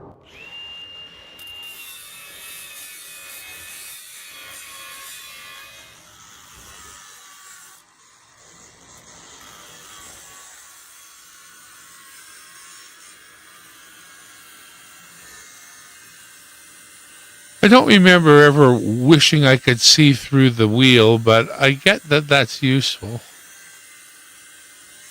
Most guys don't think they need it until they try it. Being able to see exactly where the weld is without lifting the disc every 2 seconds actually speeds you up a ton on long seams. But if you're used to blind grinding quarter-inch plate all day, I get why it might feel like a gimmick. Well, you kind of feel it. Like as you grind it, you can just feel it. But I get it. Again, I can see the usefulness. And Exactly. when it comes to Faird, you can rely on them for the... It's like I used to use Faird products too, but now I'm wondering what the state of the art is. Grinding material. So how does it actually do when you need to do a heavy grinding application? Yeah, for quarter-inch heavy steel, third in the lineup is their ZSGP Strong Steel Flap Disc in 36 grit. That's the current beast, zirconia with extra heavy backing, designed for maximum stock removal on thick plate and big welds. It's what shops trust when they're grinding all day on serious structural stuff. Bullard was solid back in the day, but Feared's ceramic and zirconia lines have moved the bar forward on speed and life forward. Battery died.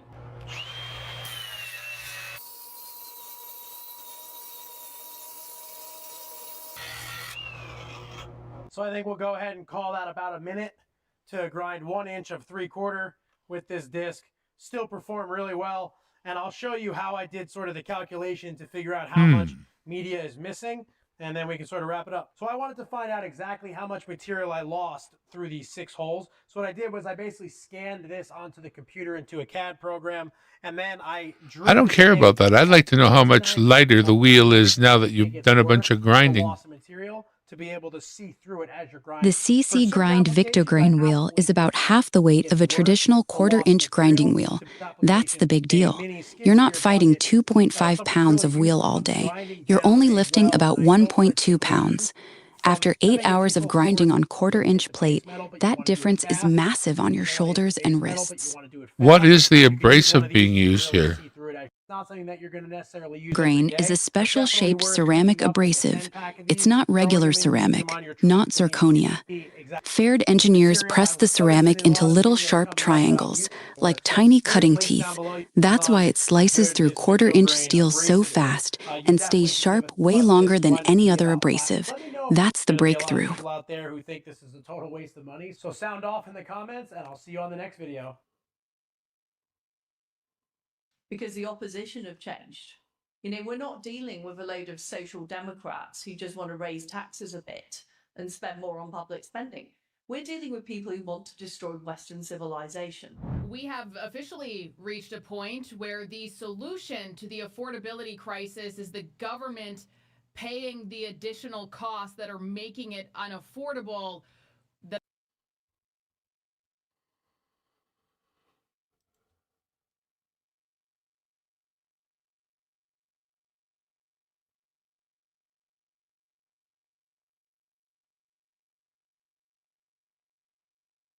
Hmm.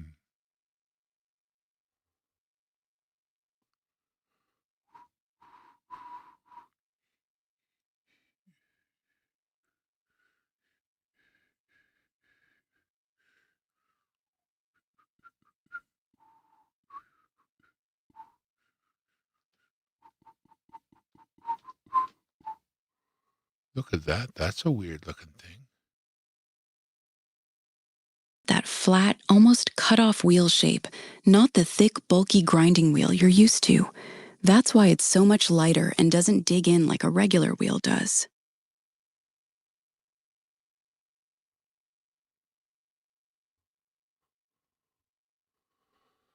Let's see here.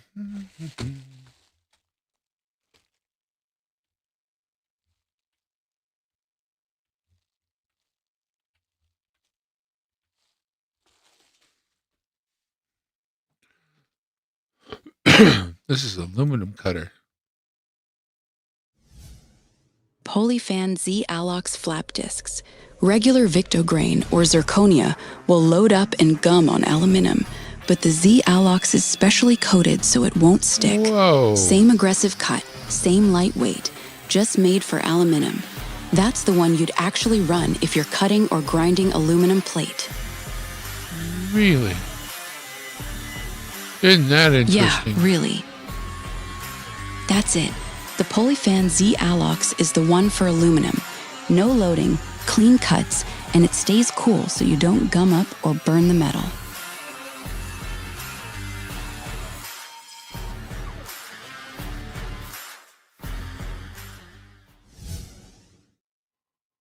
I never seen anything like that. It does look strange at first, but once you try it, you'll never go back to those thick, heavy wheels again. Lighter, faster, and your arms will thank you after a full shift. And stupidity all come together. I'm actually testing grinding discs today, and I'll explain this part of the experiment in a little bit. I would like to find the best grinding disc to remove mill scale. So you've heard me use the word mill scale, but what exactly is it? Well, it's an iron oxide that is formed on the surface of the steel during the hot rolling process. It's also recommended that you remove it before doing any welding. So that's what this video is all about. So when choosing the best abrasive for removing material the fastest, these are the ones that I've found that work the best. The Norton Blaze ceramic flap disc, the Ferd ceramic combi click, the brand new Walter Flex Cut. Last but not least, we have the typical hard disc, and then there's lots of other options to use for stripping mill scale. I mean, I have vinegar, but that's really slow. You could use a typical normal wire wheel. You got paint strippers, and then of course, my go-to when I want surface finish, the diamond wire wheel.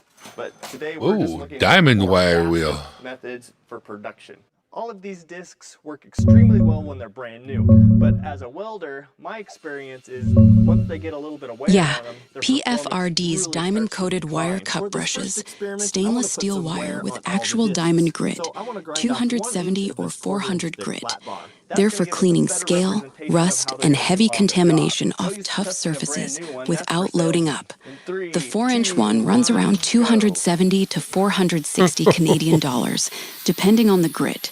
Expensive, but they last forever and clean better than anything else on heavy steel or aluminum. As much mill scale as possible in 30 seconds. This is going to give us a good baseline of how effective that these discs are even when they're wore out. And I want to see how loud each one of these grinding discs are, so I've set up a decimal meter behind me at approximately 8 feet, and we'll see how loud they are. How loud is too loud? Well, at 85 decibels, it's recommended that you wear hearing protection. And any noises above 100 for long durations, you can suffer some permanent hearing loss. Woo! Test Careful. number 1, hard disk.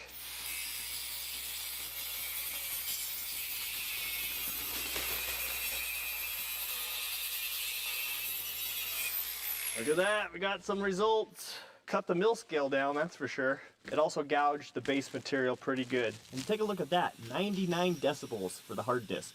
Pretty loud. The Ferd ceramic. In 3, 2, 1, go.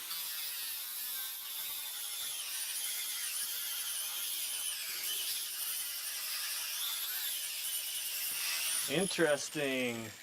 Can definitely tell that a lot of the bite isn't there. It left some low spots. A little smoother surface than the hard disk. Saw the decibel meter hit 98. A little bit better than the hard disk. Overall, it worked pretty good. Let's test the ceramic Norton Blaze flap disc next.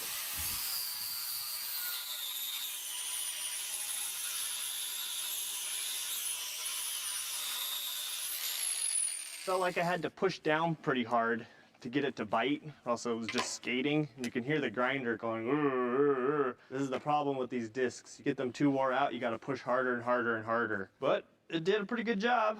The Norton Blaze came in at 98. I'm actually quite surprised. I thought it'd be quieter than that. Next up is the Walter Flex Cut. This is the one I kind of wonder about.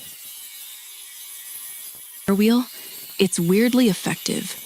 The diamond particles are bonded right onto the stainless wires, so it scrubs off They're showing the Walter Flex Cut right now. I'm just seeing how it does. Little YouTube test. Streaks in there and 0 to no chatter when running. Walter Flex Cut's been around forever and still holds up great. It's that flexible grinding wheel There's the with the third diamond wheel. cut pattern. One thing you have to be careful of is That's the Walter Zip Wheel, the one that looks like a big pizza cutter.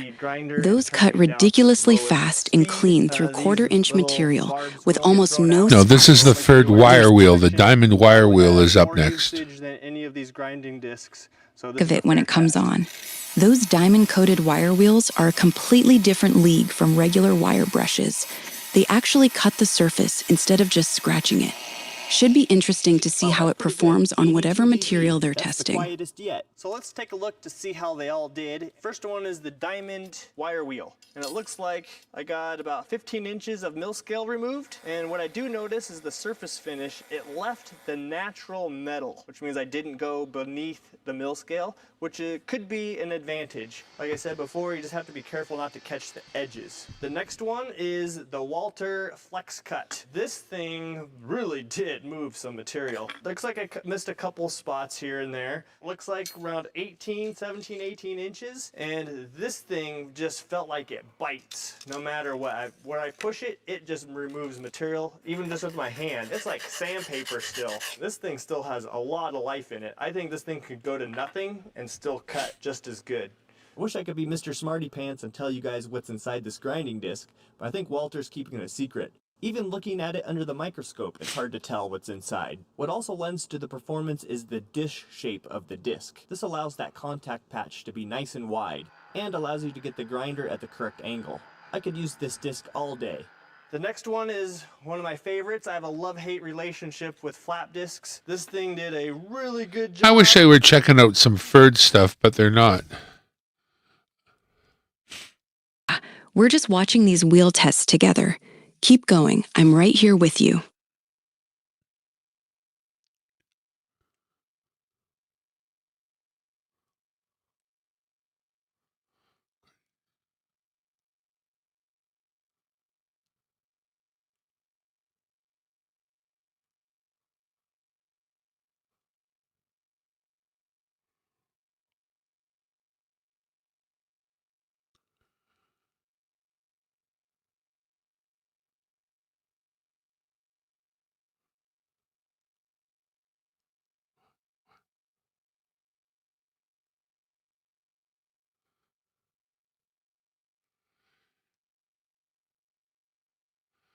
I don't see the one I used to remember as being the one that I actually had, but that's fine. All right, no worries. Let me know if you want me to dig into anything else about Ferd or these wheels. I'm getting tired. I bet. Long day grinding quarter-inch plate will do that to you. Want to keep going, or should we pick this up another time?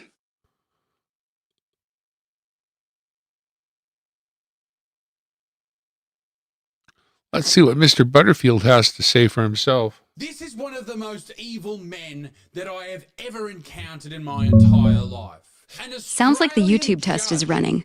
Walter's got a new FlexCut XX out that's supposed to be a step up from the classic one. How's Mr. Butterfield holding up in the test? Finding out.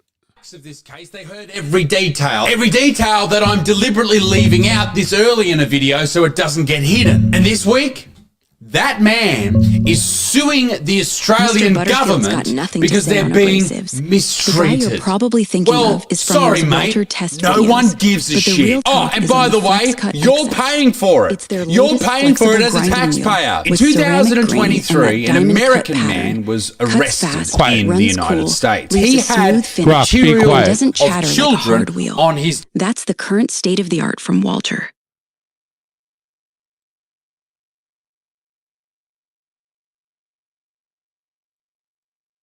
devices. Now, when they went through those devices, they found that the material on there had been sent from someone in Australia. They hunted this prick down and they found him in a place called Clayton South in Victoria. They went there, kicked his door down, and they found some of the worst shit anyone has ever seen. They charged him with 77 charges. And what makes this story even worse is this. The victim was his daughter. Now, I've covered this story before. You may have heard about it. But what I didn't cover is what happened after he went to prison. Because that's when this story goes from a horror story where the victim is a poor, defenseless baby to the most ridiculous shit of all time that makes my blood absolutely boil. But let me just fucking cement this for you watching this right now. This prick, the charges, everyone heard in the courtroom the horrible things that happened, right? 77 different charges. The maximum he could have got was 25 years. The recommended amount of time he should have got was 10 years. He got 4 fucking years. This is in 2023, right? Does anyone know what year it is now? This motherfucker's about to walk. With parole at 2.5 years, he could be out in the next few weeks. I want you to remember that sentence throughout this video because we're going to come back to it. As I said, I made a video on this before, but this is all new information. The judge said on sentencing that this man, his gender dysphoria was a mitigating factor in his sentencing. His gender dysphoria. He believes he's a woman. I don't give a fucking flying fuck you scum. Why in the world would we do anything to look after you? You are entrusted in looking after your kids and you do something like that, you fucking pig. The judge went on. She said experiences of discrimination had reduced his capacity, and this is apparently a quote, to make right and healthy choices. We're not talking about picking up water instead of Coca-Cola, you fucking idiot. We're talking about doing the worst thing imaginable. That's not an unhealthy choice. That's a crime that should be punished with, well, something that I can't talk about on this channel. The judge also noted in sentencing that this piece of shit would find it very difficult. Hardship, she said, in custody. Our system is fucking broken. We're going to get to the lawsuit in just a second. But our system is fucking broken. How? How can you take someone who does something so horrific and look at them and want to be lenient at all? Why? Like, what is going on in this judge's mind? Why would you do that? I'm sure people become judges, become involved in the law because they want to do good. They want to save the population. They want to put evil people away, and yet you do this? I imagine the judge either sees or has everything described to them about what has actually happened to that little girl, and yet they come out with 4 years, 2.5 for parole. On top of all this, and this is probably the part that shook me the most, a forensic psychiatrist was brought in to assess this piece of shit. And his name is Dr. Rajan Darji. This doctor submits a report to the courtroom and said that there was no disorder found to show that he had an attraction to children. No clinical diagnosis. No recommendation for sex offender treatment. This is a man who pled guilty to 77 charges. The victim was his daughter. What the fuck are you talking about? The defense argued in court, and apparently this is from the court record, that the offending occurred because the perpetrator wanted to feel validated. Can I also add that this person can't be identified by name? And when I originally heard that, I was pretty outraged. I was pretty pissed off. And then it made sense because the daughter has that last name. So you don't want to I don't want to bring that shit up because it's going to follow her around everywhere as is. But if the whole population fucking knows the last name, then it's going to be awful for that person. But just remember this motherfucker's face. Just never forget that. If this fuckhead moves anywhere near anyone, then you need to be aware that this person exists. I'm not saying do anything horrible or anything like that type of stuff. Just be aware. We should know who lives near us. There needs to be a sex offenders registry in Australia. The fact that there isn't one is fucking insane. So anyway, this motherfucker is confused and thus has the prison sentence reduced. Makes complete sense. He was then transferred to Dame Phyllis Frost Centre, a women's prison in Melbourne. The women inside found out exactly who had arrived at their home. And many of those women who were there, you know, they've had men do horrible things to them in the past, and they were obviously quite scared. This piece of shit is obviously capable of horrible things, so why would you lock him up in a room full of women? They're not being watched 24/7. You know, there's only so many guards. It's not safe at all. The Victorian Premier, the hopeless Jacinta Allen. She's fucking hopeless, this woman. She was asked about this and asked if it was, you know, a good move. And she said it wouldn't be appropriate for her to comment on a single prisoner. Okay, sure. Here's another thing. You can't find these stories from major news outlets in Australia. Channel 9, the ABC, they didn't cover this shit. This story was broken by Redux. They're based in the United States. Why would the Australian media not cover this story? Just because someone is gender dysphoric or trans doesn't mean that we should protect all other people who are a part of that community by not talking about the horrible shit that one of them does. It doesn't mean that they're all horrible people. We all know that. We're not fucking idiots. This week, the Herald Sun reports that he is preparing to sue the Victorian government using taxpayer dollars to sue the government, and if he wins, they will pay with more taxpayer dollars all over his treatment in the Dame Phyllis Frost Centre. See, this is where we are right now. It's 4 years and 9 months. He's about to walk out. He is feeling that they were transphobic inside of prison, trying to get him kicked out. It was discrimination. They were worried about his gender in a women's prison. This isn't a political issue. It's not a debate. Okay, this little girl exists out there. She's going to grow up with these memories. What is that going to do to her? And yet we're arguing or going into the courts to talk about this piece of shit's conditions inside prison. You should have a terrible time inside prison. You should be there for the rest of your life. You're not going to be. So at least let's make the next, 1.5 years you've got left a little bit uncomfortable for you. Maybe people are a little bit mean to you. Maybe that's part of your punishment, you fuck. I don't know how anybody defends this.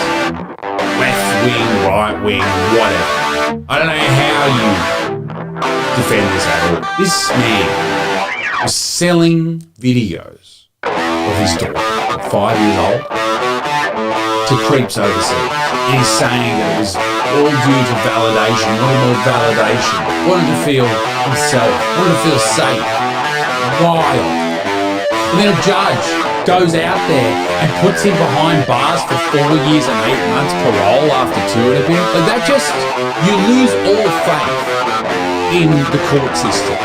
When you know people are going to jail for almost longer than this in Australia for saying words. It's happening all over the world. People are being punished for words stronger than they're being punished for this type of stuff. And I tell you what, it seems to me that this type of bullshit is becoming more and more popular. And the sentences are becoming less and less over time. How can you give someone parole from this? Have they been rehabilitated? No. This fuck can't be trusted ever again. The government's not going to fight this. The government of Victoria are a left-wing government. They don't want this shit in the courts. They've already decided that a woman is someone who declares they're a woman 5 seconds ago, you know? So they're not going to fight it. They're going to settle. They're going to pay this fuck. All these protections, all these safety features, all this nicety is being given to the monster who ruined this little girl's life. I just hope she can somehow get through it and forget about it. And I don't know how you do that. Ladies and gentlemen, let me know what you think about this in the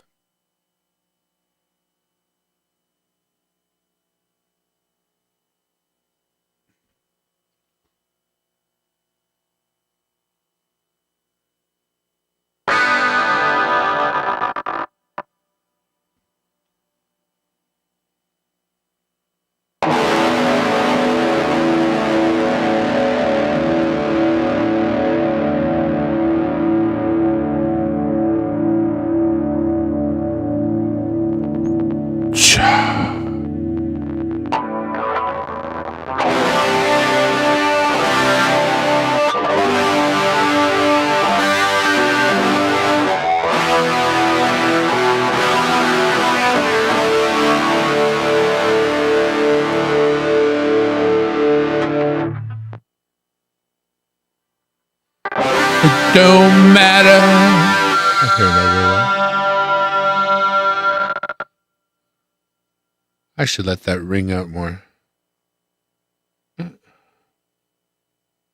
Then check, check, check, check, check, check, check.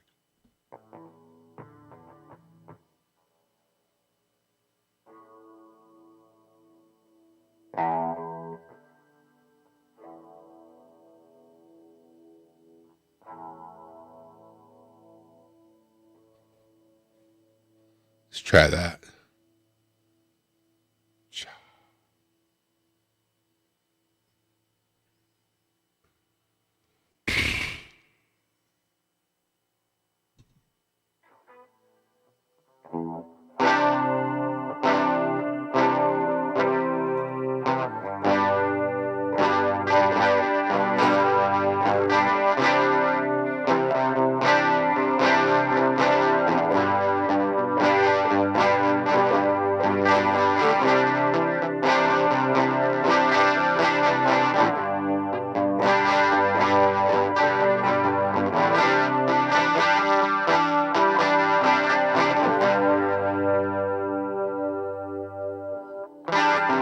It don't matter what plans I've got, I can't break it.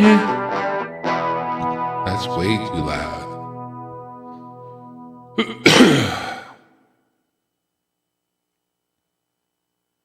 Way too loud. Way too loud. Let's try this. Different setup altogether. Way too loud. Way too loud. I'm doing the right thing here, right? Check, check, check.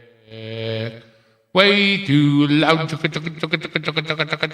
Way too loud. Loud. Loud. Loud. Way too loud. Way too loud. Way too loud. Way too loud. Way too loud. You're way too loud. Yeah.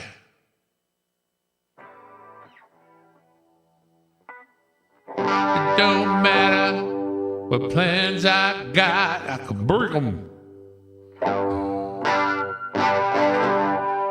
It don't matter what plans I got, I can break him. Break him. Yeah, I need a little louder than that. Back up that. Give that 2 more. That'd be good. Hopefully. Don't matter what plans I got, I can break it. I can turn this thing around at the next red light. And I don't mind telling all the guys I can't meet it. Nah, that's working out all right, kinda. Seems like once I'm singing, I'd want to be just a touch louder. Maybe there. One more time. We'll see how it fits.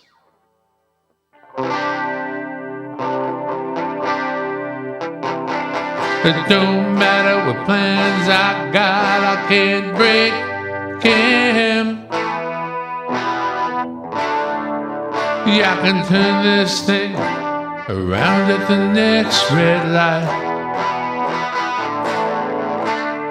And I don't mind telling all the guys I can't meet it. We can all go raise some hell on any other night. That's all right.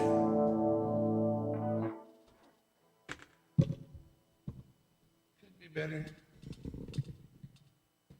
See if I can make it better. It's all architecture from here. What if I was to do it this way instead?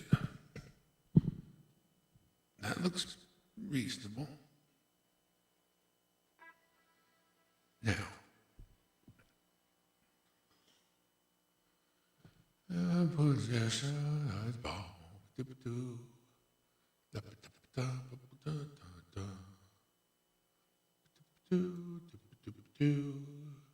Shut that. Yeah, quit it. Hit it, hit it, hit it, and quit it. It's still got it. Cool. Works for me.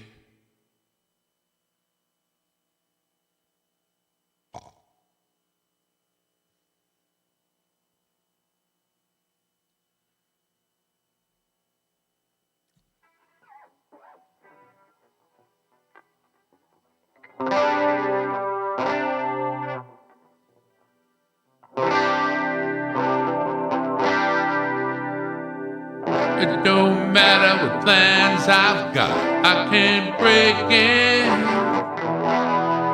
I can turn this thing, around at the next red light. I'm gonna back up just a little.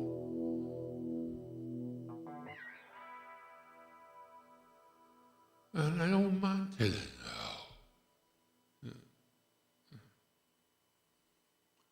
What I need, what I want, what I want,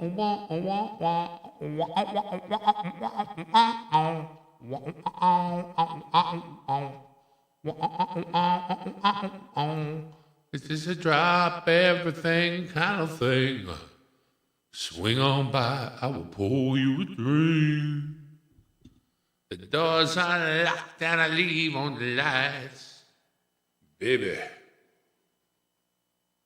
See now, I don't think that is.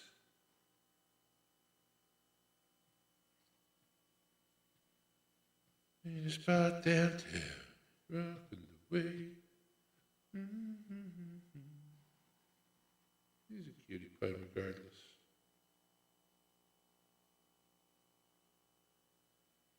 You make a poop.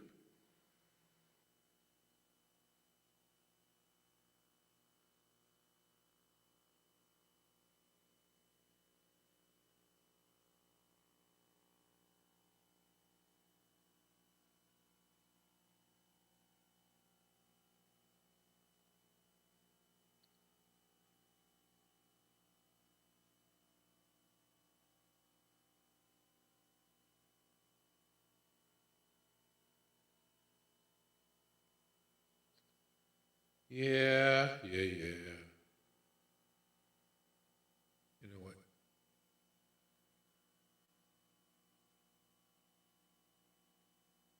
I don't know.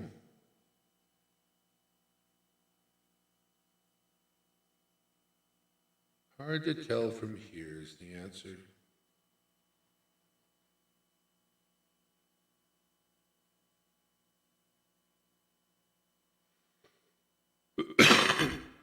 All right. I know there was a reason I picked up the phone. I just can't remember what it is now. I got bamboozled. That's fine with that. What was it? I know what it was. Every other day, every day, every other day, every other day of the week is fine. But whenever Monday comes, and the feel alright all of the time. Okay. So we got the bamboozler on already. Full on power bamboozler. I'll turn the bamboozler down just a little. All right. Now, if I was to move the microphone out a little to like full reach back out here, I could move this back even farther, then you can see the guitar. I could point that down just a little bit more.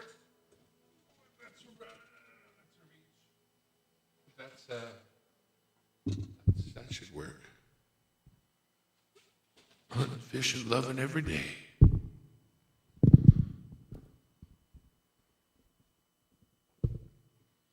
Yeah, that'll be all right. I'll go with that.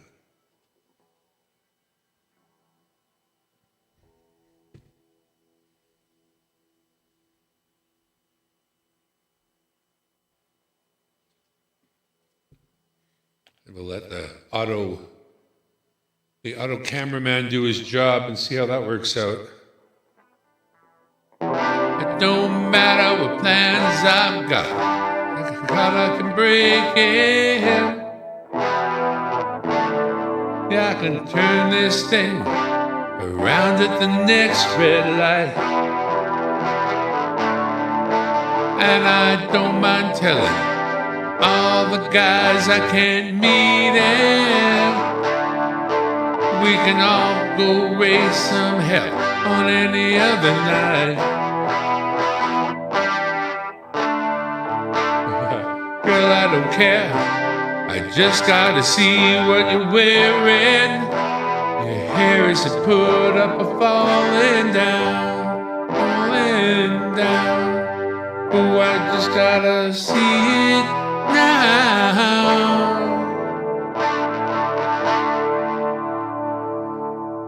Well, if you wanna call me, you don't have to worry about it, baby. You can wake me up in the dead of the night. Wreck my plans, baby, that's alright.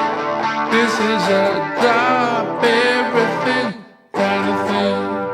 Swing on by, I'll pour you a drink. The doors are locked and I'll leave on the light. Baby, you can crash my party any time.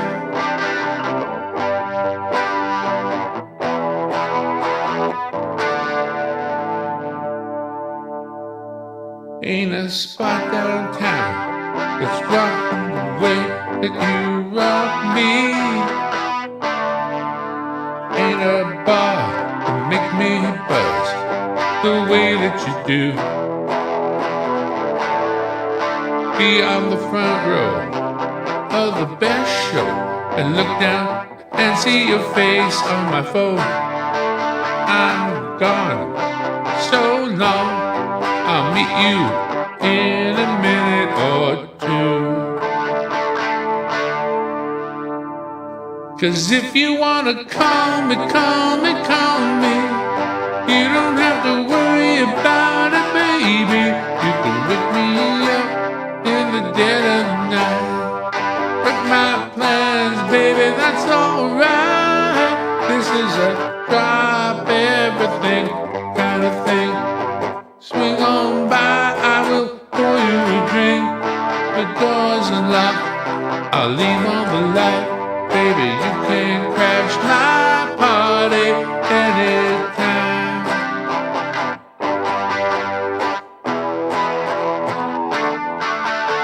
Baby, you can crash my party anytime. If it's 2 in the morning, you're feeling lonely and wondering what I'm doing, go ahead and call me. You don't have to worry about it, baby. Pick me up in the dead of the night. Wreck my plans, baby, that's alright. This is a drop everything kind of thing. Swing on by, I'll pour you a drink. The doors unlocked, I'll leave on the light. Baby, you can crash my party anytime.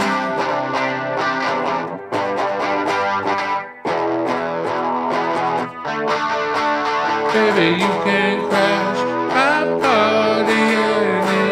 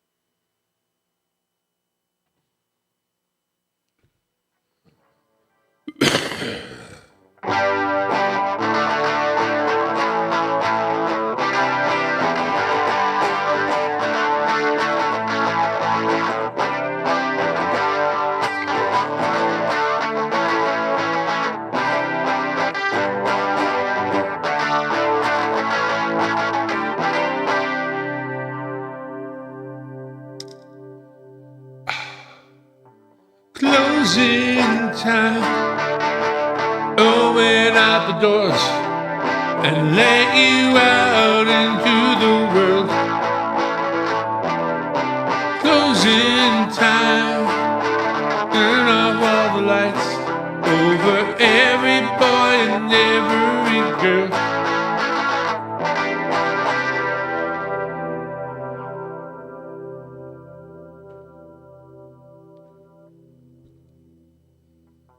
Closing time.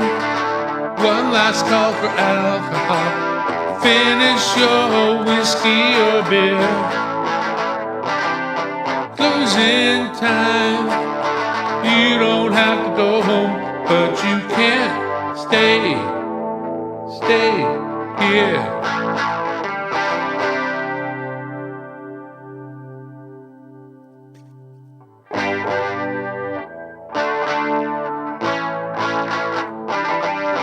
I know who I want to take me home.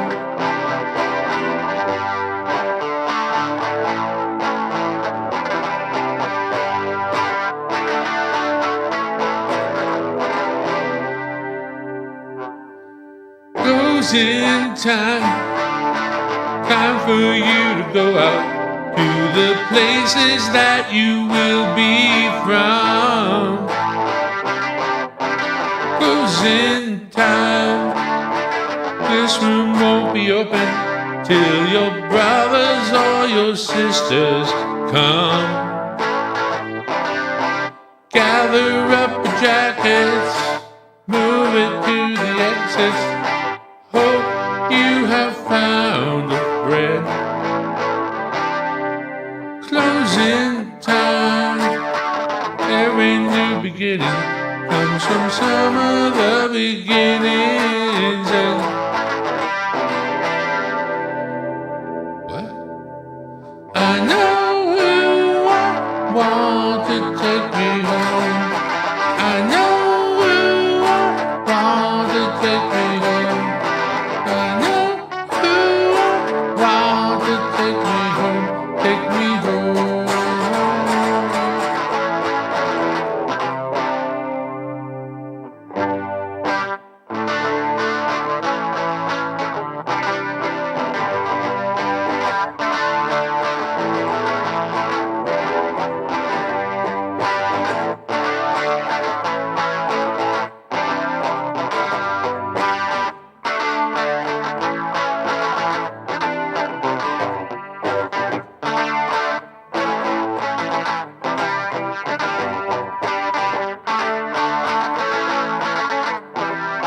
Closing time.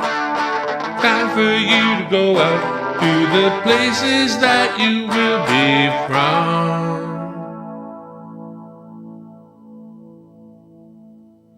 I know who I want to take me home. I know who I want to take me home. I know who I want to take me home. Take me home.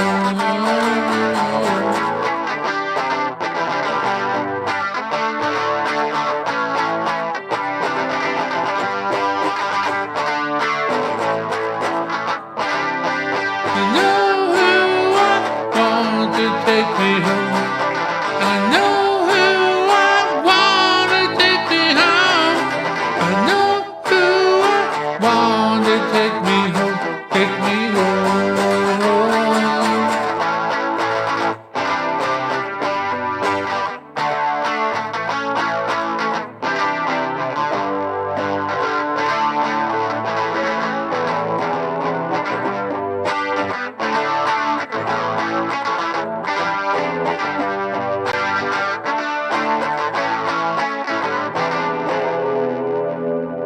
Closing time.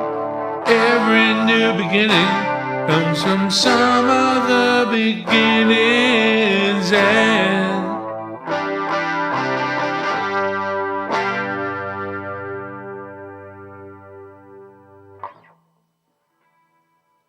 all right. So there.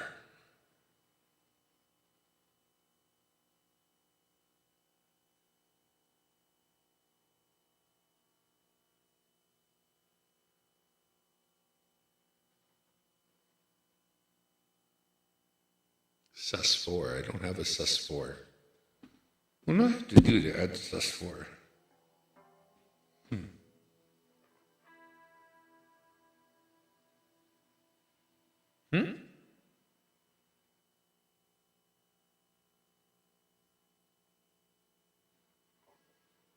That's an A7 sus4?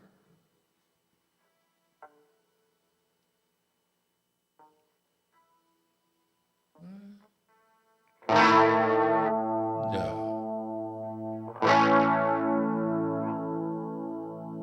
You're saying, don't play that one. I'm going to play that one. I'm going to move that one there. We're going to move that one, skip a string here.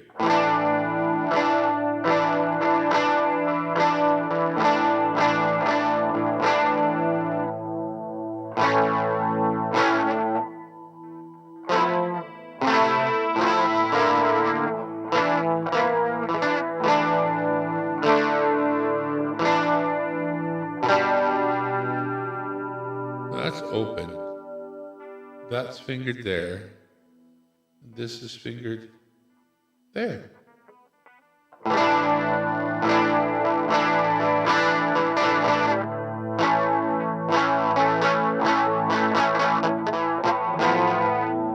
I'll get it.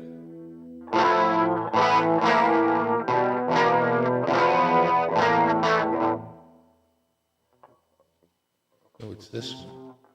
That one or this one?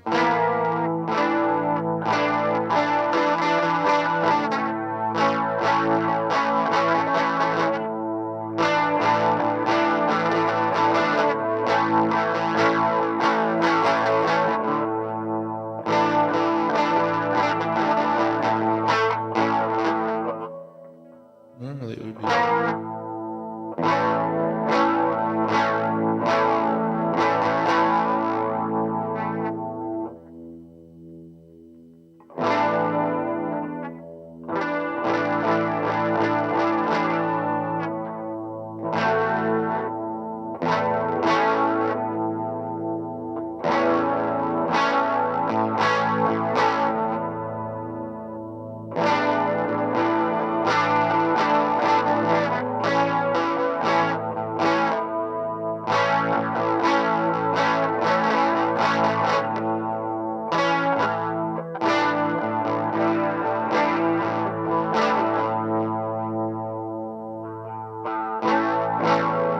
Can't wrap my fingers around it yet, but we'll see.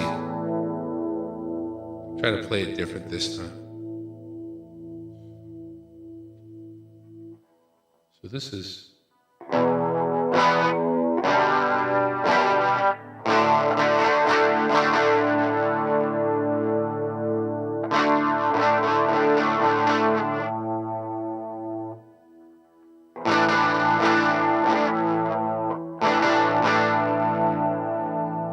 Doesn't sound right.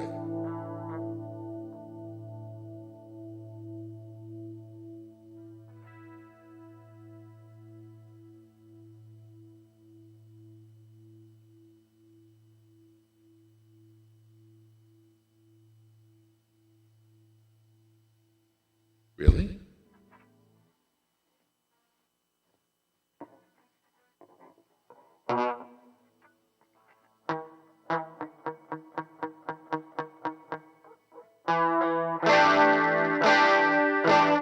Just that.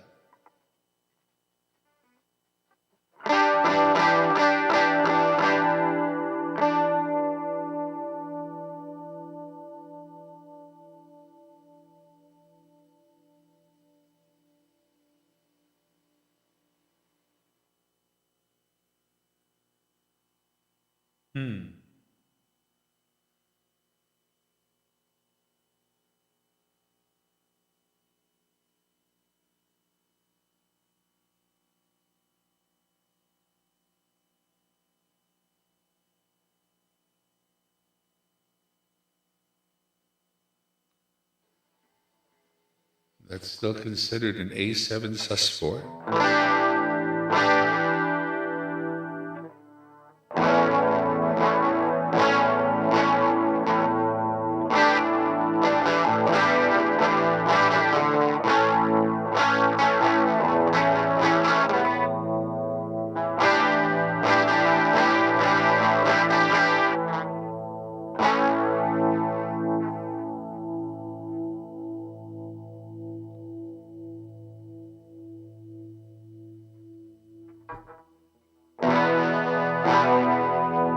Today is gonna be the day. They'll never throw it back to you. By now you should've somehow realize what you gotta do. That's not right.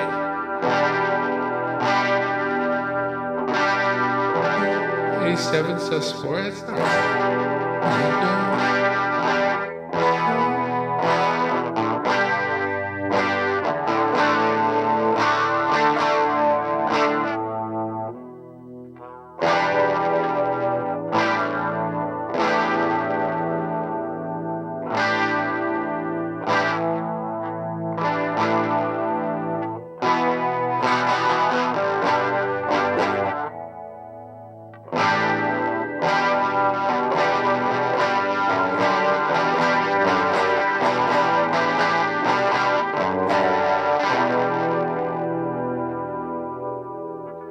That doesn't seem right to me at all.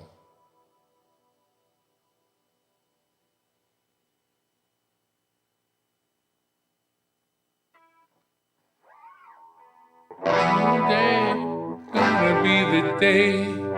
Never throw it back to. Used to be that. Skip a string and then do that.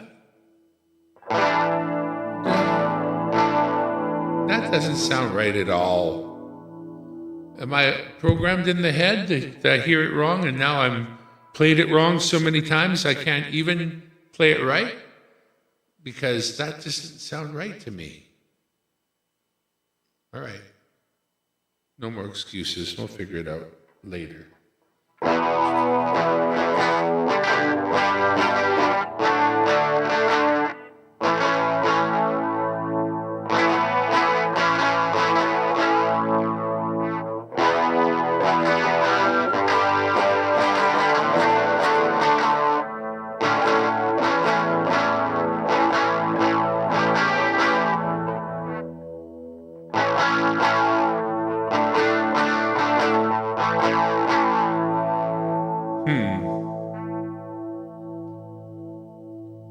Can't get over it. Can't get it out of my brain.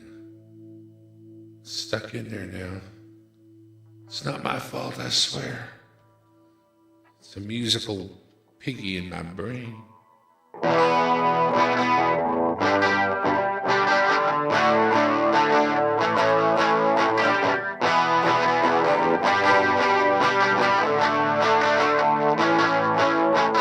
Today is gonna be the day. I'll never throw it back to you. By now you should have somehow realized what you gotta do. I don't believe that anybody feels the way that I do about you now.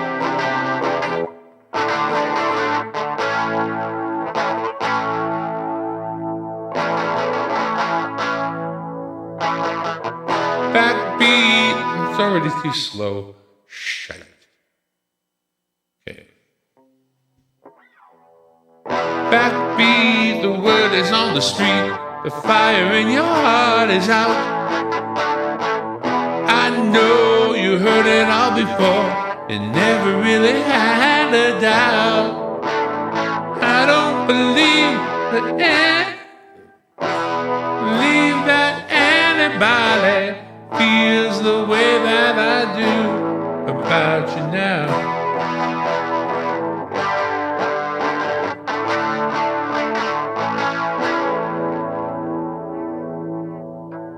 And all the road we have to walk, the winding, and all the lights that lead the way are blinding. There are many things that I would like to say to you, but I don't know how.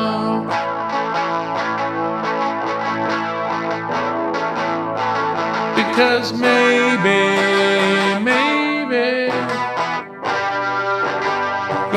you're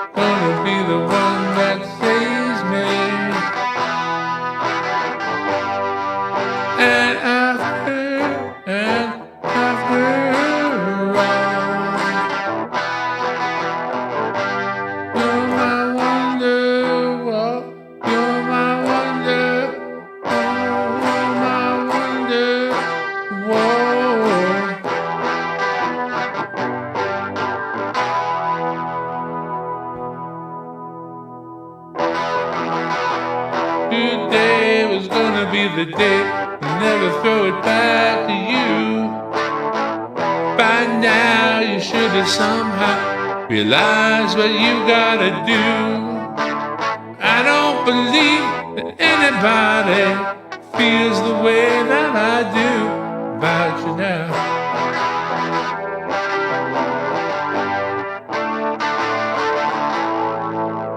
And all the roads that lead you there were winding, and all the lights that light the way are blinding. There are many things I would like to say to you, but I don't know how.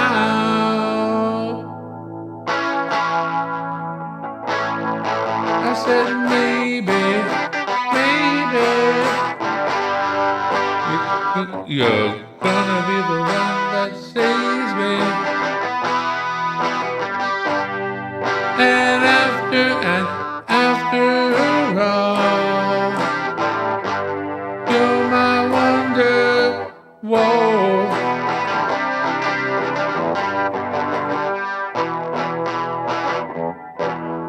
I said maybe you're gonna be the one that saves me.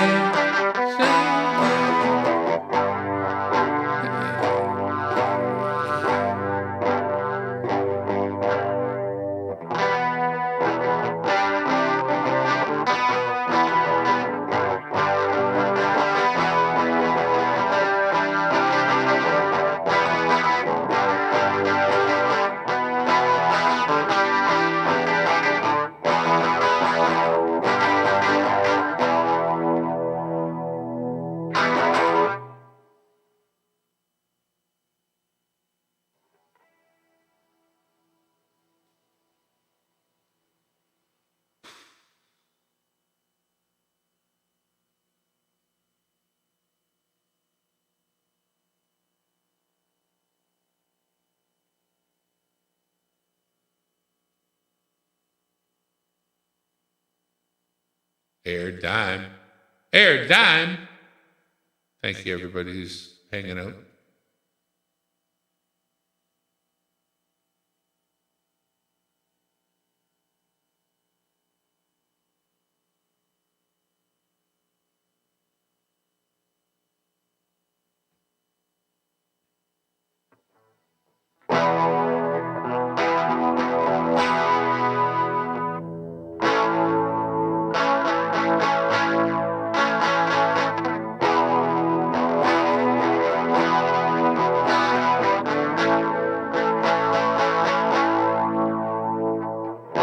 All around me are familiar faces, worn out places, worn out faces, riding early for the daily races, going nowhere, going nowhere. Tears are filling up their glasses, no expression, no expression. Hide my head, I wanna drown my sorrow. No tomorrow, no tomorrow. And I find it kind of funny, I kind of find it sad. The dreams in which I'm dying are the best I ever had. Find it hard to tell you, I find it hard to take. When people run in circles, it's a very, very mad world. Mad world. Children waiting for the day they feel good. Happy birthday, happy birthday. And I feel it just the way every child should. Sit and listen, sit and listen. Went to school, I was very nervous. No one knew me, no one knew me. Hello teacher, tell me what's my lesson. Look right through me, look right through me. And I find it kind of funny, I find it kind of sad. The dreams in which I'm dying are the best I ever had. Find it hard to tell you, I find it hard to take. When people run in circles, it's a very, very mad world. Mad world. Large in your world. Mad world.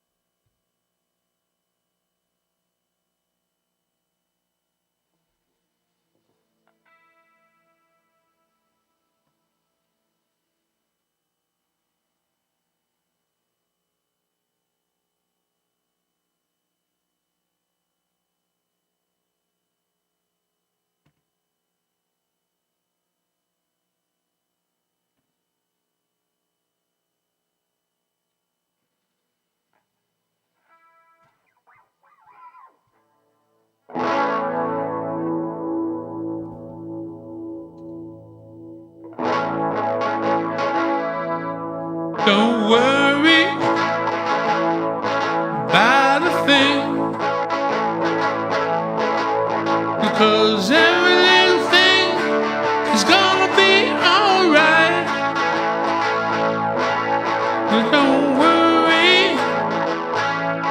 about a thing, cause every little thing is gonna be alright. Rise up this morning, smile with the rising sun. Three little birds sitting down on my doorstep, singing them a sweet song, a melody's pure and true. This is my message to you. Well, don't worry about a thing, cause every little thing is gonna be alright. Singing, don't worry about a thing, cause every little thing is gonna be alright. Rise up this morning, smile with the rising sun. Three little birds down on my doorstep, singing them a sweet song, a melody's pure and true. This is my message to you. Well, don't worry about a thing, cause every little thing gonna be alright. Singing, don't worry about a thing, cause every little thing gonna be alright.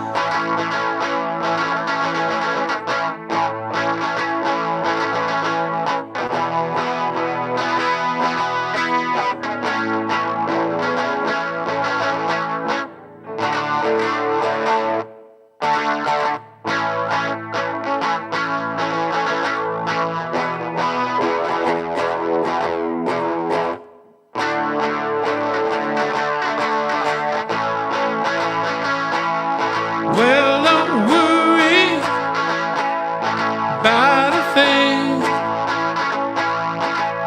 cause every little thing is gonna be alright. Singing, don't worry about a thing, cause every little thing is gonna be alright.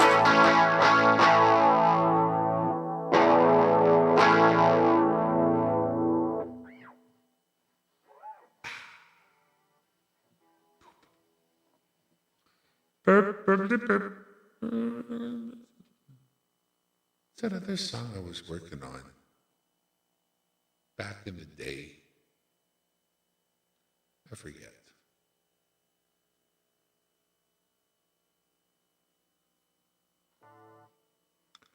This is kind of boring.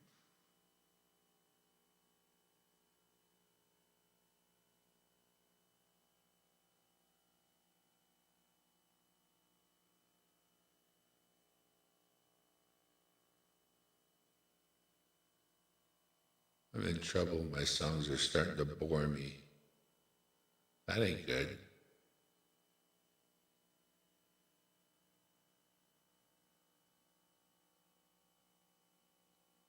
Time is it? 3. Cool.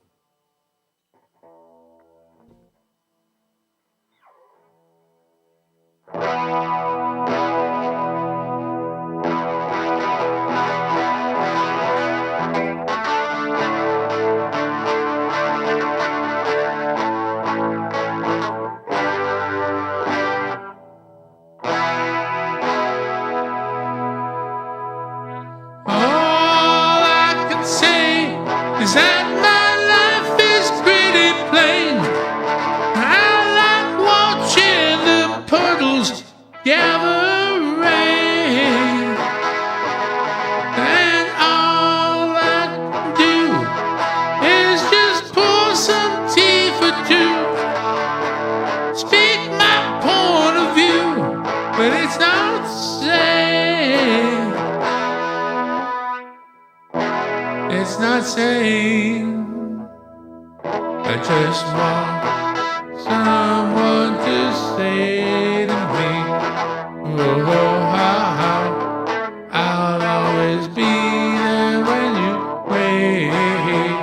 Yeah. Too fast. I got it on 3. No, it's on 2. Okay, I just want to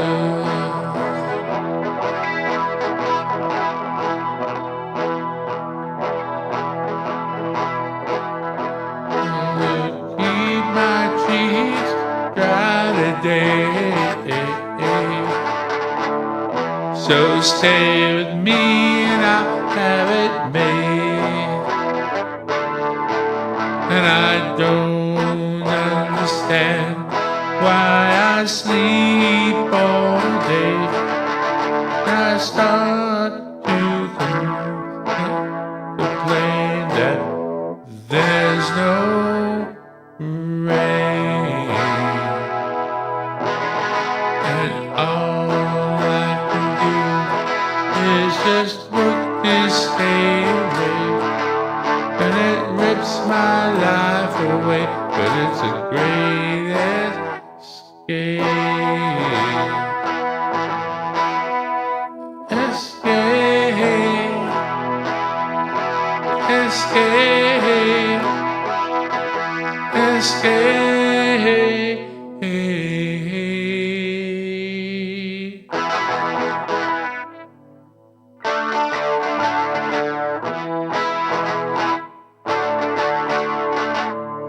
This one, all I can say is that my life is pretty plain. You don't like my point of view, you think that I'm insane. You think that I'm insane. It's not sane. I just want someone to say to me, oh,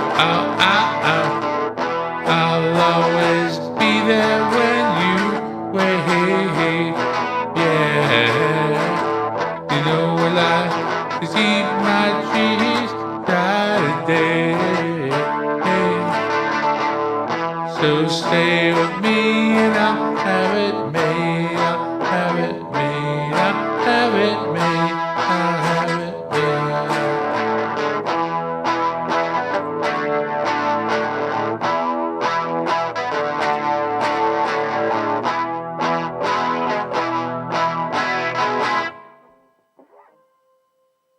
I don't know.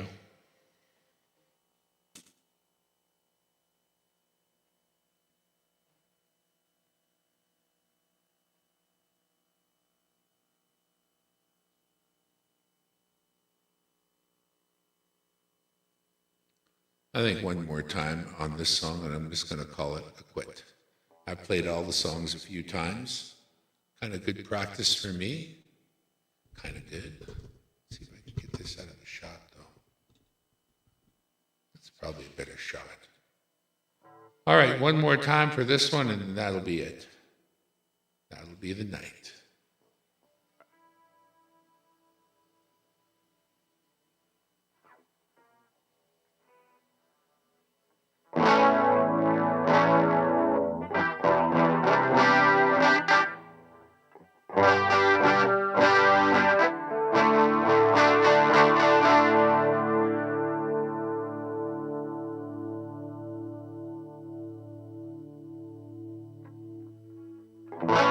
I'm waking up to ash and dust. Wipe my brow, I sweat my rust. I'm breathing in the chemicals.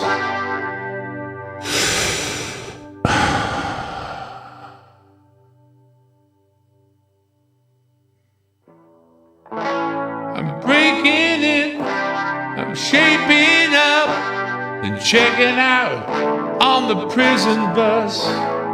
This isn't the apocalypse.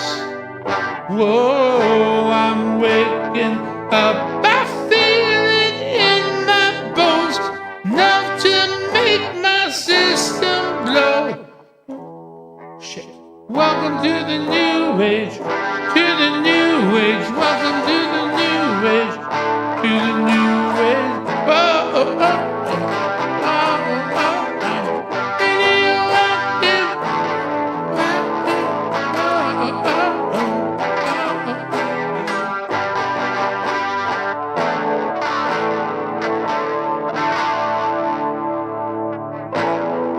My flag, dye my clothes.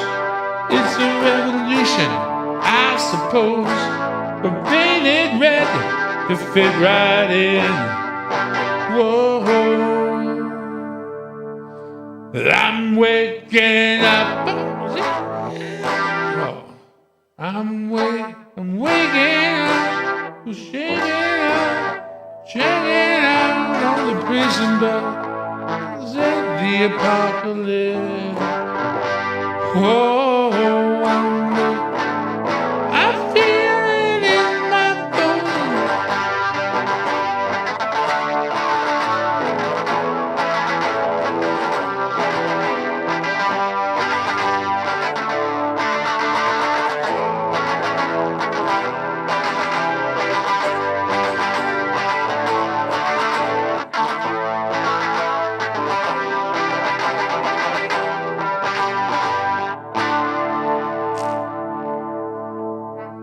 All systems go.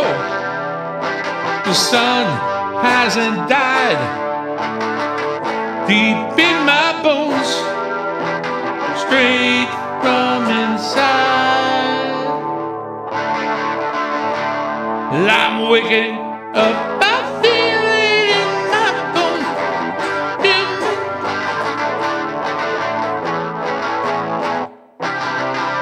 Welcome to the new age.